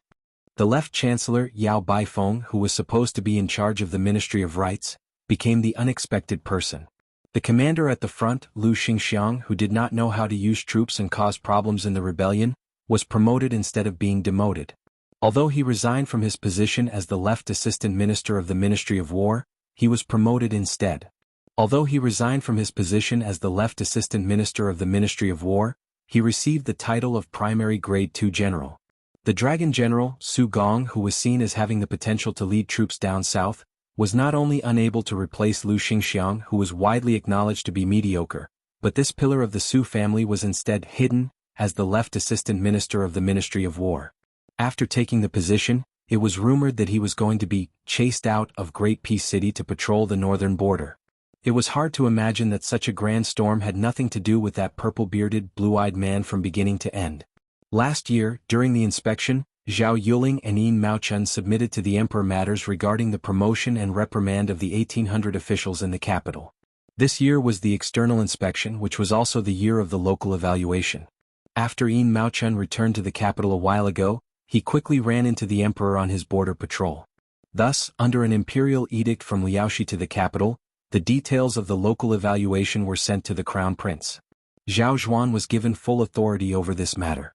After the morning court session, the crown prince had Song Tonglu, head of the ceremony directorate, pass on a message to all of the grand secretaries of the palace, the big shots of the 2 provinces under the Hall of Secretaries, the assistant ministers of the 6 ministries, and a number of dukes and marquises surnamed Zhao to participate in this impromptu afternoon court session, which could be considered a common occurrence in Liang Imperial Court. In the meeting room, the 3 officials of the Ministry of Personnel, the Ministry of Personnel's Merit Auditing Department, the Ministry of Appointment Examination Department, and the newly appointed Merit Auditing Department were responsible for reporting the specific situation. The Crown Prince and the 20 or so most powerful dukes and marquises in the Liang dynasty passed around the files one after another. There were also several eunuchs, including the ceremony directorate, who were present to listen.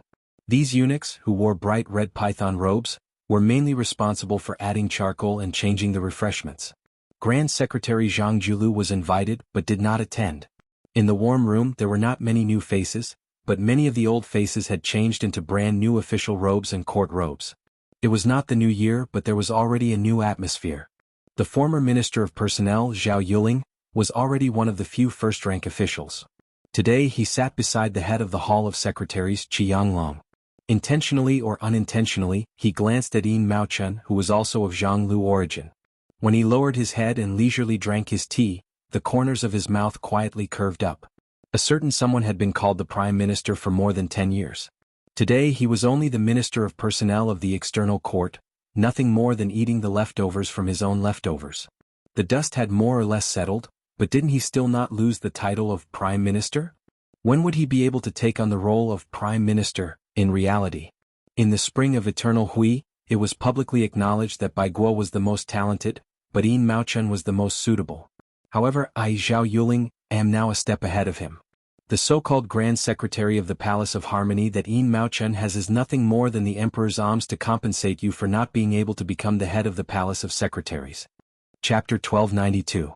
In truth, half a month ago, Zhao Yuling had been secretly worried. He was not afraid that Yin Maochun, who had been dormant for many years, would amaze the world with a single brilliant feat. What he was afraid of was that Yin Maochun would continue to be suppressed in the Hanlin Academy. This meant that once someone completely fell from power, Yin Maochun would be destined to be the one with the greatest benefits. Now that the court had given him the Minister of Appointments and the Grand Secretary, Zhao Yuling, who was familiar with the thoughts of the Emperor, could be at ease. Slightly moistening his throat, Zhao Yuling, who was in a good mood, twisted the lid of his teacup. Out of the corner of his eye, he casually sized up the new Minister of Revenue, Bai Guo. He had never seen this disappointing fellow as an enemy. Even though Bai Guo had a good reputation in the court, once one had climbed to their level, they only paid attention to 4 words: simplicity in the heart of the Emperor. As expected, Bai Guo had not been able to enter Tantanan's subordinate province, and he had not been able to obtain the position of First Minister of the 6 ministries. In the end, in this room, the most disappointed person was Yin Maochun.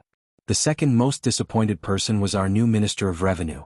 However, in Zhao Yuling's view, Bai Guo, who did not have much of a foundation, should be satisfied to be able to obtain the position of Minister of Revenue. Zhao Yuling raised his eyelids and just happened to see the bearded young third minister Jin looking over. Zhao Yuling's face was expressionless. The newly appointed left assistant minister of rights, Jin Lanting, hurriedly smiled in greeting. Zhao Yuling did not pay him any attention. He turned around and put down his teacup, laughing coldly in his heart. Did a lucky fellow, who had relied on crooked methods to barely make it to the center of the dynasty, really think he could last forever?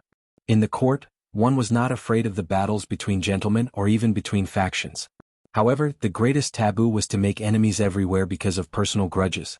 Coming from a small, unknown noble family in Beiliang, in just a few short years, he had angered Huan Wen and Yao Baifeng. Even if he managed to use his influence to take down someone, could he, Jin Lanting, clean up the mess afterwards? Other than Jin Lanting, who was attending such a high-level court meeting for the first time, there was another official who was even more unfamiliar to Great Peace City than Jin Lanting.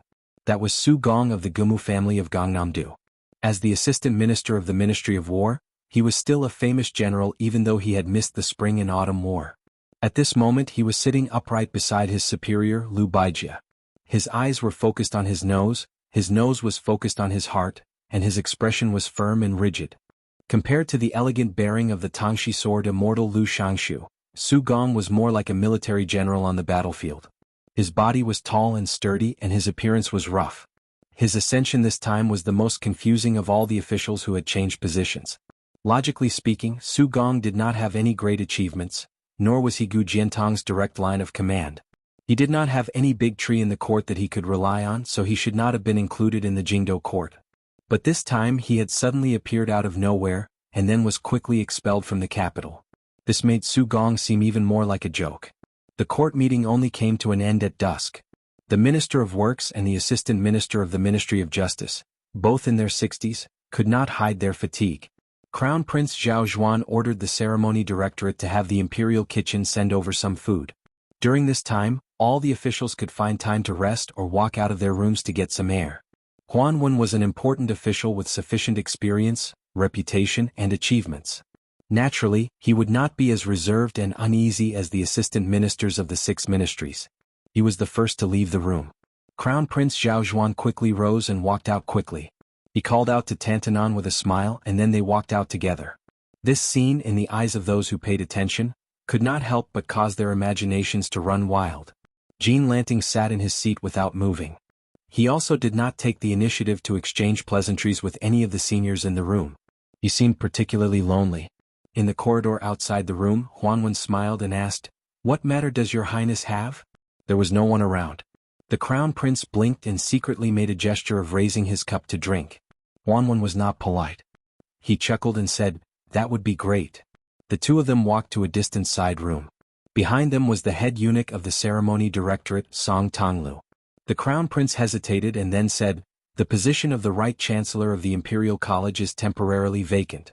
Master Yao has not recommended anyone for the position. Does Tantanon have any suggestions?" Huanwen was stunned. Crown Prince Zhao Zhuan smiled and did not speak. Huanwen also smiled and did not hesitate. He said straightforwardly, "There is no candidate for the right chancellor of the Imperial College.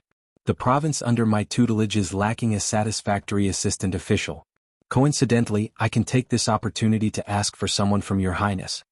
Zhao Zhuan furrowed his brows and asked quietly, "Could it be?" Although the crown prince did not say a name, Tantanon had already nodded. Both sides were well aware. It was Qin Xiaobao Qin Wang of the diligent department. He was born a poor scholar and had achieved jinshi. He did not make it into the top 3, but he was barely qualified to enter the Hanlin Academy and become a noble servant. He then served as the personal attendant of the Son of Heaven. Later, he was briefly a lecturer in the Eastern Palace and a doctor in the Meritorious Service Department. Noble was noble, but his official position was not high. Junior Guardian could only be considered a title bestowed by the Son of Heaven. But if Chen Wang could go to the Minxia province and become Huanwen's right-hand man, then it would not make sense if he did not have a high third-rank official. It was even possible for him to be a second-rank official. In this way, the popular Jean Lanting in Great Peace City would pale in comparison. Huanwen suddenly slapped his head and said, "The candidate for the right chancellor of the Imperial College, I have thought of a very unsuitable candidate." The crown prince couldn't help but smile. He said helplessly, "Tantanon, your words?" Huanwen laughed loudly and didn't say anything else. But once again, both sides were well aware that the two official positions had been decided before the wine was even drunk. One was Qin Wang going to the Minxia province. The other was Sun Yin going to the Imperial College.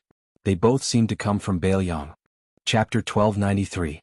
In the past, the Liang dynasty, which had been belittled as the Northern Barbarians, was not like West Chu, which had flourished in its literary style. It had never had the position of Grand Tutor or Grand Tutor. After unifying the Central Plains, it was still like this. Furthermore, to prevent the officials from monopolizing power, even the two provinces under the Hall of Secretaries were empty.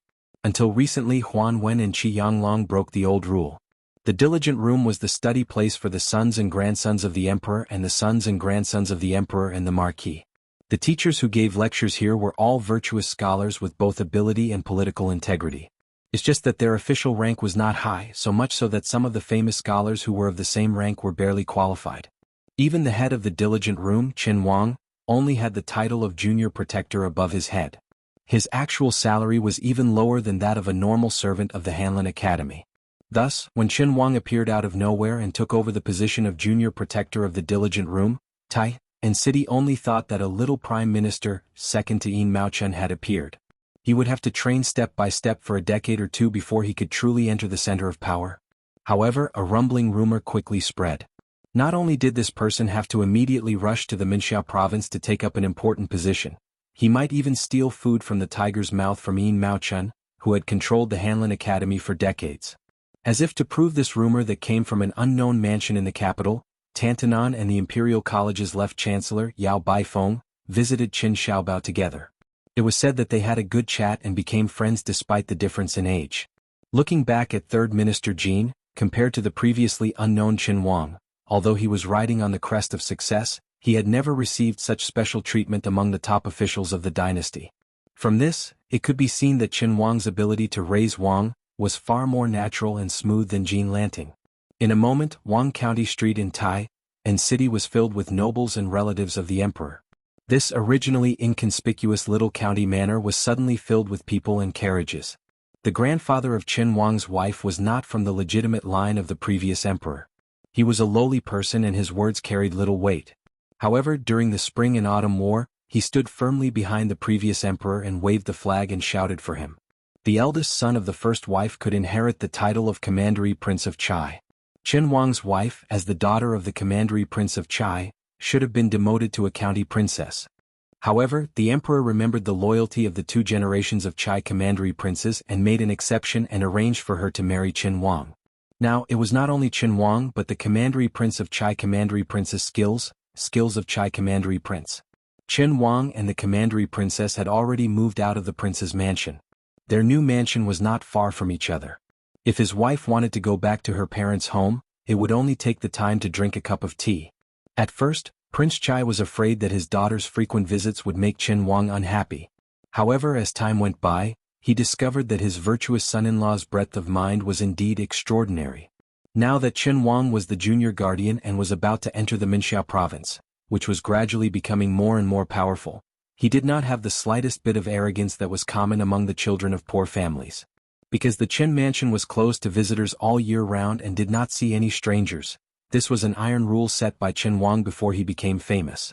Many opportunists who wanted to warm up the stove had to take a step back and go to the junior guardian's father-in-law's mansion with gifts.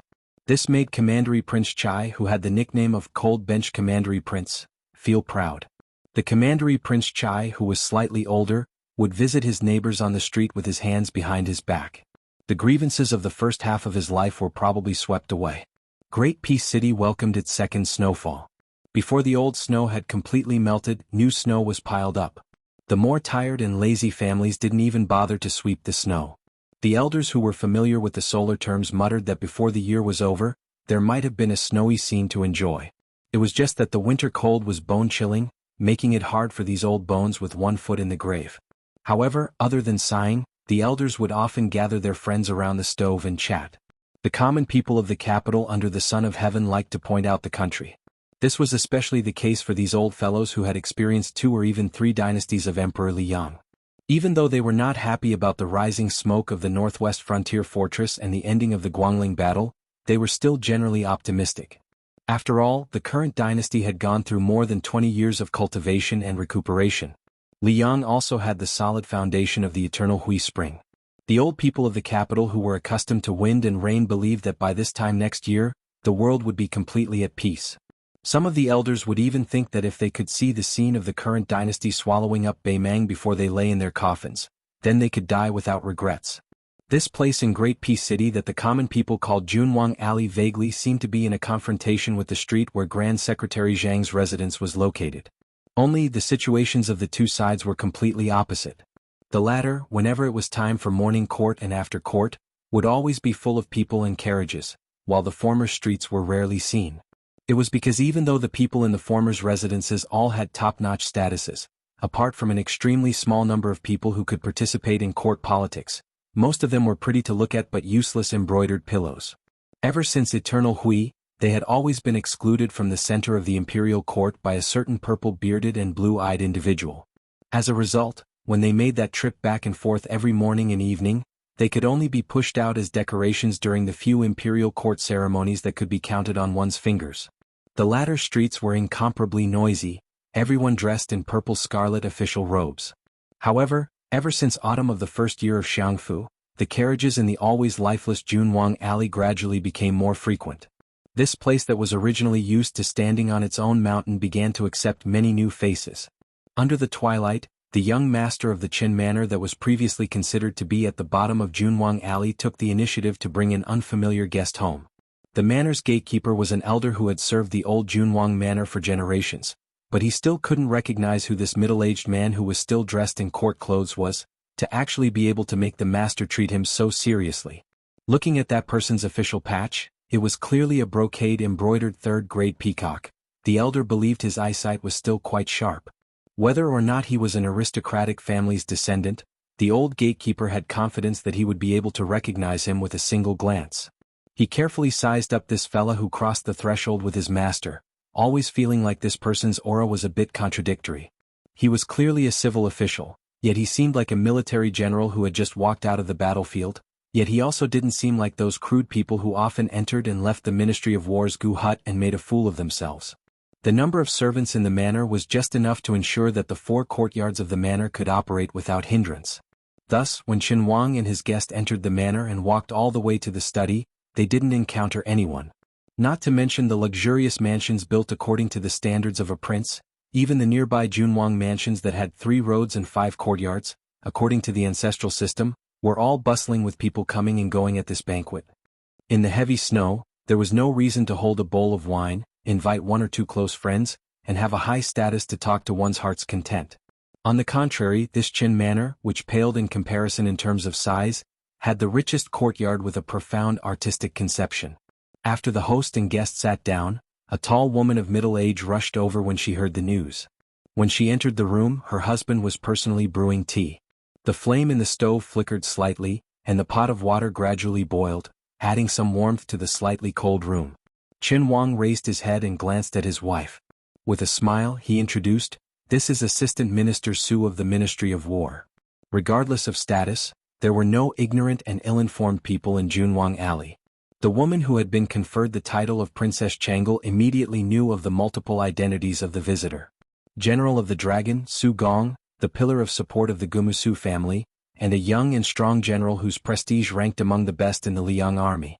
Presently he was ridiculed by everyone in Junwang Alley as the new wife of Great Peace City. She had also heard that this assistant minister Su was not very well liked.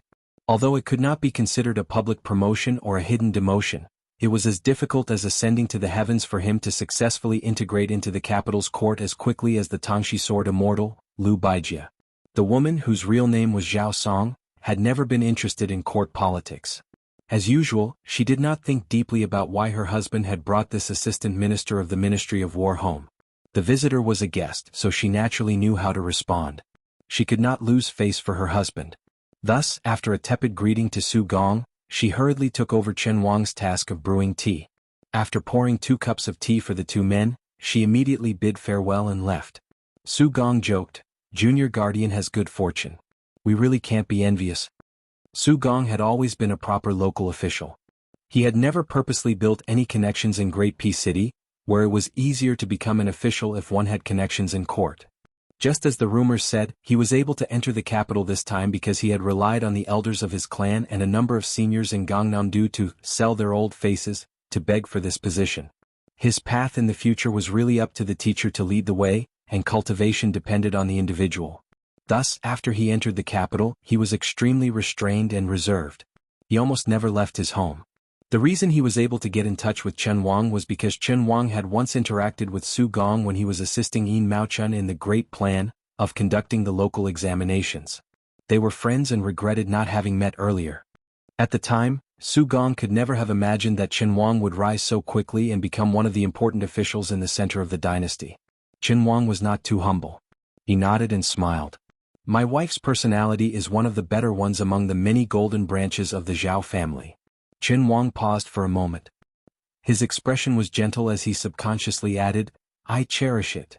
Su Gong hesitated for a moment and then asked, "Forgive me for asking, but although my clan has hoped for many years that I would one day enter the Ministry of Military Personnel, for some reason, the elders in my clan were very surprised that I was summoned to the capital this time. In particular, Elder, you gave me the words half fortune and half misfortune." In his words, there was an inexplicable sorrow about the unpredictability of the world. It is clear that Gangnam-do hopes that I, Su Gong, can enter the capital, but whether or not I can enter the capital is not something they can control. Junior Guardian, did anyone in the capital put in a good word for me? If one could speak, they would speak. This was the friendship of a gentleman. Su Gong knew that his direct question was not in accordance with the rules of an official, but he believed that he was sincere in his friendship with Chen Wang and did not bother to hide it. Chen Wang smiled and pointed at himself. Su Gong was stunned.